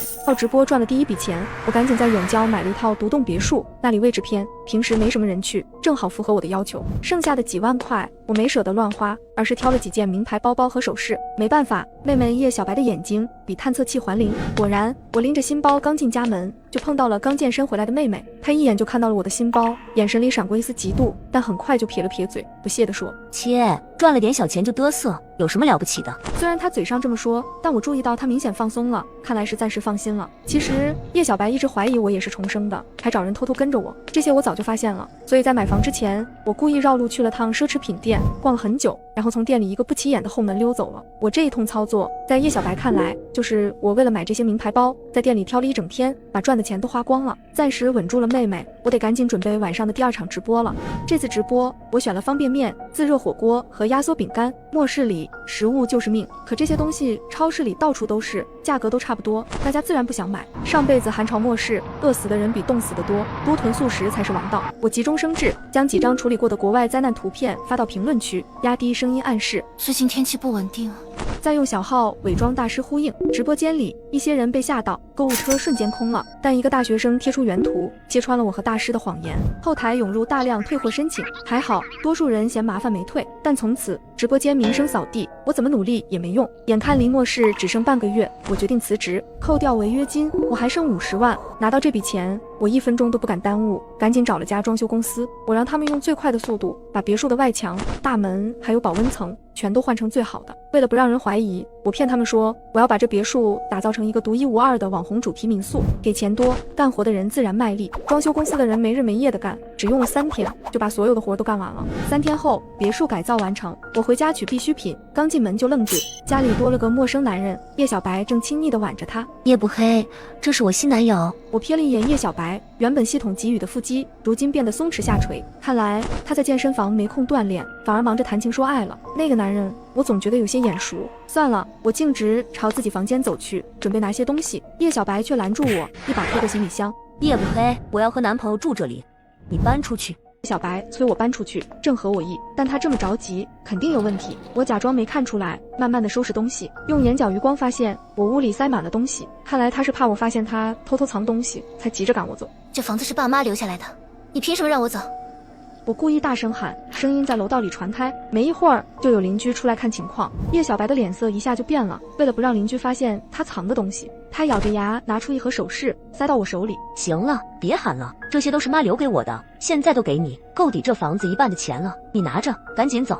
我装作很委屈的样子，接过首饰，一转身我就笑了。我马上找了家当铺，把那些首饰全换成了钱，整整50万。住的地方有了，钱也有了，我可以开始买东西了。首先是解决电力，我订了2台最大型号的柴油发电机，又采购了30桶柴油，这些应该够用1年了。然后是吃的和喝的，我去了本市最大的农贸批发市场，那里的东西最便宜。刚到市场门口，我就觉得有人盯着我，回头一看，果然是叶小白和她男朋友毛不凡。叶小白脸色一变，夜不黑，你来这干嘛？你跟踪我？我冷笑了一下，装出生气的样子说，叶小白，你给我的那些首饰都是假的，只能卖几百块钱，你得把房子还给我。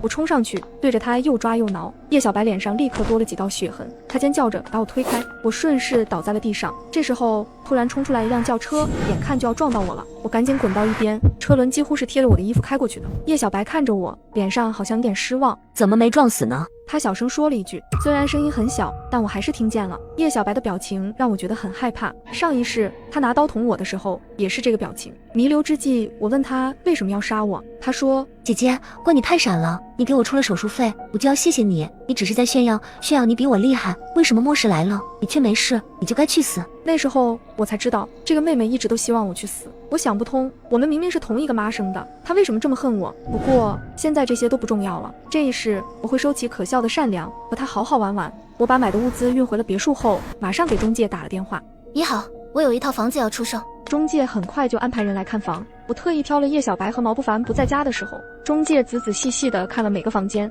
走到杂物间门口的时候，我不小心打开了杂物间的门，满满一屋子的东西出现在眼前，米、面、油、方便面、罐头、矿泉水，塞满了整个房间。中介看呆了，大声说：天啊，这是要干嘛？买这么多东西是要开小卖部吗？我赶紧关上门，假装不在意地说：不好意思，这是我妹妹叶小白买的，我也不知道她想干什么。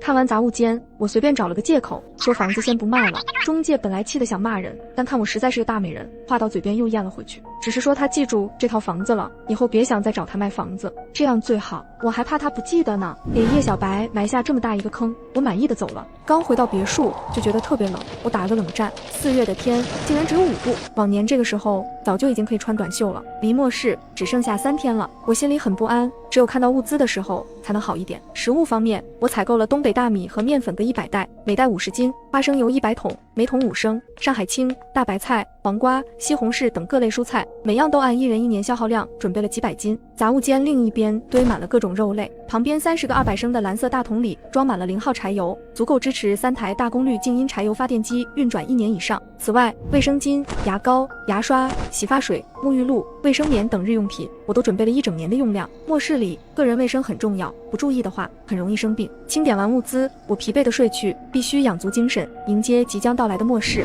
再次醒来，我拉开窗帘，外面一片白色，大雪下个不停，像是要把整个世界都盖住一样。离末世只剩下2天了，气温一下子降到了零下5度，街上几乎看不到人和车。电视新闻里开始说各地天气非常反常，一些比较敏感的人已经感觉到了不对劲，开始去超市买很多生活用品，但大部分人仍心存侥幸，认为这不过是一次严重的倒春寒，过几天就好了。看着新闻里那些没什么反应的人，我很着急，却什么也做不了。我不可能跑到大街上告诉每个人末世要来了，那样只会被当成疯子抓起来。我打开手机，在一个常用的 app 上发了个帖子：天气太反常了，大家快点多买些东西存起来，末世肯定要来了。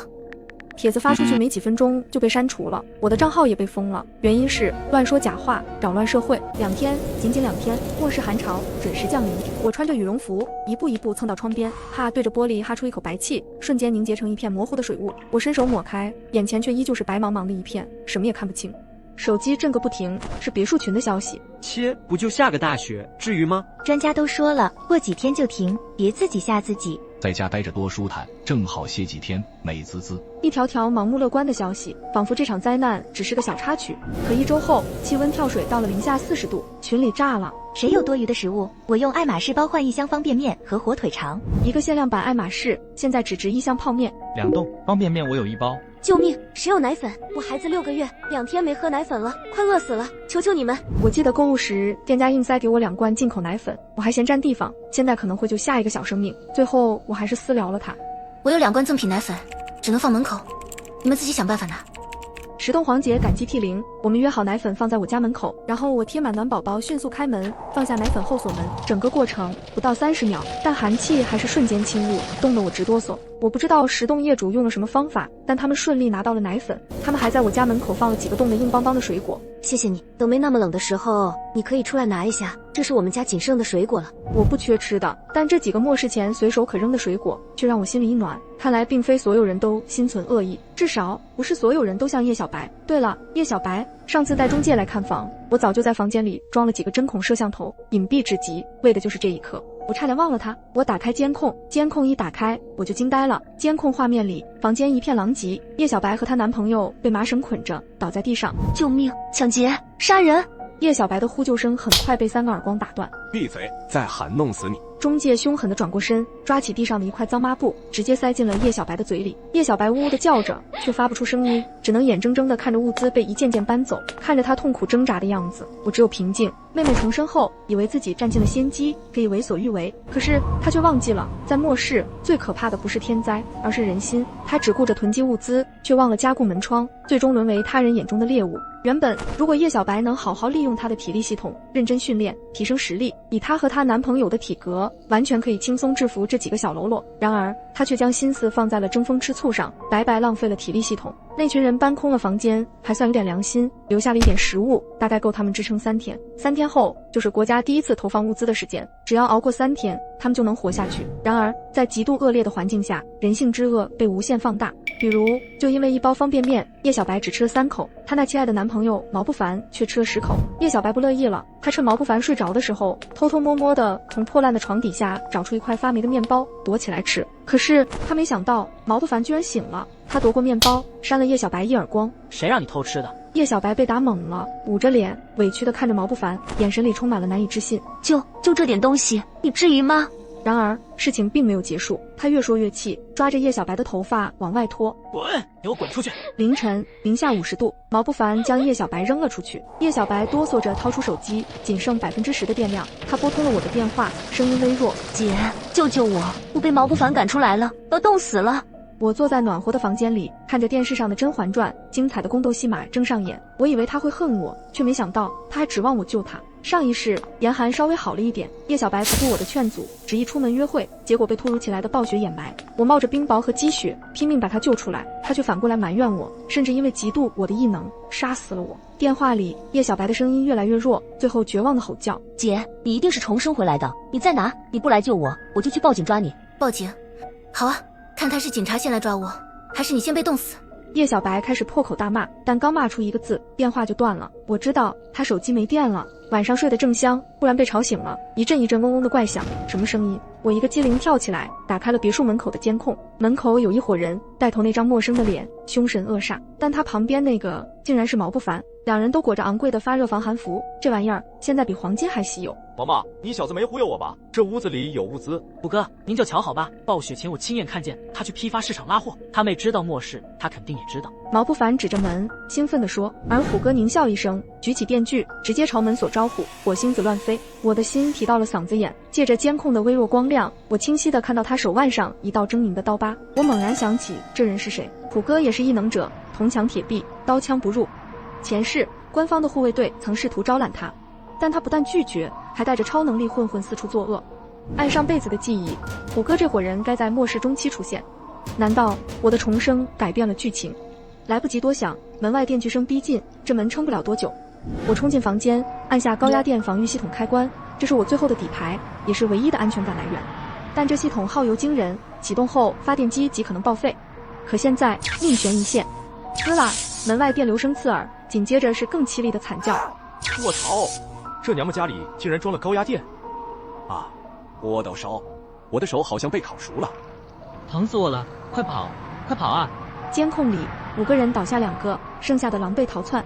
我那超负荷的发电机咔嚓一声彻底罢工，我捂住口鼻，劫后余生。发电机虽废，但我暂时安全了。可我深知这帮穷凶极恶的暴徒绝不会善罢甘休，以他们睚眦必报的性格，肯定会卷土重来。果然，监控显示他们转向了小区其他别墅，但他们低估了末世中人性的复杂和求生本能。有的住户扔下花盆，陶土花盆砸得暴徒头破血流；有的住户自制简易弓箭，虽准头欠佳，但胜在出其不意。小区里喊叫、咒骂，花盆碎裂，弓箭破空，此起彼伏，乱作一团。最终，这伙人非但没讨到便宜，反而被打得落花流水，狼狈逃离。第二天上午，外面还是鹅毛大雪。叮，手机响了一声，一条新闻推送弹了出来。夜不黑小区昨夜遭贼10死10伤，抢走10箱方便面、8斤腊肉。为这点物资，竟死了这么多人。末世比我想象的还要残酷。下午又一条新闻，花园小区遭贼，居民反抗8死多伤。一条条新闻让我明白，世界已经彻底失控。为了活命，人什么事儿都干得出来。我坐在沙发上，恐惧、焦虑、不安如潮水般涌来。夜晚停电了，城市陷入死寂的黑暗。我透过窗户的缝隙向外望去，只见厚厚的积雪已经快要没过1楼的窗台了。突然，一阵巨大的轰鸣声由远及近，是直升机的声音。我连忙跑到窗边，是前世护卫队的直升机。直升机在风雪中盘旋，探照灯在黑暗中扫射，大喇叭传来焦急的声音。请市民关好门窗，小心强盗，等待救援。请市民关好门窗，小心强盗，等待救援。看来那群强盗还在四处抢劫、烧杀抢掠。不行，我不能坐视不管。我抓起手机，顾不上暴露重生的风险，拨通了110。您好，这里是110。一个疲惫的男声。警察叔叔，我知道一伙抢劫犯的详细信息。我深吸一口气，强迫自己冷静，将上一世关于这伙强盗的长相、作案手法、可能藏身地点，甚至虎哥手上的刀疤全部拖出。电话那头沉默片刻，声音变得严肃。谢谢您提供的线索，我们会立刻核实，请保持手机开机，随时联系。电话挂断，我瘫坐在床上，浑身冷汗，心脏狂跳。我不知道这通电话能有多大作用，但我尽力了。至少我不是一个人在战斗，我的重生还有意义。再次醒来，是被窗外撕心裂肺的哭喊吵醒的，是叶小白。姐，救救我！我是小白啊！姐，以前是我不懂事，我错了。你开门让我进去，咱们联手，像上辈子那样，好不好？见我没有反应，雪队后面缓缓站起来两个人，虎哥和毛不凡。虎哥走到叶小白身边，抬手就是一个耳光。臭女人，你不是说你姐一定会救你吗？浪费老子的时间！叶小白被打倒在地，疼得几乎喘不过气。雪越下越大，他的意识越来越模糊。他想起末世前自己把姐姐赶出家门，只是想让姐姐求他，依赖他。从小到大，姐姐什么都比他强，他嫉妒、羡慕，甚至恨姐姐。可为什么姐姐什么都没说就离开了？姐，你终于肯来看我了，你知道吗？我恨你，可我更恨我自己。叶小白闭上眼睛的那一刻，我站在窗边，手指死死扣住窗框，指节发白。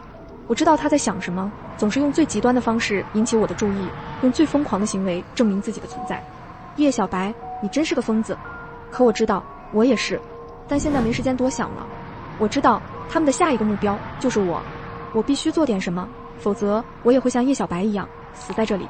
雪越下越大，警察赶到还需要时间。别墅区位置偏僻，我只能靠自己。这回他们是有备而来，带了楼梯和绳子，直奔2楼阳台。那里的玻璃用于通风口，没用封死。毛不凡已经爬到一半，幸好积雪让外墙变得湿滑。我一脚踹向他的脑袋，他失去平衡，摔了下去。我立刻踢掉楼梯。啊！旁边虎哥已经爬得更快了。我抓起花盆砸下去，可惜虎哥戴着头盔。时间不多了，我必须立刻做个了断。卧室门被砸得咣咣响，我拼命用家具堵住门。最后一张凳子刚放好，虎哥已经冲进别墅。开门，小美人，快开门，不然等我们进去，嘿嘿。他一边威胁，一边疯狂破坏门锁。完了，门撑不了多久，可别墅里还有这么多物资，我不能放弃。怎么办？怎么办？等等，天窗，别墅有天窗，我赶紧贴上暖宝宝，裹紧羽绒服，爬上楼顶，冻得我手都快僵了。天窗终于开了，天窗打开的一瞬间，我和楼下的虎哥四目相对，他愣住了，然后笑得真恶心。小美人儿，乖乖开门，跟哥哥合作，保你吃香喝辣，何必呢？你这小模样，打打杀杀的多可惜啊！我没理他。小瞧我的物资，先问问我的打火机答不答应。虎哥看到柴油和打火机，脸色终于变了。你敢？老子刀枪不入，这点火。我笑着把点燃的火柴扔了下去，轰！他刀枪不入，他身上的衣服可不防燃。他惨叫着从窗户跳出去，在雪地里打滚，像一条被烤焦的虫子。知道自己快不行了，他竟然开始求我：女侠，饶命！姑奶奶，我错了，救救我！各种求饶，早干嘛去了？那些被他害的人，生前也这样求过吧？他心软过吗？见我不理他，他的眼神从怨毒变成绝望，挣扎着想爬起来，却根本动不了。不可能，老子怎么会输给你这个女人？我踩住他焦黑的手。你不是输给我，是输给了自己的偏见。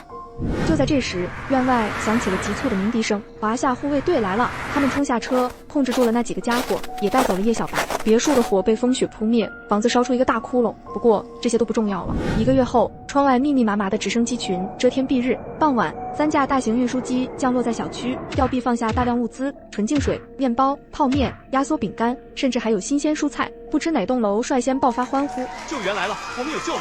紧接着是护卫队的广播：大家挺住，护卫队已经准备好了，再等等，一定能熬过去。2天后，全城水电逐渐恢复，风雪渐小。3天后，网络恢复，我的社交账号瞬间被感谢评论淹没。主播，你的羽绒抚救了我们全家老小的命，你的泡面和饼干简直太好吃了，不吃胖了10斤。主播，你是神仙吗？能掐会算，你卖的东西全都用上了。一条评论被顶上热门，楼上的他可能就是运气爆棚。不过你们还记得末世前那个预言帖吗？他们说的好像也是我。网友们炸了，开始疯狂猜测预言家是谁。有人说是瞎蒙的，有人说是重生的，更离谱的竟然说我是外星人。我明明只想苟活，怎么就成了预言家？寒潮末日第180天，太阳出现；第200天，天彻底放晴，气温回升到20度，春天回归，城市开始重建，扫雪。我也加入了扫雪大军。我在人群中看到了石洞的王姐，她抱着一个白白胖胖的小娃娃，小家伙奶声奶气地递给我1颗糖，这糖真甜。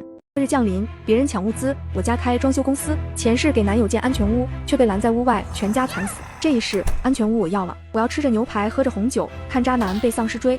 一睁眼，我重生回到了末世前10天，眼前这张脸我死都忘不掉。毛不凡上辈子让我家装修还不给尾款，最后我全家被丧尸吃掉。此刻他正假惺惺地递给我一张草图。亲爱的，为了我们的未来，我要创业做主题民宿，就选你家装修公司。但下一秒我又听到了他的声音，反正末日要来了，装修钱我又不打算付。等等，这声音，我猛地抬头，毛不凡的嘴根本没动。难道是重生后的我竟能听到他的心声？我低头看向设计需求，军用级防护、独立安全系统、超大储藏间和上辈子的订单一字不差。原来从一开始他就没打算带上我，我心里都是恨，脸上却笑了。亲爱的，你这方案太基础了，打造民宿要有自己的特色嘛。我甩出一本更豪华的方案册说，推荐这个至尊 VIP 套餐，钛合金大门，空气过滤系统，连蟑螂都别想钻进来。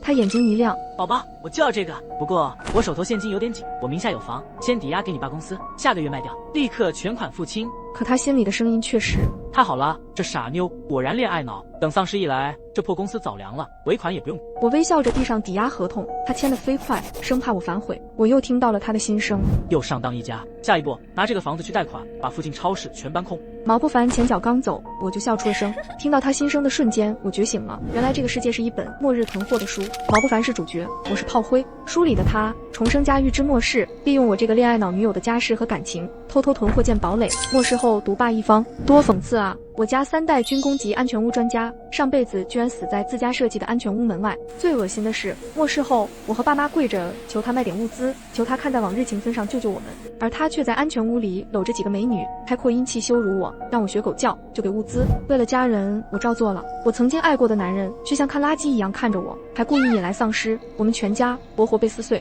小说作者还备注，此段剧情需要凸显男主杀伐果断。想到这，我恨得指甲掐进掌心。毛不凡，这一世换你当剧情需要的炮灰。第2天，我带着装修师傅来到防空洞，不得不说，毛不凡选的防空洞是块宝地，不仅地下室空间宽敞，自带的混凝土墙壁更是达到了战争级别的防护标准。毛不凡还在那儿演，亲爱的，你看，做成最酷的末日主题民宿，地下要区分生活区。他凑近我耳边，语气亲密。现在末日生存爱好者可有钱了，这可是个大项目。笑死，这拙劣的演技，要不是能听到他心声，我差点又信了。这傻妞应该没发现什么吧？计划完美。我故作娇嗔地推开他，转身对身后的师傅说道：师傅，山坡上新装太阳能板。装修师傅一脸为难，老板，发电机厂那边要定金。我立刻转向毛不凡，搂住他的胳膊摇了摇，声音甜得发腻。亲爱的，你不是说这是1000万级项目吗？定金肯定没问题，对不对？对，必须的。完工，我还给宝宝你发个大红包。毛不凡擦着汗，心里却在想，付了定金，钱又少了，没事，我再去带一点。装修的这些天，几辆卡车轰隆隆开进来，打头的是个巨型冰柜车，后面跟着满载冻肉的冷藏车，100头冻全猪，50头羊，20头牛。毛不凡还在假装跟我畅想未来开民宿赚钱，嘴上说着地方大，顺便做点冻货生意，可心声却是，等末世来了，一块牛排就能让校花乖乖上路。当着我这个正牌女友的面，就想着别的女人了。紧接着，药公司又送来3车药品、抗生素、止痛药，甚至还有好几箱小孩嗝屁套。我低头假装检查设计图，心里冷笑。突然，防空洞门口传来轰隆一声，我抬头一看，好家伙，这是把罐头厂搬来了，水果罐头、鱼罐头，还有20箱午餐肉。我随手捞起一盒油焖青刀豆，居然还有蔬菜罐头。我默默地记下了冰柜、冻肉、药品、罐头，这些迟早都是姐的。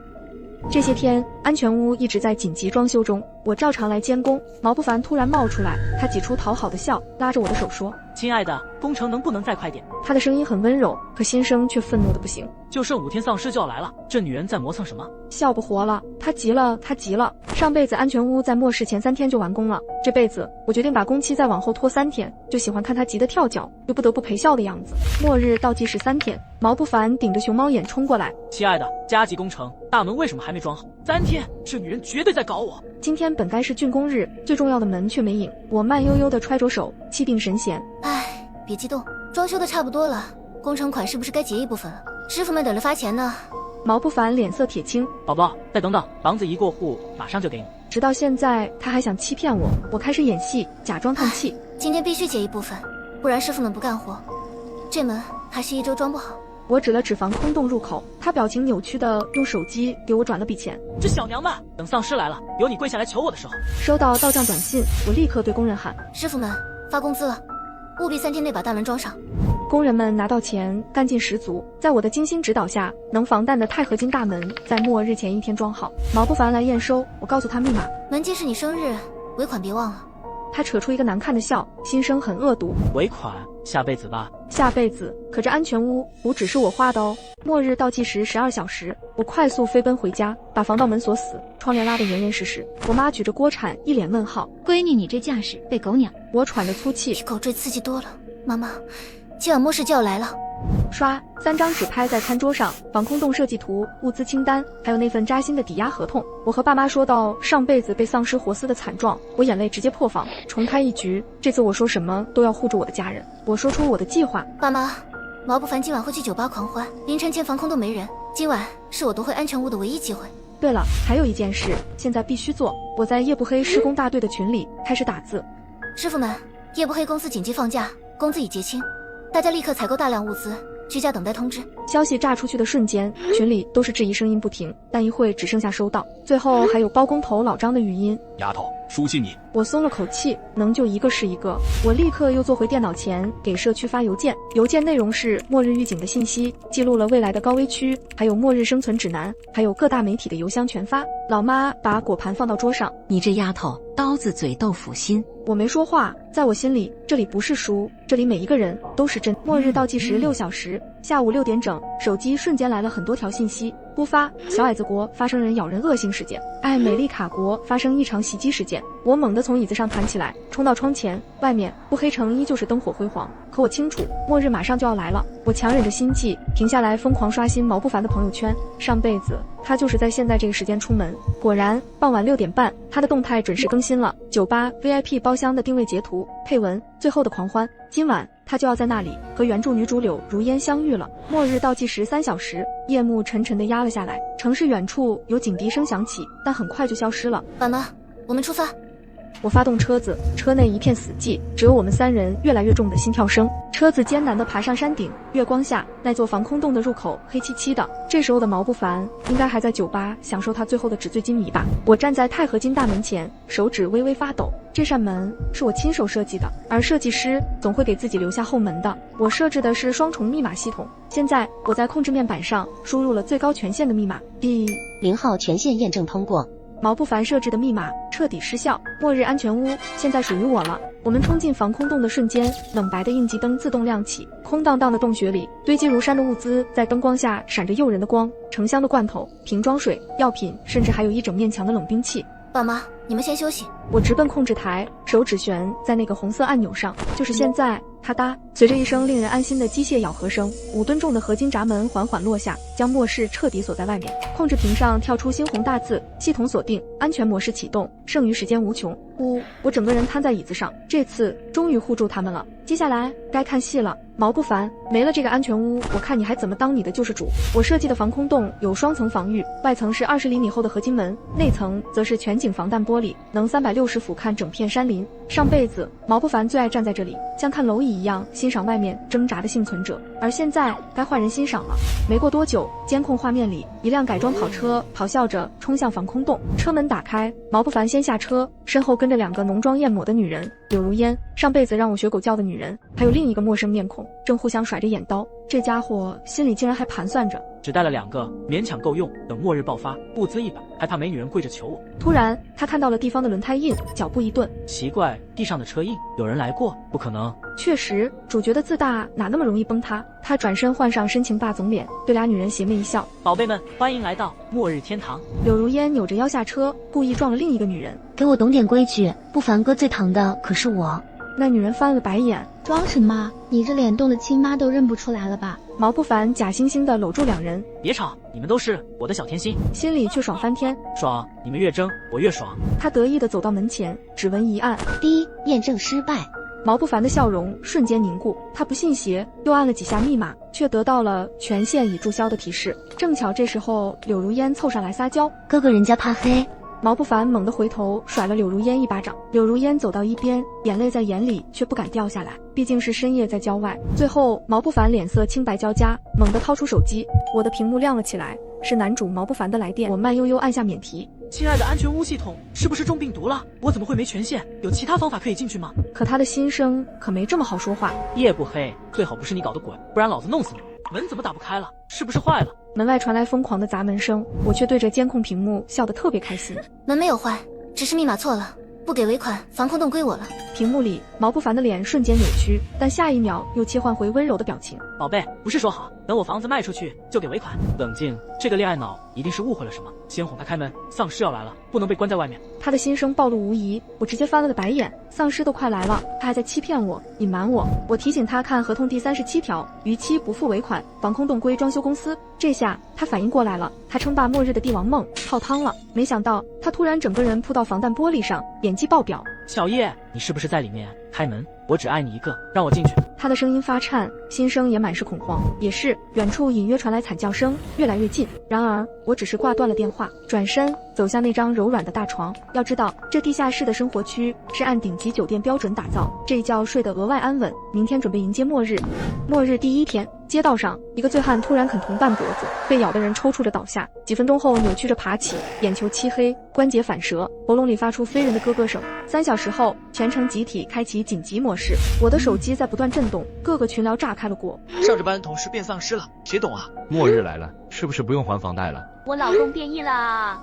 物业还在挣扎着发公告，请大家保持冷静，可却没有什么有效措施。看来我匿名寄出的几百封预警邮件，到底还是没能改变什么。装修包工头群里倒是喜气洋洋，多亏小叶老板逼着囤物资，我老婆现在抱着罐头睡觉，谁碰跟谁急。我看着这些，放下心来。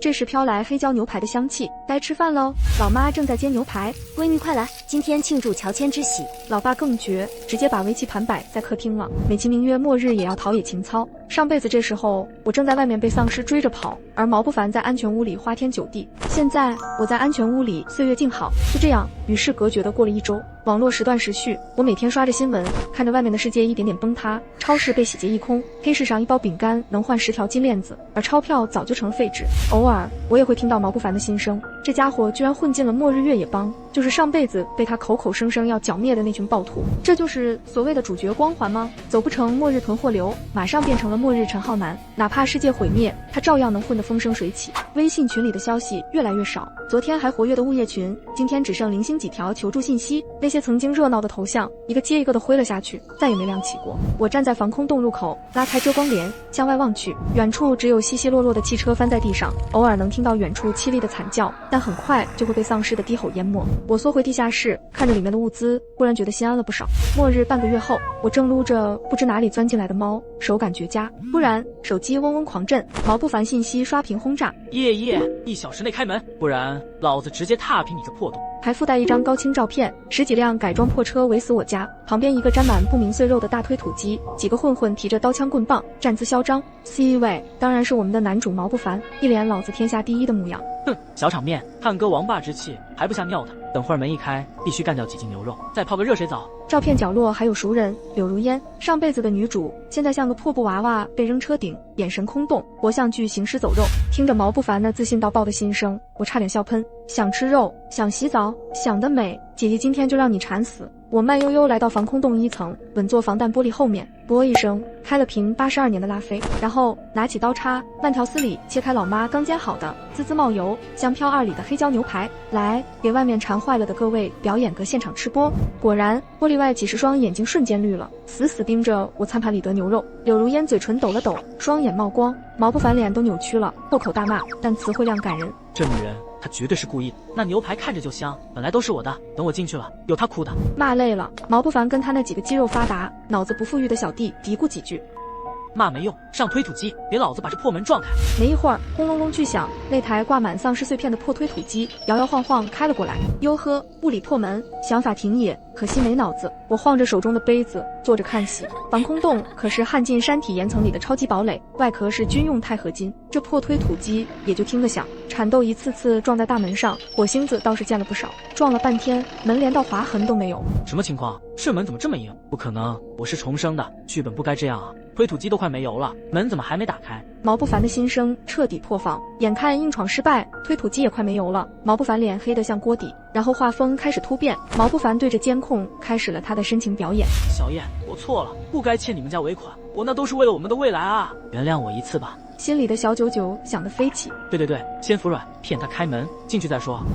这演技浮夸的辣眼睛，上辈子我怎么就信了这鬼话？最终推土机彻底熄火，看我毫无反应，毛不凡和他那群乌合之众只能骂骂咧咧，灰头土脸的开着破车滚蛋。但他临走前心里还在发狠，等着，老子知道一条废弃的密道，一定会回来的，下次你没这么好运了。什么密道？我这安全屋还有我不知道的入口。等等，早上莫名其妙溜进来的小猫，难道就是从那条密道钻进来的？密道到底在哪？我几乎把脸贴在墙壁上，手电筒光束反复扫过每一个通风口，1遍、2遍、3遍，可什么都没有。偏偏这时候手机响了，一个名为装修公司霸占安全屋的群聊弹出，里面全是自称熟人、邻居的人，矛头直指我。毛不凡，就是你的后手。一个啤酒肚头像先发言：叶丫头，我们可是看着你长大的，末日了，你可不能忘了我们。接着张阿姨的语音跳出来，声音那叫一个哽咽：小叶啊，我家小宝才7岁，烧到40度了。等等，我记得清清楚楚，他儿子去年才大学毕业，我还点赞过朋友圈呢。末日还能返老还童？一个新闻链接突然弹出：经装修女老板独占安全屋，老弱命悬一线。配图居然是我，工装照 P 成了恶魔角。评论区瞬间变身道德高地，一个个站在制高点上对我指指点点，却绝口不提他们真正想要的是物资，毕竟要饭还要立牌坊是传统美德。毛不凡的心声适时飘来，他这个人啊，最吃道德绑架这套，等他们闹起来就好办了。那得意的语气，仿佛已经看见我跪着求饶的样子，真当我是圣母转世。我冷笑着打字：下午会发压缩饼干。群里立刻变了风向，就知道小叶最懂事，没白疼这孩子。我关掉群聊，手指划过控制面板，安全屋的攻击系统随之启动。既然他们这么喜欢演戏，那就让他们演个够。防弹玻璃外面自称我的邻居、我的亲戚的人，死死盯着安全屋内的一切，甚至有人用砖头、钢管，甚至消防斧开始砸向金属大门。毛不凡的心声适时飘来：闹吧，越凶越好，等夜不黑荒了，我就从密道进去接管安全屋。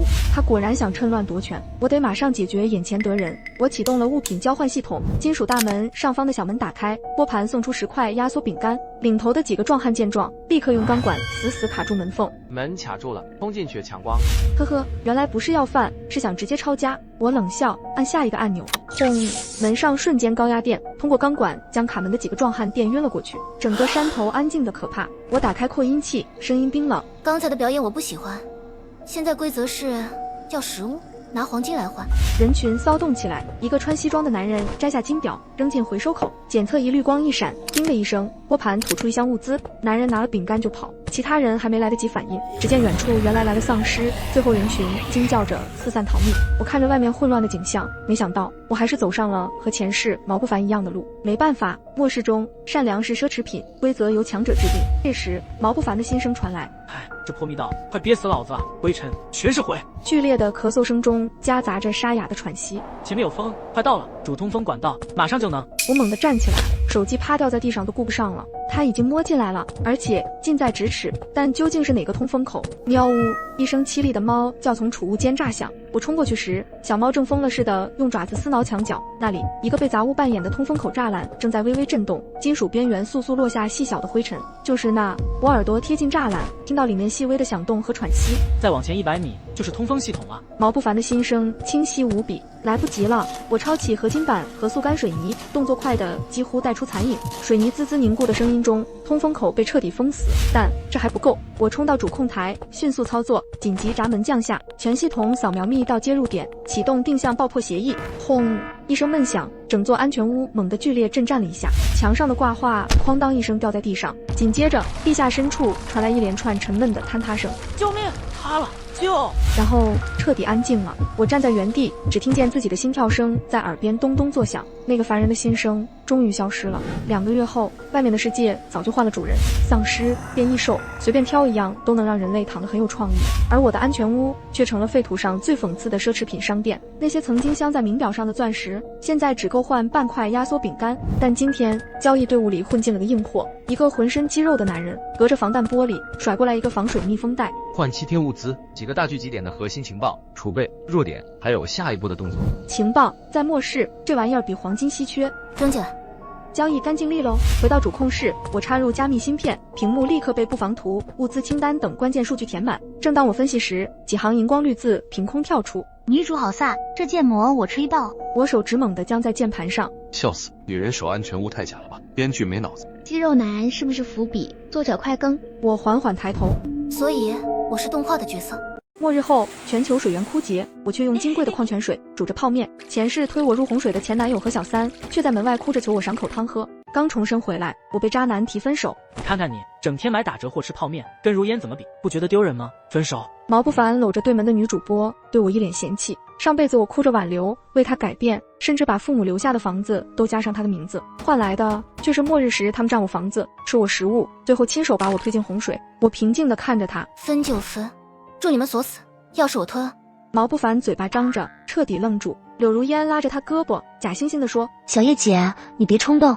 我指着门口让他们滚，再不滚我就报警。毛不凡猛地站起：小叶，你疯了！我们3年感情，我只是想试探你是不是真的爱我，你就这么绝情？3年免费保姆确实不好再找了。我冷笑：可惜3年了，一周而软饭，我不想再煮了。他们狼狈离开时，毛不凡还在放狠话：小叶，你这个只会吃垃圾食品的女人，我才不稀罕。我靠在门框上，前所未有的轻松。垃圾食品，等末日来了，你们连垃圾都吃不到。我叫夜不黑，父母车祸落水离世后，我养成了疯狂囤积物资的习惯。医生诊断为缺乏安全感，不伤人，只伤我的钱包。不过我这囤货的癖好却成了对门主播柳如烟的笑料。我本以为自己不在意，直到男友毛不凡送我回家，在电梯里撞见下楼扔垃圾的柳如烟，只那一眼他就丢了魂，忘记我们的过去，最终以我爱吃泡面为由提出分手。但我没时间伤心，因为我知道一场淹没一切的暴雨就要来了。末日倒计时30天，我现在的房子地段是黄金，楼层却是致命伤，根本顶不住那连下3个月的暴雨，所以我必须立刻寻找新的堡垒。我即刻联系中介王哥，要求将房子、车子以低于市价2成的价格变现，1周内全款。中介吓了一跳：叶小姐，现在出手太亏了，1周也来不及啊。中介费翻倍。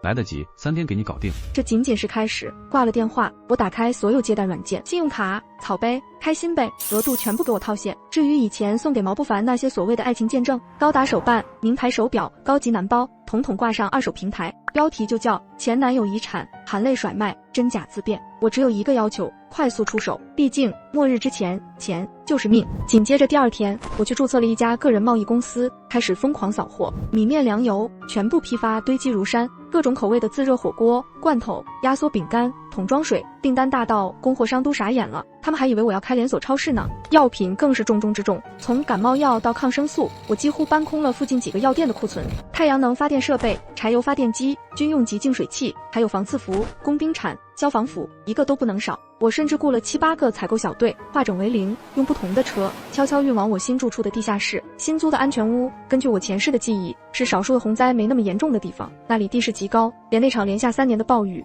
最多淹到小区的3楼。而这次我租了6楼的复式公寓，我本以为卖房最快也要1周，没想到才3天，中介的电话就来了。不过他的语气却透着一股子古怪，他说想买我房子的竟然是前男友毛不凡。毛不凡这是以为我受了情伤，要卖房离开这伤心地，所以上赶着来捡这个大便宜。我直接告诉中介，卖条件只有一个，今天全款，1分不能少。下午他们果然来了，毛不凡那嘴角咧得快到耳根了，而柳如烟已经开始用女主人的姿态挑剔地打量我的家。柳如烟目光扫过我，阴阳怪气地开口：哦，小叶姐，几天不见，天天吃泡面的人失恋了反而皮肤容光焕发了，偷偷去做了医美吧？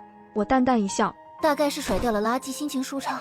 柳如烟撇撇嘴转移话题，问我以后住哪，还故意点破我最近囤了很多预制菜，甚至还租了仓库。我心里咯噔一下，他们怎么会知道？结果毛不凡得意地说，我曾经给他用的银行卡绑的是他的手机号，我花的每1分钱他都了如指掌。失策了，但不影响什么，我将早就备好的卖房合同推过去。之前为了安全，我在家里各个角落装的隐蔽监控，还愁着搬家前怎么拆，他们要来接盘。这下好了，监控也不用拆了，等末日来了，我正好可以看看他们的幸福生活能有多幸福。他们以为占了天大的便宜，合同看都没看就签了字，当场把钱转了过来。看着手机里到账的7位数余额，我的装修钱有了。暴雨倒计时只剩1周，然而太阳却毒辣的反常。新搬进来的小区里，邻居们都在抱怨热得要命，可他们谁都不知道，这恰恰是末日降临的前兆。而我也完成了安全屋的最后改造，门窗全部换成银行金库级别的防爆合金门，走廊上装满了无死角的高清监控，据说充满一次电能用整整1年。就连阁楼的阳光房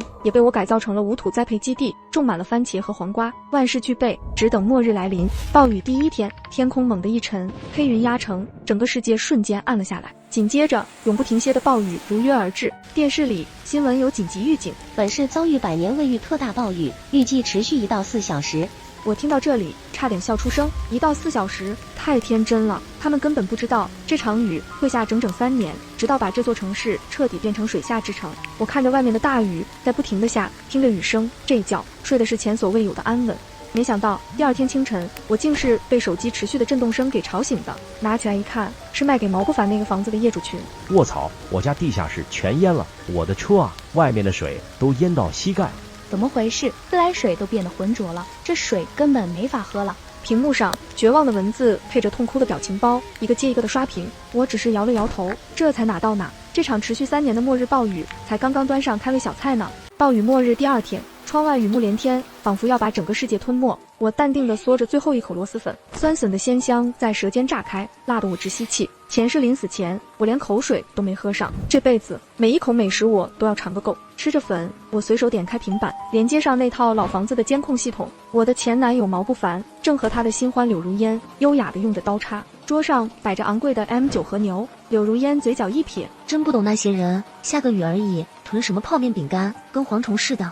毛不凡立刻点头，就是一场雨，最多3天就停了。我们有最好的食材，怕什么？我笑了，这对狗男女怕是忘了，电力才是现代文明的命脉。我倒要看看，当这些昂贵的食材变成腐肉时，他们还能不能优雅的切牛排。暴雨末日第5天，雨没停，电却停了，整个城市瞬间陷入死寂。然而我这边风力发电机嗡的一声重新启动，屋内灯光瞬间亮起。我伸了个懒腰，决定给自己做顿好的。我走进楼下的大平层，那是我的私人超市，货架上码得整整齐齐，米面粮油零食饮料应有尽有。前世饥肠辘辘的日子让我明白一个道理，末日里吃的可比什么奢侈品都实用。我挑了2个红彤彤的西红柿，几个鸡蛋，热油下锅，滋啦一声，香气瞬间溢满整屋。我哼着小曲儿，把炒好的菜盖在热腾腾的米饭上，矿泉水瓶盖叮地弹开，声音清脆悦耳。城里的自来水早被污染了，和毒水没区别，可我储藏间里那100箱纯净水足够喝好几年。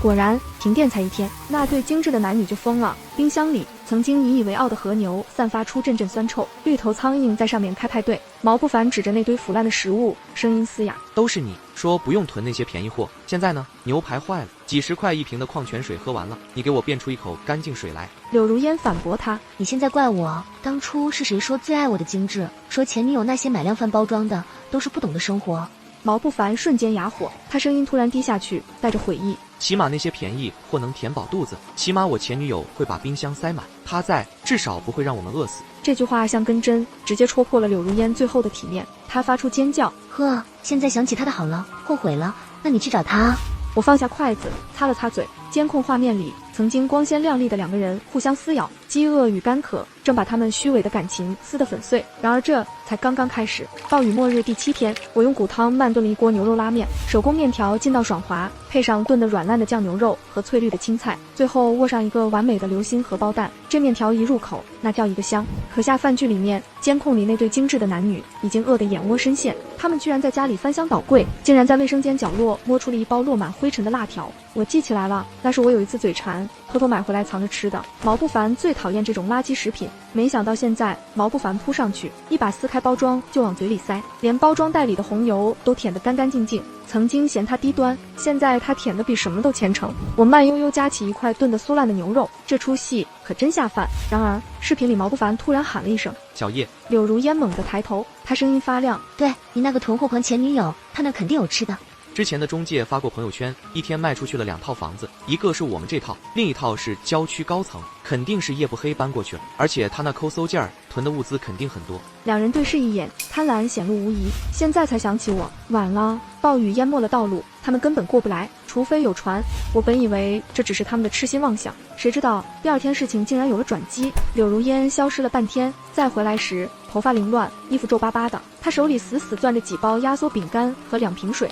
看来为了这点口粮，他没少努力。有了体力，两人立刻动手。毛不凡翻出塑料箱，用胶带缠成筏子。柳如烟更狠，抄起剪刀，他把那几个名牌包剪了，皮革当补丁堵住缝隙。曾经炫耀的奢侈品，现在成了逃命的破烂。折腾了大半天，一艘奇丑无比的筏子真的造好了。楼道里的积水已经淹到了3楼，散发着令人作呕的腥臭。他们小心翼翼地挤上筏子，船身猛地一沉，却奇迹般的没有翻。毛不凡拿着拖把当桨，他摇摇晃晃地滑进外面那片浑浊的汪洋。他们真的要来找我了。暴雨末日第15天，我本以为他们起码要飘个10天半个月，结果黑影就这么出现了。当时我正在阳光房修剪番茄苗，突然看见楼下那片浑浊洪水里飘来个破筏子，上面趴着2个身影，毛不凡和柳如烟，浑身湿透。他们也看见了我，瞬间疯了。他们挥手，喉咙里发出沙哑的声音：小叶，小叶。我笑了。前世推我下水时，他们可没这么热情。我转身回屋，慢悠悠烧水，拆了包老坛酸菜面。水刚滚，敲门声就响了，砰砰砰！我透过猫眼看到他们跪在门前，浑身湿透，散发着恶臭。小叶，我错了，其实我最爱的还是你，求你让我们进去，我当牛做马都行。我按下对讲键，端着热气腾腾的泡面来到门后，我故意将镜头对准碗里，金黄面条，2个煎蛋，厚切午餐肉，碧绿青菜。屏幕那头，两人瞬间僵住，毛不凡喉结疯狂滚动，柳如烟手指抓挠屏幕，他们眼中只剩渴望。想吃吗？他们俩疯狂点头，只剩下祈求。我夹起沾满汤汁的午餐肉，在镜头前晃了晃，然后当着他们的面，一口一口慢慢吃掉，真鲜，真解气。我咂咂嘴，可惜呀，这是垃圾食品，配不上2位高贵身份。关掉屏幕时，门外传来他们不断的求饶：“饿着吧，这才半个月，好戏还在后头呢。”监控里，那对狗男女又开始吵架了。柳如烟尖着嗓子骂毛不凡，都怪他非要来找我，现在连个睡觉的地方都没有。毛不凡压着火气回他还不是为了2个人的未来。不一会，他们开始上楼下楼，挨家挨户敲门了。小欧群里立刻弹出消息，提醒大家有陌生男女在乞讨，还说一些奇怪的话。能说什么？这栋楼我选了很久，地势高，住户少，最重要的是，我这扇银行金库级别的防盗门还做了特殊改装，就算他能找到帮手又能怎样？但我没想到，末日中最可怕的是人心。第2天早上，一群脚步声在我门口停下，带头的是毛不凡，他的声音正义的像昨天求我要一口泡面的不是他。夜不黑，开门，外面的人都快饿死了，你囤了那么多食物，必须分给大家。我透过猫眼看着他煽风点火，他把我这里说成物资仓库，还编造我的黑历史，说我精神不正常，囤货只是为了发灾难财。原本只是看热闹的邻居，眼神瞬间变了。黑压压的人群，每张脸都写满饥饿和绝望。他们不是来求的，是来抢的。想知道我有什么？好啊，我满足你们。我打开双向摄像头，当着所有人的面，慢悠悠地喝了一口冰可乐。这一下，人群彻底炸了。3楼的王阿姨第一个尖叫，她在喝冰可乐，她家怎么还有电？我孙子打王者手机都没电，凭什么他一个人享受？嫉妒和饥饿烧光了他们最后的理智。我敲了敲门板，提醒毛不凡，我这里只有他以前最瞧不上的垃圾食品。我又问王阿姨，他末日前晒的上百斤腊肉呢？这才几天就吃完了。王阿姨立刻闭上了嘴。可是5楼的李大爷却颤抖着开了口，揭发我在绿化带私装了风向发电机。这下他们总算找到了正当理由。毛不凡立刻抓住机会，义愤填膺地说我占用公共资源。人群被彻底点燃，开始用身体冲击我的门。柳如烟也加入了进来，声音凄厉地骂我，说我就是嫉妒她的美貌。我被这逻辑气笑了。柳大主播，当初是谁提倡我的方便面？说是穷酸垃圾，怎么现在连垃圾都要抢着吃？柳如烟噎住了，谁知道下一秒她竟然嚎啕大哭，反过来指责我不能因为恨她就害死这么多无辜的邻居。王阿姨立刻配合，说不贪图我的食物，但发电机是公共的，总得让大家充电。冲击声更响了，有人甚至拿来了铁棍开始敲我的门缝。我清了清嗓子，我的声音不大，却偏偏压过了所有噪音。别白费力气了，这扇门你们撞不开，就算撞开了，我在物资区装了联动装置，假设门被暴力破坏，那所有物资会瞬间被毁掉。我宁为玉碎，不为瓦全。想赌就继续。楼道里瞬间鸦雀无声，刚刚还让他们疯狂的门，此刻却成了地狱入口。人们开始下意识的后退。毛不凡的脸色铁青，他知道这种鱼死网破的事，我绝对干得出来。他声音干涩地问我：“你到底想怎么样？”我轻笑：“我不想怎么样，只想安安静静待在我房子里，是我花钱买的东西。”结果他突然换了副嘴脸，语气卑微地向我认错。柳如烟更是心领神会，扑通一声就跪在了污水里，说愿意给我当牛做马，做什么都行。这演技真是不错，可惜选错了观众。我一句话都没说，转身走向了离大门最近的窗户，随手翻出一个军用午餐肉罐头。当着门外所有人的面拧开窗户一条小缝，我冲着对面漆黑的楼高声喊话，问谁没物资了。对面一扇窗户里亮起了微弱的手机光，一个女人带着哭腔回应说她已经2天没吃东西了。我用尽全力把那个沉甸甸的罐头朝着那点光亮狠狠扔了过去，哐当一声，对面稳稳接住，接着传来感激的哭喊声。然后我慢悠悠地走到门边，用行动告诉他们一个事实：我的食物就算放到过期，就算扔给不相干的人，也绝不会分给不懂得感恩的人。他们眼睁睁看着救命的食物从头顶飞过，落进了别人手里，这种希望瞬间破灭的感觉，比从一开始就绝望更让人崩溃。门外的咒骂和哭泣渐渐变成了死寂。毛不凡脸色灰败，拉起瘫软的柳如烟，踉跄着走了。剩下的人也像被抽走了魂，灰溜溜的散了。3年后，我卖掉了这间曾经的堡垒，中介领着客户，话术熟练。您看这楼，经历过当年那场大雨，都屹立不倒，质量绝对过硬，而且现在住户少了，特别清静。客户随口问是不是人都搬走了，中介脸上的笑意僵了一瞬，含糊道：天灾吗？算是吧。我站在一旁，没有戳穿他。当初我本可以给那些邻居食物，但他们选择了跟毛不凡一起，用掠夺者的姿态站在我的门口。后来他们当然还想过硬闯，可我这扇门是他们永远也打不开的死门。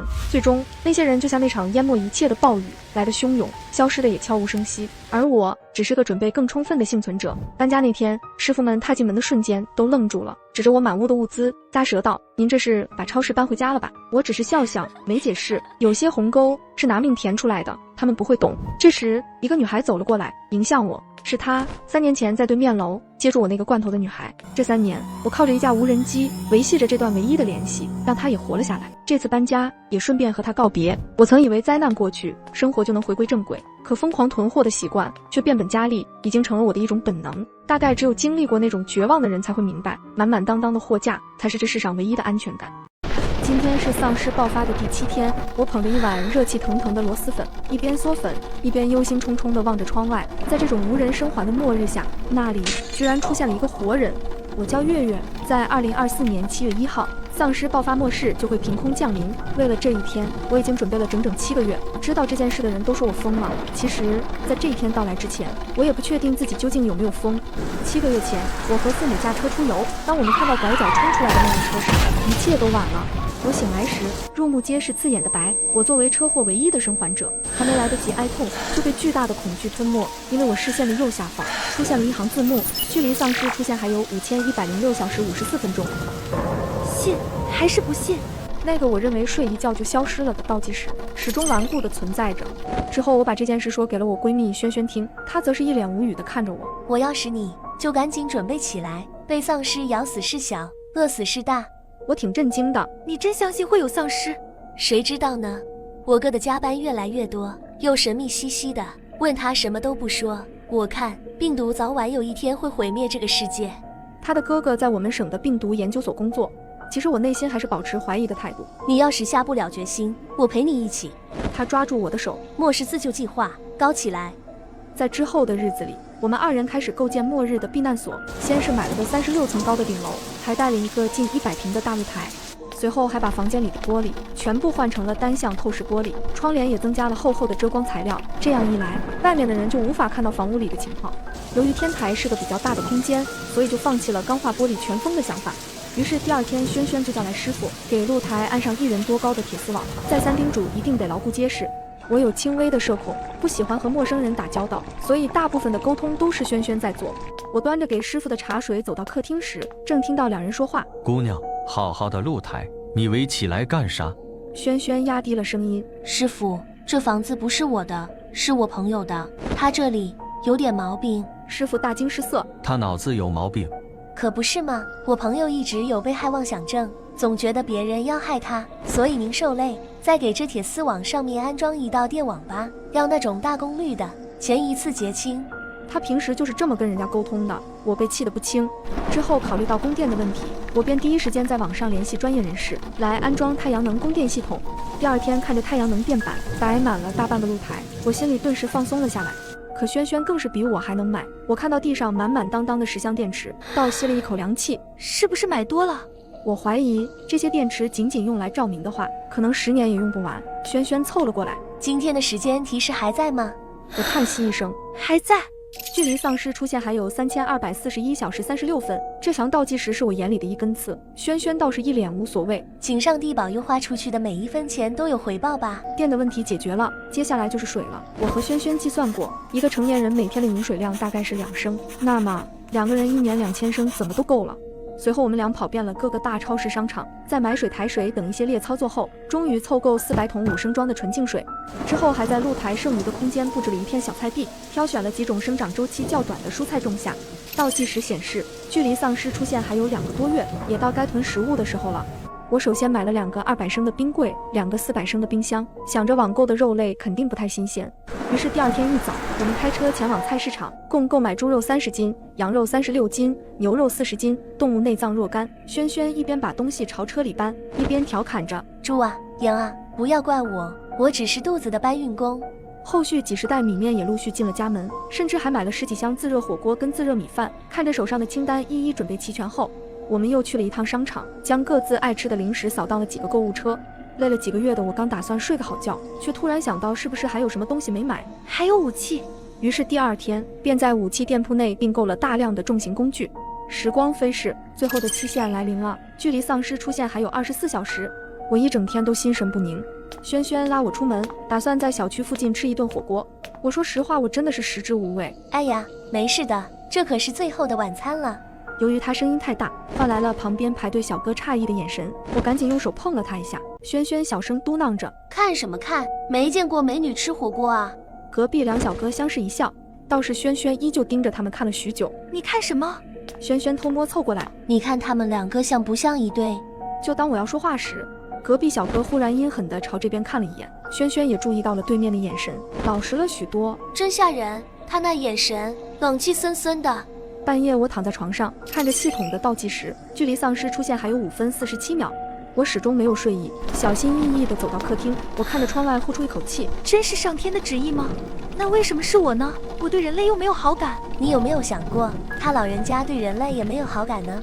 我吃惊地回头，是轩轩，他走到我身边。也许你不相信，我等这一天已经等很久了。我没想到看起来单纯活泼的轩轩，居然会掩藏着这样的心事。一时间我也是不知道说啥，只是时间1分1秒的流逝，我越来越心慌。从轩轩的神情来看，他的慌张不比我少。距离丧尸出现还有10秒、3秒、2秒、1秒。突然天空惊雷炸响，无数的鸟儿吓得四处逃窜，夜空中狂风大作，乌云被吹散的同时，月亮居然被诡异的黑夜吞噬，天空一瞬间就暗了下来。轩轩紧张地望着我，怎么样？时间到了，那么丧尸呢？我看向窗外，除了黑一点，也没有什么特别的异常。不会是个乌龙吧？真要是乌龙，这满满一屋子的物资，可就真成了牛马了。怎么可能？咱们这里没有，不代表别的地方也没有啊。我去网上找找看。由于倒计时的消失，我脑中绷着的弦也断了，困意冲的脑子迷糊起来。我向轩轩招呼：“我困，先去睡了，有消息再叫我。”转身刚准备走，你等等。轩轩把手机递到我面前，隔壁国出现丧尸，热门第1条是一段视频，视频背景是一家酒吧，一个年轻男人走了几步，突然就摔倒在地。轩轩提醒我：“你看他的腿。”男人的手臂和腿扭曲成一个古怪的姿势，下一秒，男人瞬间飞扑起来，扑在另一个男子身上，疯狂地撕咬着。很明显，他已经不是人类了。我和轩轩被惊得说不出话来，我顿时睡意全无。我将窗户又重新检查了一遍，并且用桌子死死地堵住大门。当第2天我打开手机的时候，网上已经炸了锅。那是什么东西？好可怕！真有丧尸吗？不是恶搞视频吧？军队呢？控制不了吗？就连小区业主群也活跃起来。兄弟们，看见丧尸的消息了吗？物业在吗？有没有接到什么通知？不会静默吧？我出去买东西，一会儿还能进来吗？新闻也做出了回应，称已经取消和隔壁国的一切交通，呼吁民众非必要情况不要出门，不要盲目争抢物资。可是据我观察，昨夜已经有人在争抢物资了。第2天一早，情况愈演愈烈，大街上乱哄哄的，全是抢夺物资的人，汽车喇叭声此起彼伏。晚上我困得早早就睡下了，可窗外的一声尖叫却划破夜空，我被这凄厉的叫声惊醒，心跳快得惊人。我快步地来到窗前，轩轩也随之走了过来，他神情焦虑，声音好像是咱们小区传出来的。我往楼下看去，一名手持防爆钢叉的保安正与一名身材高大的男性丧尸对峙着。可当丧尸跳起来扑向他时，保安却害怕地扔掉防爆叉，掉头就跑。可下一秒，丧尸就已经把他扑倒在地。轩轩已经看呆了，跌坐在地下。小区已经沦陷了，业主群很快炸了锅。那是丧尸吗？怎么办？我家有人买东西还没回来啊！人类作恶多端，迟早会有报应的。都这个时候了，还说什么风凉话？谁家有多余的米和面啊？我高价收。轩轩看着手机也是无奈，谁这么傻，会在这种时候把自己家的米面卖出去啊？而我则是继续看着楼下。小区的电子大门慢慢关闭，刚才被咬的保安郑和明身材高大的男性丧尸在门口漫无目的的游荡着。我们俩很危险。轩轩抬头一脸疑惑的看我，他们弹尽粮绝之后，发现我们有这么多物资，会发生什么？我这个人心肠硬，怕你心软，有些话还是趁现在说清楚的好。我们一定不能救人。轩轩蹙了一下眉，点了点头。我当什么？你看我像不像圣母玛利亚？我看小说的时候最讨厌的就是圣母了。听到他这句话，我也是松了口气。不能救人，也别在业主群搭腔，存在感越低越好。这一夜睡得并不安稳，耳边始终有各种惨叫声在萦绕。早上蹑手蹑脚地走进厨房，水和电都还能用。为了安全起见，我打算使用储备好的矿泉水。由于害怕做饭的气味飘出去，我把电磁炉搬到了卧室里，随后就煮了一大锅的螺蛳粉，足以让我跟轩轩两人吃个够。轩轩则站在客厅，闻着飘过来的气味，什么东西又香又臭的。吃完饭，我继续站在窗前，大街上空空荡荡的，只有一些姿势怪异的人在行走。这才一夜，怎么就成这样了？轩轩感叹着。我飞快地在网上查看信息，是突然出现的，多个地区一起爆发。那一开始的感染途径是什么呢？其实只有我知道，末世它是凭空降临。我们非常小心，窗帘始终拉着一半，只留下另一半观察外面的情况。夜晚也不开灯，只拿着手电筒照明。食物并不匮乏，但我们也不敢做气味大的食物，生怕香味引来别人的觊觎。这3天里，外面的丧尸越来越多，他们的身体在退化，有些退化程度严重的丧尸只得拖着胳膊行走。看这成分，也不过是有机生物啊。迟早烂干净，那时候我们就可以出去了。然而，有些人却等不了了。只见对面住宅楼的一名年轻女子拿着棒球棍往小区大门走去，女子一边左顾右盼，一边接近大门。她要去干嘛？家里没吃的了吧？说话间，女子已经来到了大门口，用电子卡一刷，门滴的一声就打开了。保安亭后忽然出现一个灰色的变异丧尸，女人吓得尖叫起来，掉头就往停车场跑去。由于叫声太大，吸引到右侧一群丧尸追来。就在女人要成功上车时，却被追来的丧尸扑倒。我不忍再看，直接转过头去，可对面楼层却传来一阵哭嚎声：“娟娟啊，我的女儿啊！”她哭得我心酸不已，虽然很悲伤，但有些住户却不愿意。窗外传来叫骂声：“哭什么哭？不要命了吗？你想死不要紧，不要拉着大家一起死啊！”这是第一位想冲出牢笼的勇士，他的失败为小区上空笼罩上了一层低沉的阴云。一连几天，小区里再也没见到活人的身影。直到那一天，那是丧尸爆发的第7天。这天，我捧了一碗热气腾腾的螺蛳粉，一边嗦粉，一边监视着窗外，那里居然出现了一个活人。我招呼轩轩，快来看！轩轩端着碗凑到窗边，可当他往窗外看去时，却发出惊呼：“我的天，他是那个小哥。”哪个小哥？哎呀，你忘了吗？火锅灰白配。听他这么一说，我终于找回一丝遥远的记忆。之前在丧尸爆发的前夜，我们在小区附近的火锅店遇到了2名分别穿着灰白衣服的年轻男子。灰衣小哥拎着彩色棒球棍，缓慢地向小区大门靠近，可前方的大门前却有一只丧尸在门口徘徊。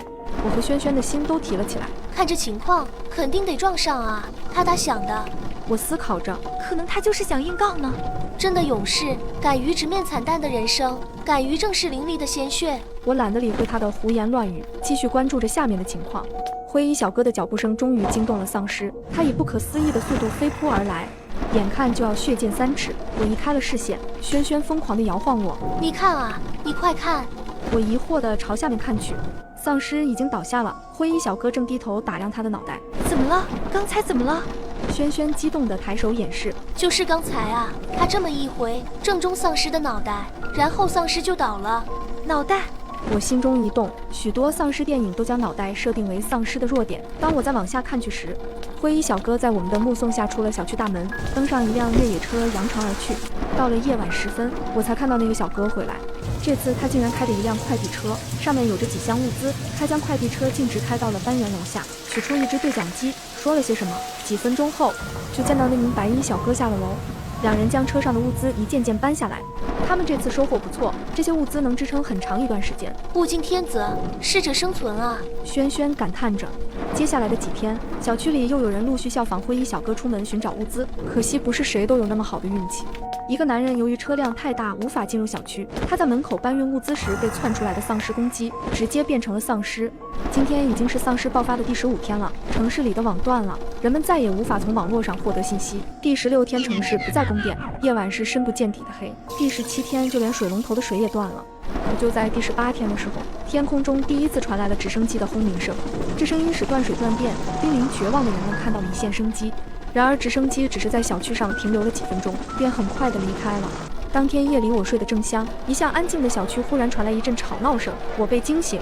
我蹑手蹑脚的来到窗边，好在天空尚未黑透，能看见一点外面的情况。还没等我细看，只听得一声惨叫，不要！紧接着就是东西落地的顿响声。轩轩也走了过来，怎么了？我很是无奈，有人跳楼了。轩轩不再说话，而是用手紧紧地捂住嘴。小区里传来一个女人的哭泣，哭泣后来又变成了狂笑。没过一会，她就遭到了其他住户的谩骂。你是有病吧？能不能不要害人？你知不知道这样会引来丧尸？而她非但没有停下，反而愈发癫狂地大笑起来。哈哈，你得死，我也得死，我们都得死，哈哈哈！越来越多的丧尸被这声音吸引，用身躯无意识地撞击着大门。不好，门要让他们撞坏了。有个住户暴躁地叫骂着：“你找死啊！”就在这时，女人从高楼上坠了下来，砰的一声过后，小区一片死寂。轩轩眼中含泪，她就这么没了。我心里也不好受，没有水电，没有食物，身体和心理上都受不了。你说，我这个人是不是太自私了？轩轩愣了2秒，你是个人，又不是救世主，别胡思乱想了。我知道他在安慰我，草草地点了2下头。这一晚我睡得不太安稳，梦里始终有个看不清面目的女人在哀哀哭泣。第2天，我被一阵奇异的声音吵醒。枪，这个声音是枪声。我快速地来到窗边，看到几辆军车正停在小区门口。一名男子拿着喇叭喊话：“我们已经建立了安全区，我们是来接你们去安全区的。”安全区？你觉得安全吗？我们这里最安全。丧尸爆发以来，打家劫舍的是不少，不知怎么，我总觉得这几个人不太对劲。不过很快就有人从楼上下来了，其中甚至有步履蹒跚的老人。好在什么都没有发生，军人们将幸存者请到卡车上直接离开了。我和轩轩没有离开的打算，安全区的物资不见得比我们拥有的更丰富。由于丧尸爆发已经2个多月了，我和轩轩终于决定吃一顿好的。我们俩做了满满一桌子的美食。吃完饭的轩轩来到窗前，奇怪，他居然还没走。我赶紧来到窗前查看，看到灰衣小哥已经走到了大门边。怪事啊，他俩上次拿了那么多物资，怎么还要冒着生命危险出来呢？他们拿的物资里几乎没有水。那个小哥正要伸手推门，突然有一只丧尸冲了出来，小哥猝不及防拿棒球棍格挡，丧尸一口咬住了他的手臂，棒球棍也掉落在地上。轩轩无奈叹气：“天妒蓝颜啊！”先别急着咒人家，你仔细看。原来那个小哥的手臂上用胶带绑着一本厚厚的杂志，丧尸没能咬到他的皮肉。灰衣小哥一边和丧尸僵持，一边试图用左手把棒球棍拾起来，他试了好几次都没能成功。轩轩转头就往厨房跑，我将他一把拦住。干什么？月月，帮他一把吧，就帮这么一次，这等美色。你真要眼睁睁看他横死街头，你忍心吗？之后轩轩就从厨房拿来一个平底锅。你这是干嘛？轩轩只是不管不顾地打开窗户，将平底锅丢了下去，又迅速将窗户关上。锅落在地下，发出一声惊天动地的巨响。丧尸突然凝滞了一下，只这一瞬间，小哥用左手抄起地上的棒球棍，直接给丧尸开了瓢。不知道是不是我的错觉，男人离开前似乎朝我们的方向看了一眼。轩轩坐在地上喘气，显得又是害怕又是兴奋。干得不错，下次别干了。轩轩忍不住笑了。知道了。第2天做饭时，想着放香菜提鲜，我便嘱咐轩轩：“你去露台掐点香菜，我们做个蛋花汤。”轩轩兴高采烈地上露台去了，可不到1分钟，他就跑了回来，眼里满是惶恐的神色。露台有个东西，我心中警铃大作。什么东西？好像是一架无人机。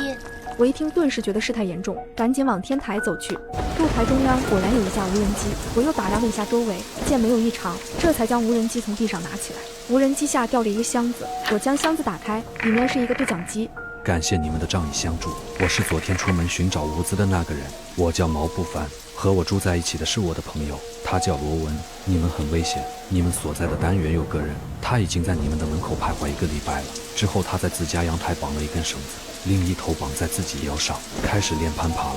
我和轩轩对视一眼，在彼此的眼中看到了恐惧。为了解决这个麻烦，我跟闺蜜在窗前探讨：窗户上有防爆膜，露台有电网，除非它插了翅膀能飞，不然怎么可能进得来？就当我要说话时，手里的对讲机却传来对面楼的声音。2位美女，有个人在33层楼道的窗户上绑了安全绳，已经往你们天台爬了，你们注意安全。我往窗户看了一眼，赶紧拿起武器往天台走去。过了足足半小时，一个身影爬上了露台。轩轩将手电筒的光柱打在了他的脸上，这对我们来说是完全陌生的一张脸。那人被照的眼睛都闭上了。我示意轩轩关闭手电，他这才睁开眼睛，看到露台上围得密密匝匝的铁丝网，露出了绝望的表情。轩轩笑盈盈的提醒：不要碰油，这些都带电。他明显一愣，说话的声音也带了哭腔：求求你们，可怜可怜我吧，我2天没吃东西了。你怎么知道我们家有人？又怎么知道我们有物资？你们搬东西的时候我见过，求求你们。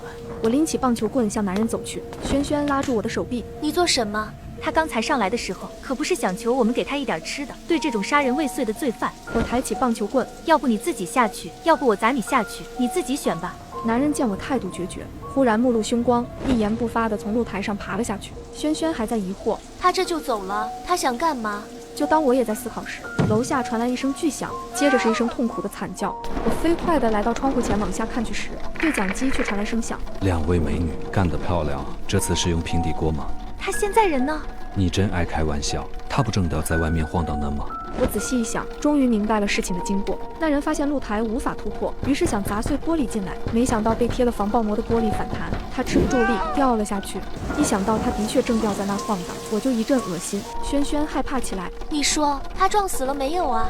其实我心里也在打鼓。夜深了，我从梦中惊醒，发现外面还在下着暴雨，雨声连绵一片，这雨下的并不小。为了防患于未然，我便来到天台查看，发现一架无人机放在中间，我将它拾起来，看到下面吊着2瓶可乐。大吉大利，今晚吃鸡。这件事情过后，我们和毛不凡他们建立了奇妙的联系。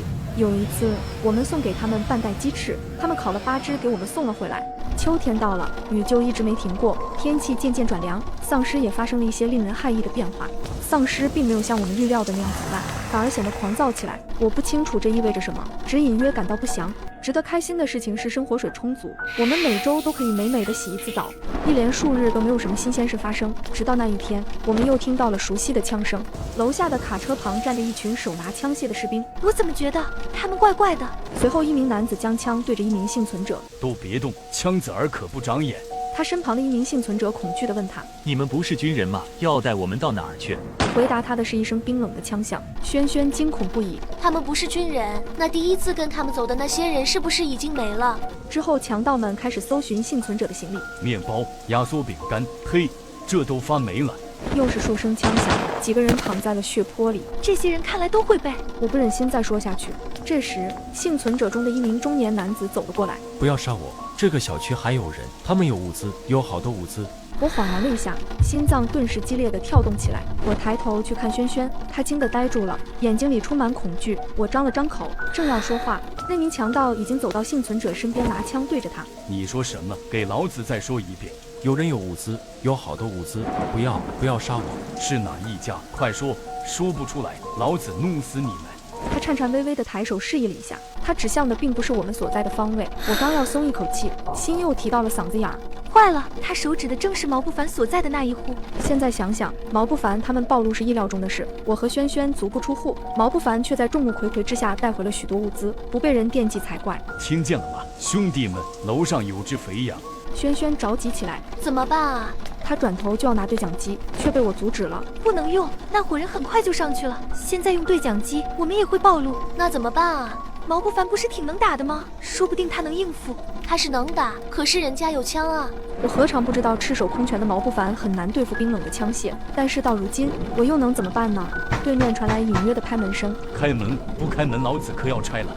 随后就传来破门的声音。轩轩一脸悲伤，说不定这会儿已经凉了。你说我们有没有必要趁着月黑风高给他们收个尸啊？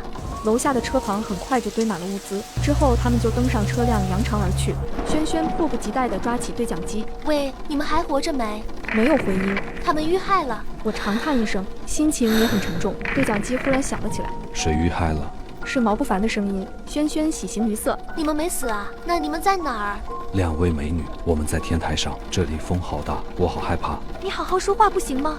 你们到底在哪儿？之后毛不凡一番解释后，我终于明白了事情的原委。毛不凡和他朋友在这个单元各自有一套房屋，他们很清楚，在众目睽睽下搬运物资会成为众矢之的，于是只将物资搬到毛不凡所在的3楼。到了夜晚，再偷偷将物资转移到他朋友在的5楼，只留下3楼不多的物资掩人耳目。我真心佩服他俩，干得不错。末世的人心不得不防，我们一开始就打算好了，冬天快要来了。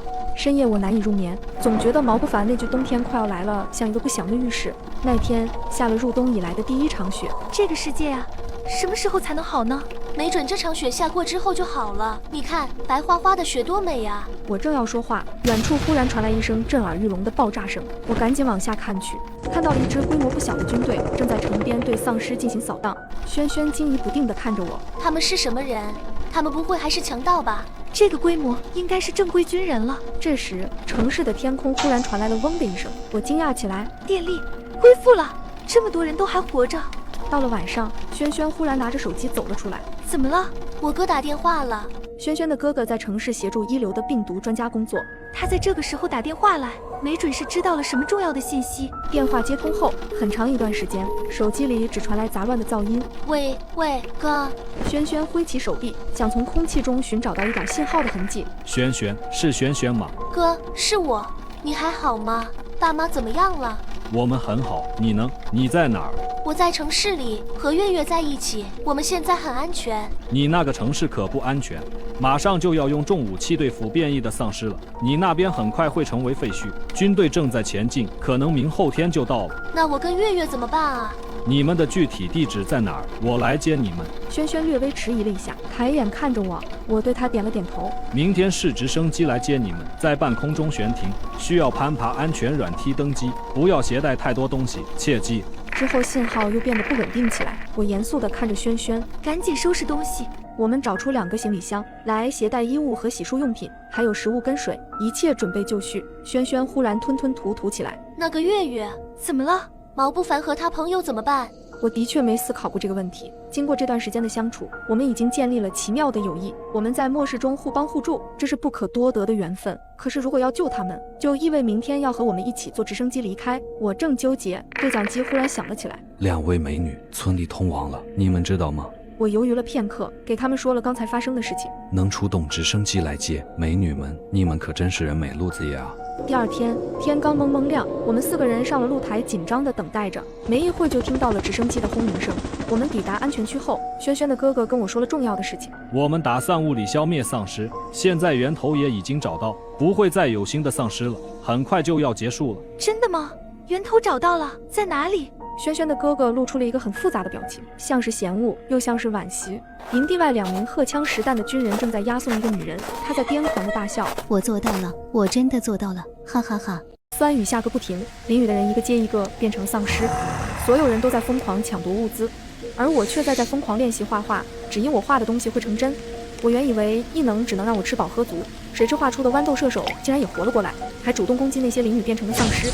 末日来了，我靠着之前囤的2包螺蛳粉和4包火鸡面，勉强撑到了第6天。好饿，我想吃吮指原味鸡、香辣鸡腿堡、西奥尔良烤翅、黄金脆皮鸡、老北京鸡肉卷、嫩牛五方、葡式蛋挞。饿到发晕，我拿起备忘录开始画汉堡。2片面包夹着肉饼、生菜、番茄，一个看起来超级美味的汉堡诞生了。要是真的能吃就好了。突然，眼前一道白光闪过，我画的汉堡竟然成真了。眼前的汉堡看着热乎乎的，香气扑鼻，我拿起来咬了一口，简直好吃到要飞起来。接下来的一下午，我疯狂作画，水果安排，水资源安排。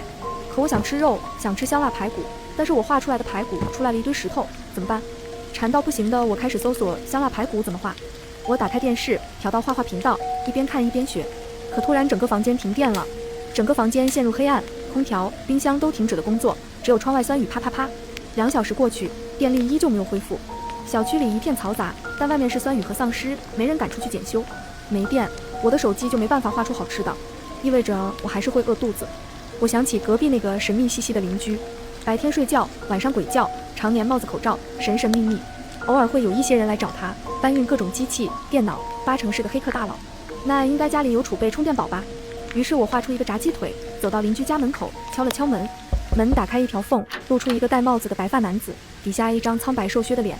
哥们，有充电宝吗？我开门见山，他沉默地眨了眨眼。我把炸鸡腿往前递了递。炸鸡腿换充电宝，满电那种。他盯着炸鸡腿，嘴角似乎抽了抽，但依旧面瘫脸。成交。说完门就砰一声关上。5分钟后门又开了，丢出一个黑漆漆巨型充电宝，2万毫安。我抱着充电宝狂奔回家，插上我的手机就是一顿猛冲。手机终于满电量了，我长舒一口气，倒头就睡。不知过了多久，尖锐的警报声将我惊醒。紧急通知，波地爆发丧尸围城事件，通讯交通面临瘫痪，市民能务必死守家中，千万别出门。电视里主持人脸都绿了，语速快得像机关枪。画面一转，街上空无一人，静得可怕，只有酸雨腐蚀的声音，路边的车子都快被啃成废铁了。掏出手机，业主群炸锅了，99的消息红点闪瞎眼。我的天，这酸雨啥时候停？我家没物资了，谁家有多余的米面？救命啊！我出高价买。天天断粮，日子没法过了，要饿死了。群里哀嚎遍野，末日气氛拉满。我有能画出万物的手机，吃喝不愁。一个大胆的想法浮现，何不趁此机会，单车变摩托，小户型变大别墅？我可以画些蔬菜水果出来卖。我迅速画出一堆白菜、土豆、西红柿，1小时后，屋内蔬菜成山。突然，一阵强烈的眩晕感袭来，我眼前一阵阵发黑。看来这是异能使用过度的副作用。没事，小场面，睡一觉应该就能好。接下来，我换上一个骚气的马甲 Triple A 防盗门夜歌，潜入业主群。各位兄弟姐妹们，告诉大家一个消息，我有一批新鲜蔬菜，数量不多，高价出售，要的私聊，手快有，手慢无。我还附上物资照片，保证第2天上午11点送货上门。这消息一发，原本死气沉沉的群炸了。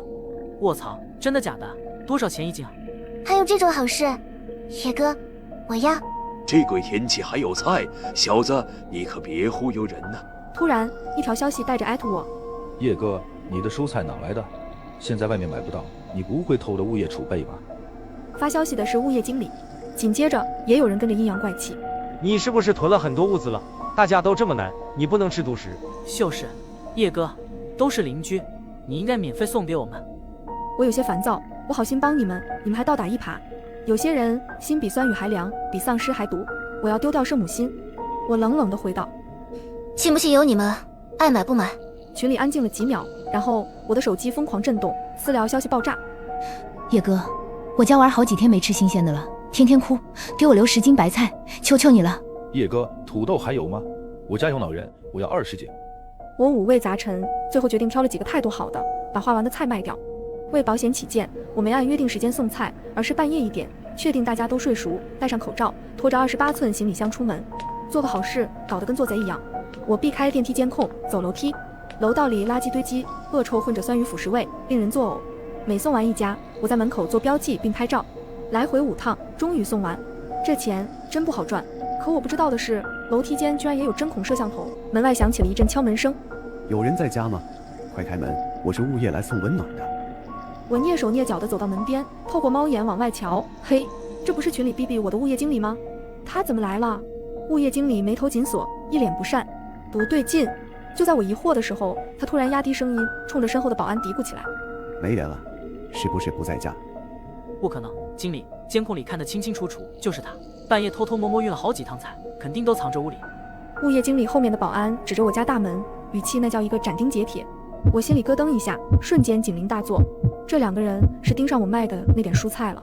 我赶紧后退几步，大脑飞速运转，画把 AK-47突突他们算正当防卫吗？等等，我好像只会画白菜和炸鸡腿啊，枪这种硬核武器，臣妾实在做不到啊。正当我手足无措时，门外砰砰砰开始砸门了。我心一横冲进厨房，抄起祖传菜刀，死死抵在门后。咔嗒一声，门开了。我头皮发麻，冷汗直冒，但1秒钟后发现开的不是我的门，是邻居的门。只见神秘兮兮的黑帽邻居慢悠悠走了出来，面无表情地吐出几个字：你们很吵。几个劫匪，不是保安，回头开始骂骂咧咧：哪来的小白脸，敢管大爷的闲事？活腻歪了吧？滚一边去！赶紧滚，不然连你一起收拾。他们嚣张的没边了，却没想到邻居缓缓地抬起手，啪！前面的那个男人瞬间被击穿了半个肩膀，世界瞬间安静了，所有人都石化了，包括瑟瑟发抖的我。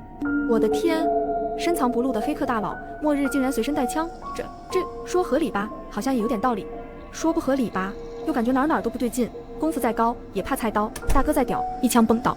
不到1分钟，这群人就跑了。我赶紧上前开门去道谢，却发现他好像在看着我。邻居，谢谢你啊。小心点。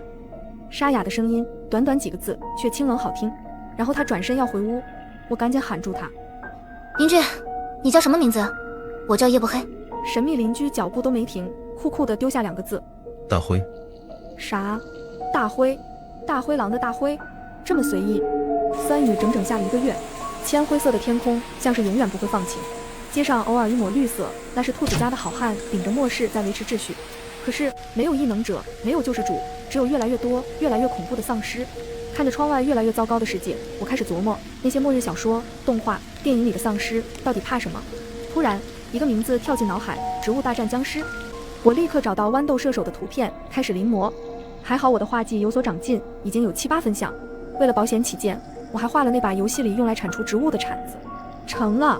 我带着一丝忐忑点击了保存，光芒散去，桌子上竟然真的出现了一株豌豆射手。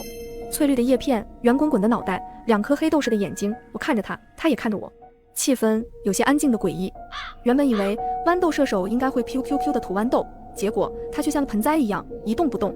难道需要有丧尸出现才行？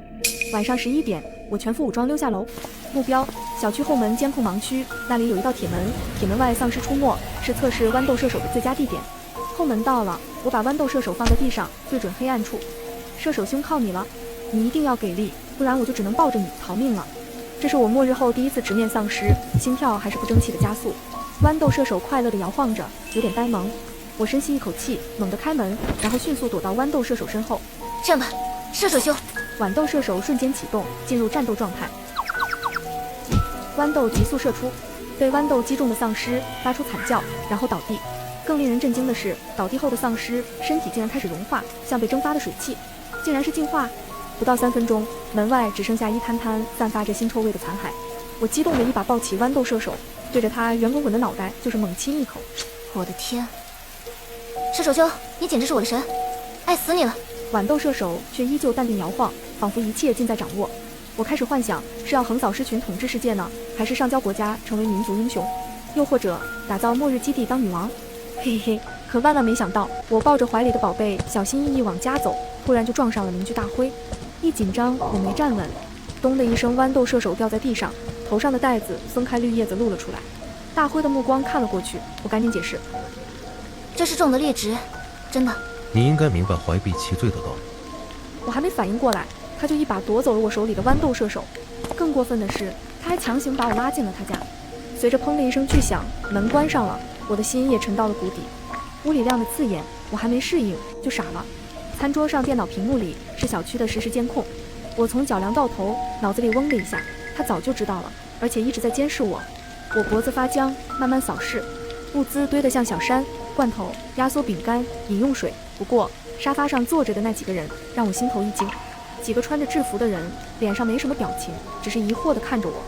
就在我一头雾水的时候，为首的制服男站了起来，朝我走来。我本能地退了一步，心砰砰直跳。他们要干什么？出乎意料的是，那制服男笑眯眯的：“放松，我们没有恶意。”他掏出证件给我看，我下意识接过，他居然是末世安全基地的负责人。我简直不敢相信这一切是真的。跟着大辉和负责人坐上越野车，一路疾驰，穿过几道关卡，进入安全基地。谁能想到，末世求生1个月后，我不光有了异能，还成了安全基地特别行动小组的组长，真是跟做梦似的。大辉那家伙居然穿了身黑色作战服，看起来还挺像那么回事，成了我的跟班啊，不是助理兼安全顾问。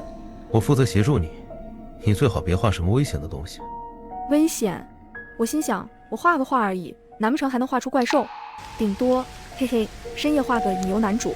然而，屏幕上出现的却是一个表情猥琐的火柴人。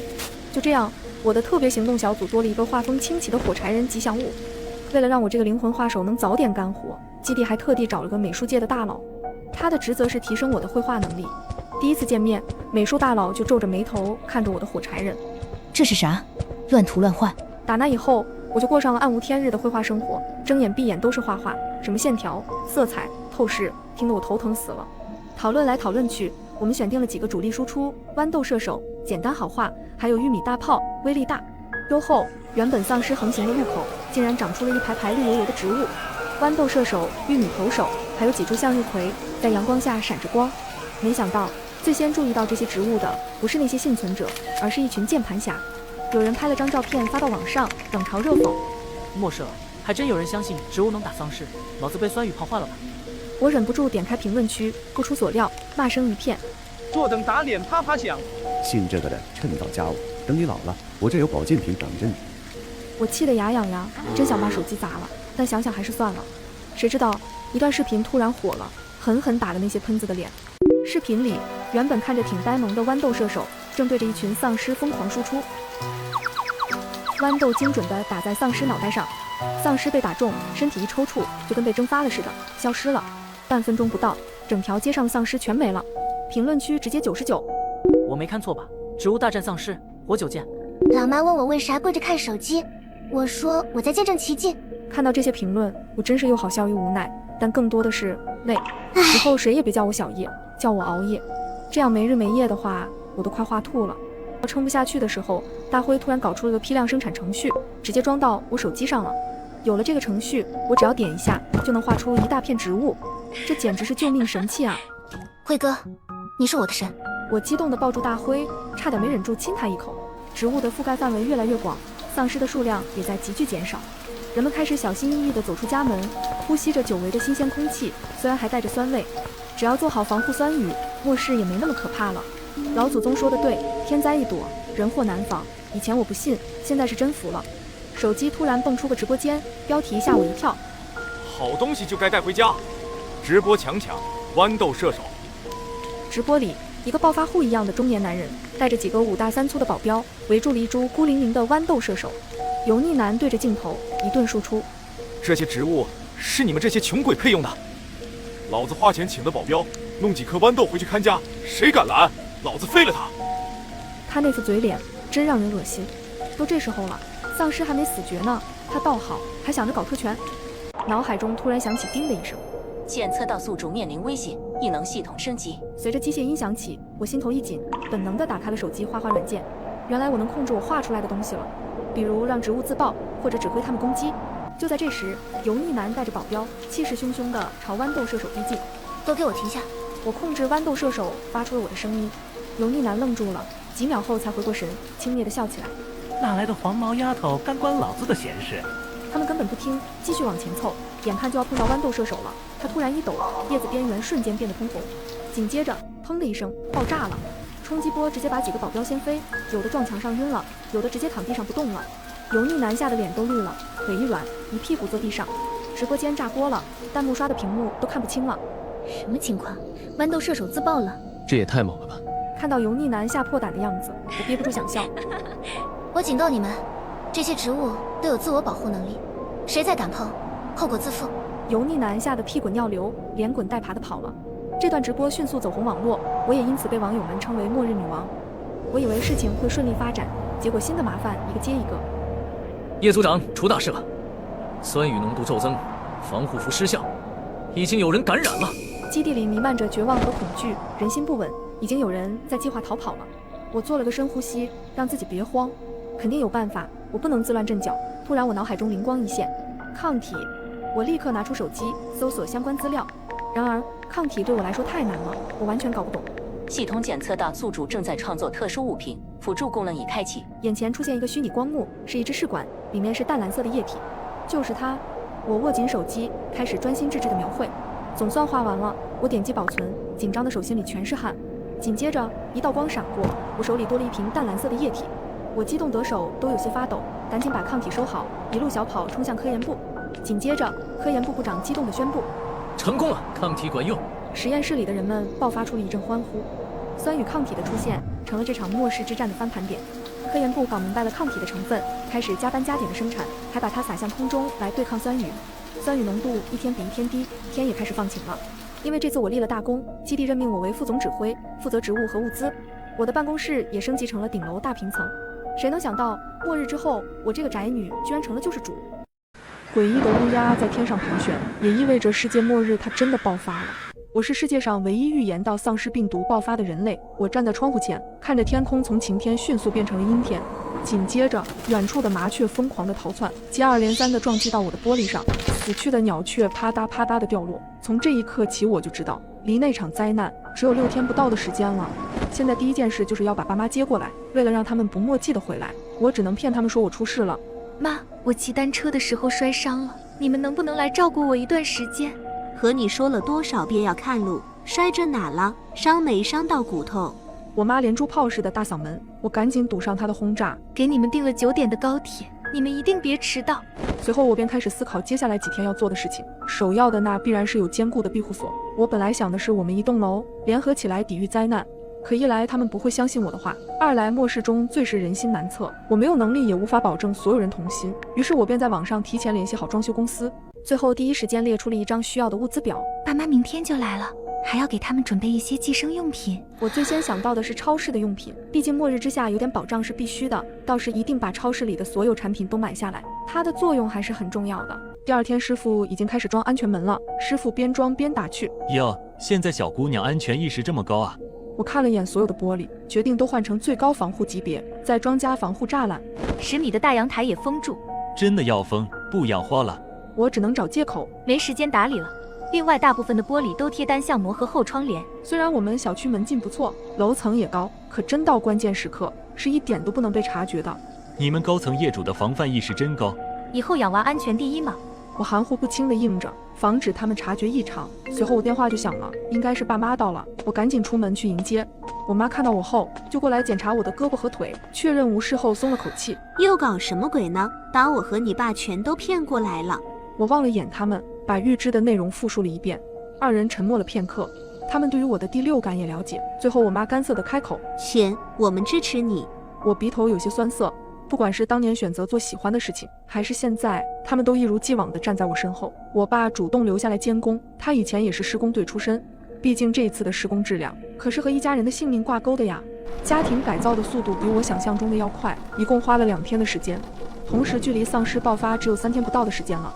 我并不清楚具体的时刻点，这几天几乎日夜不停地准备着。任何透光透风的门窗，在各种钢筋和防弹玻璃级别的加持下，我们家已经像是个小堡垒了。我爸虽然看着一声不吭的，却把隔音和发电全都处理好了。向南的窗和天台使用太阳能电板，他还从汽配城搬回了80个电瓶。别看一个电瓶小小的，用电线串联以后，就是10几度的电池仓。厨房还备着煤气灶和煤气瓶。月月，你这冰箱多大的？要不要再添几个？作为一个懒散的自由职业者，足不出户是我的日常，所以最先置办的就是这台总容量超过700升的冰箱。除了冷冻冷藏蔬果保鲜，还有专门的真空冰温区域，里面的蓝莓草莓都能存1个月。光是想一想末世能吃上这些水果，我就咽了咽口水，点头便同意了。我爸给送水公司打完电话，预定了200桶5加仑的桶装水，40箱24瓶型号500毫升的矿泉水。我一个人出门置办物资，主食选择米面，真空包装的大米100千克，还囤了自热米饭8盒装套餐20箱，菜籽油2升15瓶。我们还需要大量的肉类和蛋奶，强健的身体才能保障自身的安全。师傅，这些都要了。我指着猪肉区甚至鱼虾区，麻烦再帮忙把排骨、鸡鸭、鱼砍一下。家里还有真空包装机，基本按照1家3口的分量小包装再冷冻。肉类不能反复解冻冷冻，会滋生细菌，宁愿多费点功夫，也要把风险降到最低。师傅觉得奇怪，要那么多肉是干啥子？我也只能含糊其辞地说自己是做餐饮的。最后一堆东西搬到楼下，我看着一箱箱的物资，心中顿时安定不少。但还有一个问题需要考虑，倘若我们的家失守了呢？到了不得不外出的时候呢？火灾、人祸，除了丧尸以外的病毒呢？丧尸和坏人有无数次的试错机会，但我们一次都没有。我们最后决定租下一辆 SUV 和机动灵活的摩托。预言丧尸爆发的这一天最终还是到了。刚过凌晨，我爸就把楼下好几层无人居住的消防门锁了，设置好隐秘的摄像头，并且楼道上放置了大量的障碍物。早上7点，我站在窗户口，发现楼下毫无异样。越是这样，我就越紧张。未知是悬在脑门上的一柄剑。爸妈，别出去。叮嘱完事，我拿出手机关注着新闻。中午则是疫情常规报道，新增病例19684，本土确诊暂无。随后我便回到卧室睡去，直到今天快过完了，任何社交平台上都没有动静。我早已在灾难来临前囤积好了各种物资，并且站在窗前静静地等待末日的来临。此时昏暗的天空压得人喘不过气来，随后数道惊雷炸响，伴随它的还有一声惨叫。我好奇地往下看去，楼下一个人形怪物趴在一个男人身上疯狂啃食着，地面被鲜血染红，四肢被粗暴的撕扯松动。老头是带孙女出来玩的，旁边的小孩被吓得哇哇直哭。丧尸啃咬了一半，转头就往小孩扑去。我知道自己不是万能的，我没办法冲出去救他，可这样看着他活生生的被吞掉，实在是于心不忍。就当我打算下楼时，一个身影快速掠过，捞起小孩，瞬间冲进了单元楼。我只看到了那个男生好像戴了一个红色的围脖。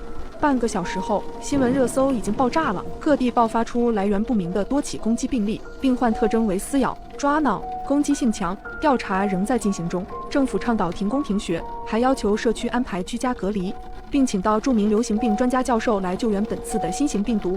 老爸也是慢慢悠悠地走过来，一脸的无奈。别看外面了，我们要活下去。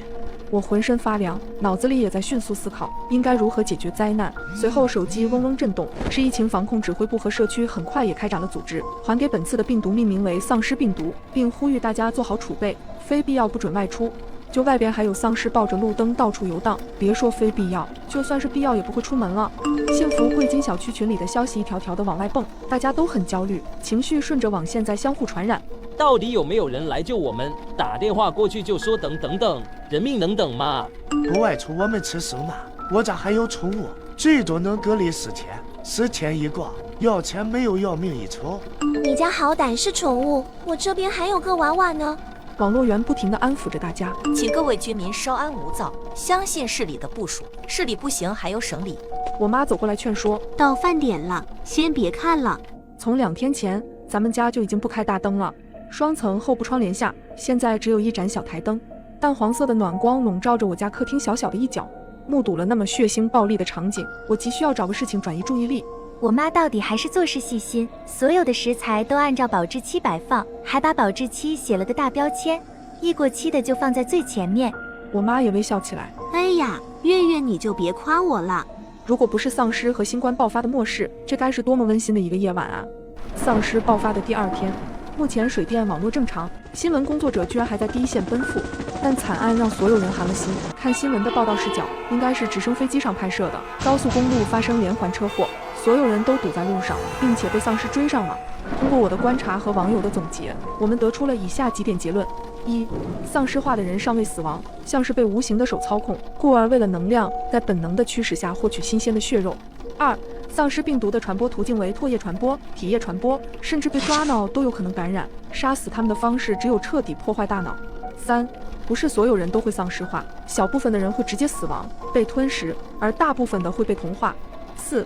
丧尸是一种五官敏锐的生物，听觉、嗅觉比活着的人类敏锐很多。如果不好好锻炼身体，可能真的跑都跑不过了。我爸每天挥舞着撬棍，他说要养成肌肉记忆，他要能够做到一击毙命。我们家为了节约，3个人只用1台手机。群里已经吵翻天了。16栋1楼的防盗门是哪户所上的？行好，开一下吧。我家孩子在俊小寄宿，刚刚老师说学校守不住了，我要去接孩子回家。有病啊！你打开门是要害死大家吗？你能确保你的行为不会影响到我们吗？大姐，求你了，你女儿的命是命，我们的命就不是命了吗？我的心脏瞬间颤抖了一下。求求你们了，开门吧，我会很快出去的，不会影响到大家的。可锁门的住户依旧没有回复。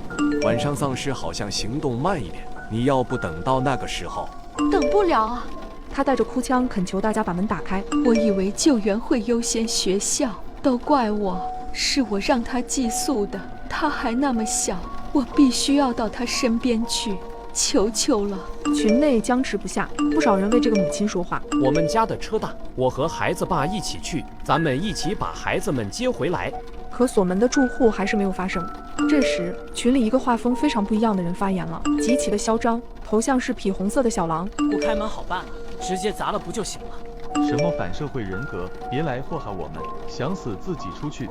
另一个住户发言了，大家别激动，他人其实很好的，我儿子的命就是他救下来的。果然是那天在小区里从丧尸口中抢下小孩的人。迫于压力，锁门的住户终于现身了，但他说话很委婉。不是我不体谅你为人母的心情，只是我们现在是一个整体，我也是为了大家好。随后大家也一致同意女人开门离开。我继续站在窗前往下看去，小区内晃晃悠悠的丧尸有100多具，他们几乎都是原小区的住户，如今成了吃人的魔鬼。女人刚走到1楼，钢铁防盗门前就聚集了3、5具丧尸，他们瞬间就闻到了活人的气味。女人吓得赶紧闭上双眼。就当她绝望接受死亡时，身后却走过来一个男人，然后低声细语说的一些话。随后女人慌乱的表情又慢慢镇定下来，男人则是往出口走去。喂，你们几个臭丧尸来找我呀！这几个丧尸就这么晃晃悠悠地朝15栋走去。我们这1楼不住人，是储物间，所以1、2楼的住户都暂时安全。随后就听到楼外传来叫喊：你们这群笨蛋，你们快过来，不要追他们！这一声声的呼唤是活着的人对他们最大的帮助，也是给活着的母亲一个去接孩子的机会。直到在小区群里看到他们报喜，我也是松了口气，就是不知道帮忙引开丧尸的男人叫什么名字。他一直在1楼守着，大概等女人接到孩子就帮他开门。第2天，我看着窗外的暴雨依旧没停，便打算去天台看看。天台经过改造，有自动滤水系统和面积可观的种植地。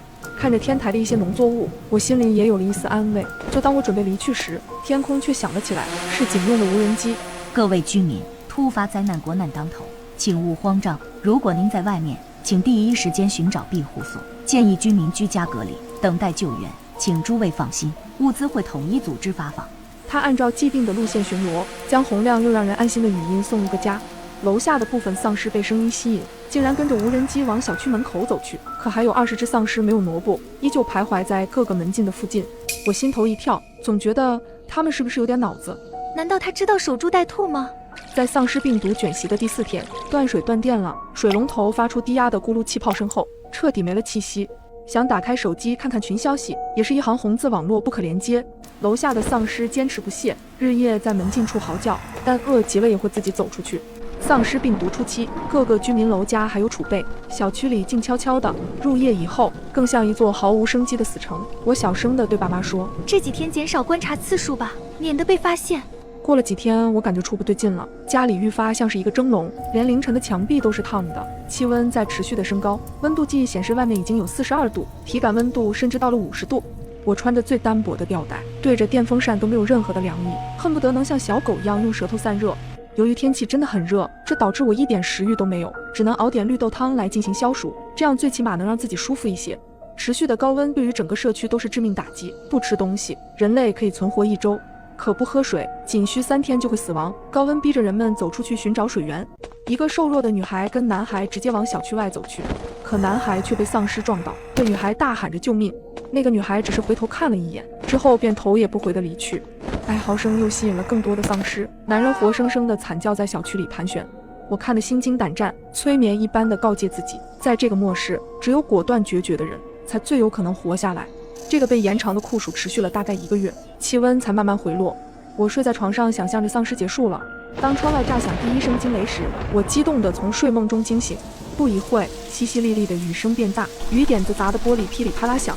丧尸爆发的第47天，我站在窗户口观察着楼下的丧尸。小区里的丧尸虽然少了，可看上去强壮不少。更奇怪的是，有一只丧尸在垃圾桶后面，身体无规律地起伏着。我使劲想要看清，却被眼前的一幕吓坏了。丧尸在吃丧尸，更准确的描述应该是壮实的丧尸把瘦弱丧尸吃了。当我在想仔细的看看时，却发现这个丧尸抬起头，眼睛居然看向我。我赶紧往后退去。老妈最先察觉到我情绪的不对劲，她走过来就要问我，我赶紧劝阻：别！刚刚和丧尸对视让我的心率直飙。这群丧尸会蚕食同类，他们在弱肉强食。那是不是也意味着随着时间的推移，他们体内的病毒会进行演化变异，最后存留下来的丧尸是不是最强的那些？更细思极恐的是，万一当中有智慧型丧尸呢？隔了大概10分钟后，我再次鼓起勇气往外看去，那种丧尸的模样已经被我记住了，但搜寻了一会儿都没有再看到他的样子。经过考虑，我还是把我的想法在家庭例会中说出，但出乎意料的是，家人们都非常的乐观。现在是我们在难，他在明，要真到了那一天，我们一起想办法。3个臭皮匠还不能顶1个诸葛亮吗？所以之后我就决定增加值守的时间。在深夜，我带着背篓去天台摘菜。就在我幻想着有新鲜的蔬菜吃时，楼梯间却传来沉重的脚步声。我屏住呼吸，赶紧往家走去。我到家第一时间就打开了监控摄像头，在画像中居然出现了一个粗壮的身影。我又立即调出1楼的监控，发现大门确实是关着的，也就是说这人根本没变成丧尸。我之所以这样犹豫，是因为我曾经目睹过外出抢夺物资的人带伤回家，结果在家里丧尸化了。那天我站在窗前看到一个男人被逼得躲到了阳台上，最后慌不择路坠落了下去。随后我们一家人在一起讨论如何应对来者不善的男人。我们在15楼做了伪造，等他们进去撬开消防门也要挺久，而且16楼还有路障。我爸安慰着我们，但眼神已经移向了门口摆放的各类棍棒。就当我准备开门出去看看时，楼道里却传来说话声：“老公，这楼月月他们家早就出去了，这个楼层没人了。”你难道记得住所有的住户？我赶紧对着猫眼上看去，是13楼的那对夫妻。我们不是已经抢了？女人顿了一下，不是拿了些东西了吗？今晚先回去吧。我听得浑身发凉，尤其是她老公还是健身房教练，那对胸肌能把我脑壳夹扁。随后还听到金属落地的声音，我能听出来这是秉锋利的消防服。走吧，现在的吃的还能撑几天？男人听到女友这样说，转头便往楼下走去。如果没有猜错，13楼的小夫妻为什么能活到现在？除了提前做好储备，还有一个可能，他们已经洗劫了楼内的住户。5楼有一对老人家，6楼是学生，东西没了，人还能坚持几天？再想想，自从末世爆发，就再也没有听到狗的叫声了。如果他们还会再回来，一户一户的搜查我们这一栋的人，查到我们头上是迟早的事。我们不愿意和人发生冲突，正面冲突会造成人员伤亡，而就算分给他们物资，可谁又能保证他们会止步于此？谁知道灾难什么时候结束呢？最后经过商议，决定每个人轮流值守，就连我轮值的时候，都要手里攥着小刀，才能稍微有点安全感。7天后，我瞪着酸涩的眼睛盯着监控，那个女人的身影再次出现，她很着急地往前走，然后就停在了我们设置好的路障旁。我知道我们暴露了，我爸我妈直接拿起了武器守在大门旁边，而我却死死盯着监控。月月，我知道你在家对吗？你能不能救救我？她眉眼皱在一起，流着眼泪正在哭诉，让我进去好不好？我没地方去了。从她断断续续、情绪崩溃的叙述中，我大概能拼凑出整个故事的走向。由于整栋已经没有能利用的物资了，所以她说服她老公铤而走险，外出获取物资，但不知道哪里出了差错，男人还是被感染了。外面是成百上千的丧尸围城，屋内有曾经的枕边人化为丧尸前来索命。他不敢一个人独自出去，所以只能上楼求助我们。他看向了我们安装的摄像头，还时不时回头看着后面的方向。月月，你开下门好吗？求你了。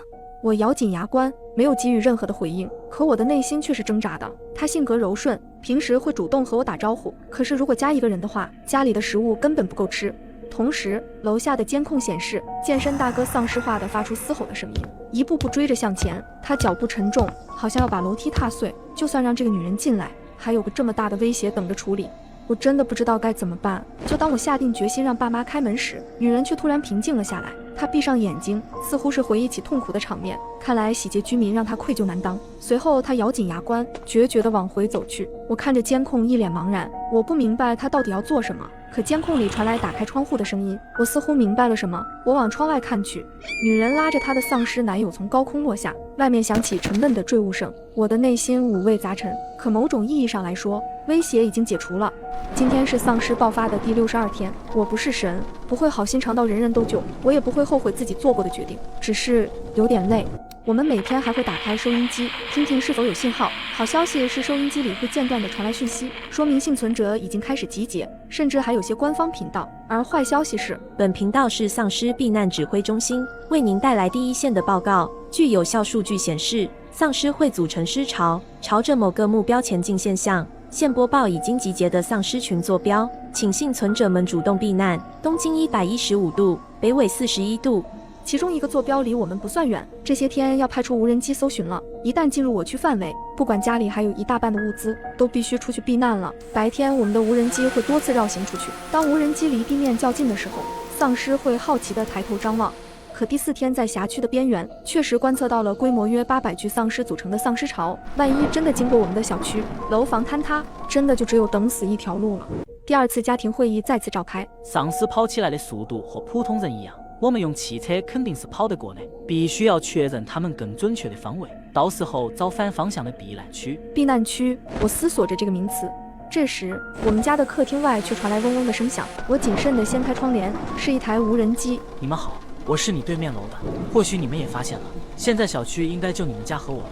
我有丰富的物资，宅家的话，我一个人没有问题，但是一旦出现转移，我希望能够加入你们的团队。打架这方面，我还是有点自信的。我知道他是之前救人的那个小狼毛不凡。说实在的，毛不凡的胆识和决断确实能给我们的团队加分。你是知道了丧尸潮的事情，所以前来结盟吗？是的，这一次的尸潮恐怕是冲着2号避难所去的。我又惊喜又惊讶，果然已经有避难所建成了。为了确定真实性，当天晚上我就操控着无人机去远方查看是否有避难所。夜幕降临，一路上全部都是密密麻麻的丧尸。我操控着无人机一直往前方飞去，就当我绝望地认为避难所是假的时，却突然发现前方出来火光，3个男人穿着迷彩服，又朝着自己的方向打了个信号弹。应该就是兵哥哥了，他们极尽一切可能在制造噪音，吸引了丧尸的注意。随后他们开车扬长而去，而后面却跟着密密麻麻的丧尸。天知道见到活着的兵哥哥，内心有多么的振奋。还有他们那轰炸武器，他们一直在斗争，一直在守护着我们。直到有一天来到窗户边，窗外白茫茫的一片，才意识还有好几天要过年了，外面大雪纷飞。随着时间的推移，小区里丧尸总数是呈下降趋势的，所以我们都很放松。可有天晚上，在我值守时，却发现了奇怪的一幕，有个丧尸跌跌撞撞地跑了进来。虽然他们的肢体依旧僵硬，但是好像有了某种智慧。他左顾右盼，一头栽进了单元楼道里。紧接着，2辆迷彩装甲车驶入，停在了小区门口。车上下来几个中年男人。当我看到迷彩服的那一刻，我就知道有救了，他们都还活着。我赶紧操控无人机告诉他们丧尸位置，可他们听到空中无人机的声音，几个人立即端枪，动作整齐划一。我非常相信他们的武力值。刚刚的丧尸跌跌撞撞的，好像进入了13栋楼。我们小区的地下停车场在东南方向，那里有一个出入口。随后他们互相看了一眼，就井然有序地分头行动，直到在一户大门前停了下来。空气此时都凝结了，无声的拉锯战开启。突然那户大门被轰然撞开，刚刚那只丧尸冲了出来，可也恰好撞进了防爆叉中，但他力气极大，举着叉子的兵连退好几步，后方突然几枪射出，僵尸停滞了1秒，就直挺挺地倒了下去。他们从楼上下来时，发现我的无人机还在，其中一个人便和领队说：难得小区里还有幸存者，你上去一趟吧，排查一下周围有没有其他幸存者。之后我在他们口中了解到，现在本地也驻扎了武装力量，即将开始最后的清理。联合国科研组织也对病毒进行了追溯，疫苗和抑制剂都已经在推出。直到在除夕夜这天，我们终于等来了好消息。敬告各位广大市民朋友，在艰苦卓绝的抗疫斗争中，我们终于迎来了胜利的曙光。全市丧尸已全部清零，电力、水利、网络将逐步恢复中，工作人员与社区会为大家准备新年物资。末日来临，我是1亿真千金，却被假千金骗上荒岛。重活一世，我在荒岛囤物资，造高墙，结果丧尸提前爆发了。小叶，我们去无人岛度假怎么样？我重生了，眼前的是我名义上的妹妹林子涵。上一世的今天，爸妈刚把我这个流落在外的真千金接回家，假千金林子涵就是用这句话把我骗到了荒岛。而3天后末日爆发，我被困死在岛上，她却安全地待在豪宅里，继续享受着本该属于我的一切。这次我主动握住了她的手。太好了，姐姐，我还是第一次和姐妹一起出去玩呢。林子涵眼中闪过得意。那我们多准备些东西，好好玩几天。我故作为难。可是姐姐，我没钱准备东西，会不会让你破费？他立刻掏出银行卡色给我，密码6个8，小叶千万别客气，想买什么都行。看着他急于摆脱我的猴急样，我心中冷笑。我也急，必须在末日爆发前准备好足够的生存物资。我列了一份长长的清单：建筑材料、各种食物、冰柜、发电机、太阳能板、刀具、护甲。我还下载了很多电视剧，万一要在岛上待很久呢？这些就是我的精神食粮。做完这一切，我给发小间男友凌晨打电话：阿晨，是我，来不及解释了，按我发给你的清单备齐物资，立刻上岛接应我。5天后，林子涵亲自把我送到了岛上。姐姐，这里山清水秀，太适合度假了。我装出兴奋的样子，果然林子涵挽着我的胳膊。妹妹要是喜欢，我们可以经常来。末日后，这里的确会是我的安全堡垒。至于你，林子涵，恐怕没这个福分经常来了。我来到小岛上的度假木屋，刚放好行李，就听到直升机的轰鸣声，应该是来接他的。快走吧，你走了，我好开始建避难所。等等，直升机摇摇晃晃地飞来，情况有点不对劲。降落后，舱门却迟迟不开。林子涵猛力拍打舱门，搞什么？快开门！回应他的是玻璃内侧重重撞上来的一张脏兮兮的脸，那张脸上的眼珠子已经发白，皮肤腐烂，嘴里发出呵呵的低吼。丧尸，末日提前爆发了，舱门被撞开一道缝，一只腐烂的手臂先探了出来，随即整只丧尸扭曲着往外爬。我浑身紧绷，武器，我需要武器。终于安全了，收拾好残局后，林子涵才缓过神来。我直接问他，那直升机到底怎么回事？他们怎么会提前来？他好半天才反应过来，看着不远处冒烟的直升机残骸，他强忍着不适说出了实话。原来他有个卫星电话可以联系外面，本来想等我睡着再偷偷让人来接他走，结果自己一天都待不下去，让他们下午就提前过来。现在计划泡汤，还把想抛下我的心思暴露得一干二净。我冷笑，你那点小心思真以为我不知道？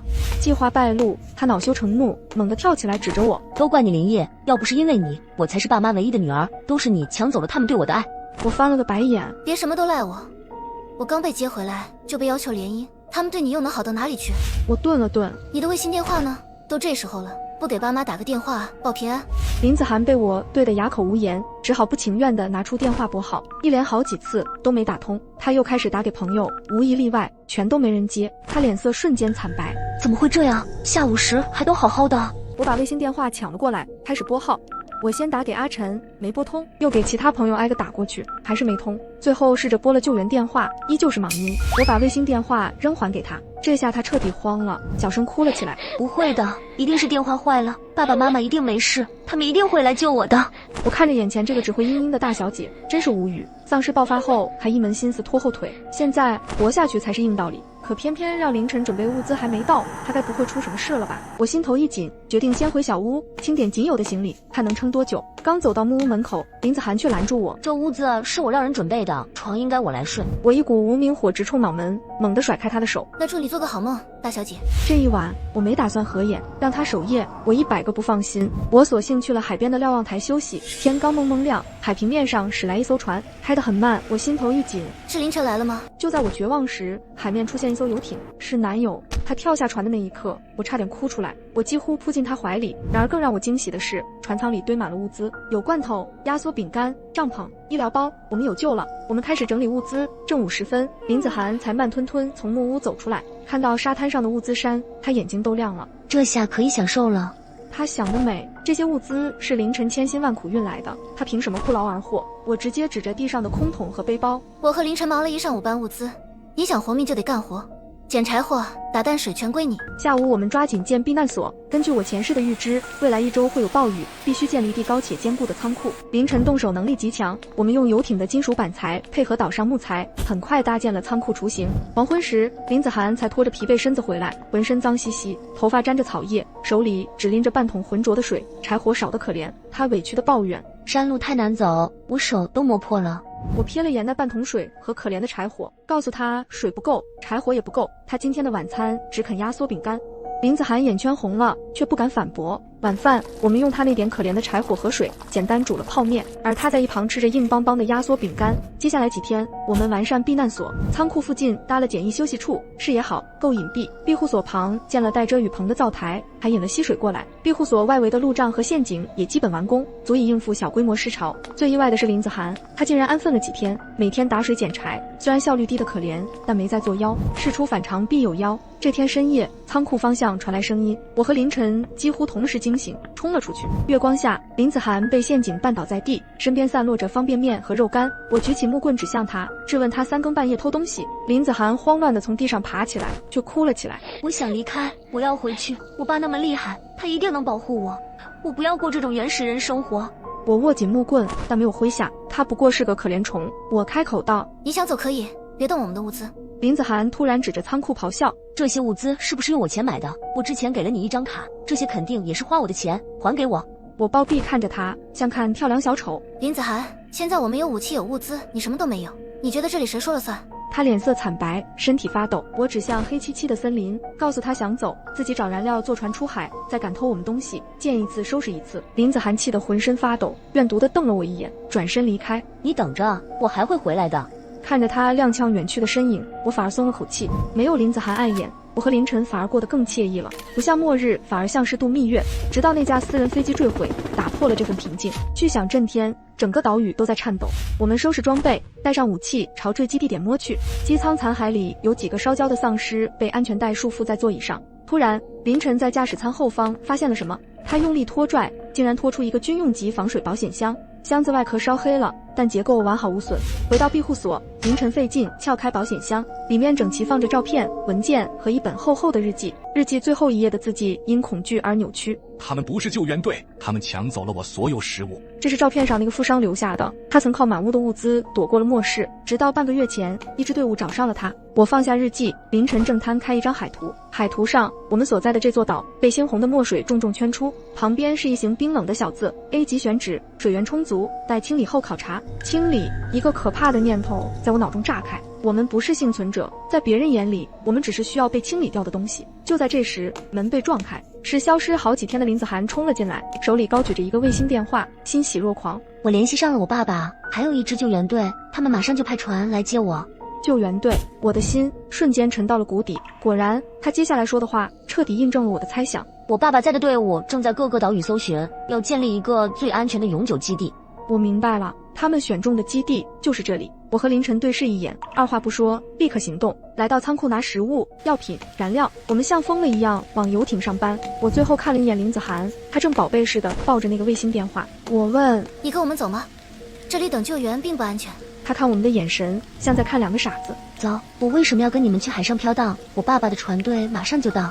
我没再多说一个字，好言难劝固执人。游艇启动，驶离码头。凌晨把油门推到底，让我往前看。果然，海平面上出现了一个黑点，正飞速向那座岛冲去。我举起望远镜，可那根本不是他口中的救援队。甲板上、驾驶舱里密密麻麻，全是嘶吼扭曲的脸。那是一艘被感染者占领的船。凌晨也看到了，他脸色惨白，将油门踩到了底。我们的游艇像脱缰的野马，朝着未知的黑暗亡命狂奔。我们逃到了一座地图上没有标记的无人岛。我本以为这里更原始，也许更安全，可没想到这座岛才是真正的噩梦。接连几天，我和林晨得食物开始见底，我们决定深入小岛找食物。结果在岛屿中心，我们居然发现了一片被藤蔓掩盖的废弃建筑，是一个秘密实验基地。我们壮着胆子潜了进去，在中央控制室，我们找到一份密封文件。看完上面的内容，我俩如坠冰窟。这里竟然就是感染者爆发的真正源头。更让我们心脏狂跳的是，房间角落的保险柜里有一排发出幽蓝色光芒的药剂，标签上只有一个字 vaccine，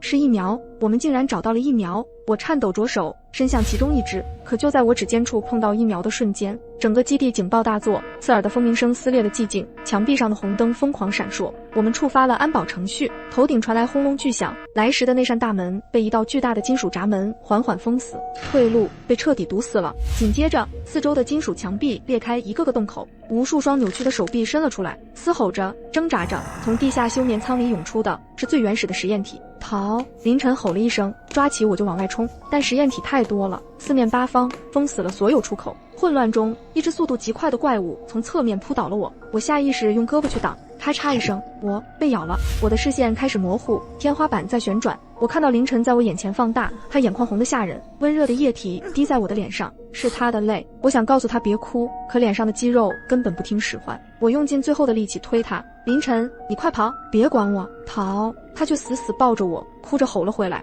不，我不会丢下你。我眼前彻底一黑，就在意识沉入黑暗前的最后一秒，我好像听到了那扇紧闭的金属大门传来一声巨响。再次睁眼，是陌生的天花板。我活下来了。我下意识摸向胳膊，手臂上血肉模糊的伤口只剩一道缝合线。凌晨就躺在旁边的病床上，我们都挂着点滴。门一开，走进来的是一个穿着白大褂的医生和一个全副武装的队长。原来我们触发的警报竟然成了自己的求救信号，是他们锁定了实验基地的位置。医生说是那支原型疫苗救了我们。当康复后，我和凌晨走出海上甲板的时候，看到热闹的人，我们相视一笑。接下来，我和他会用自己的力量重建家园。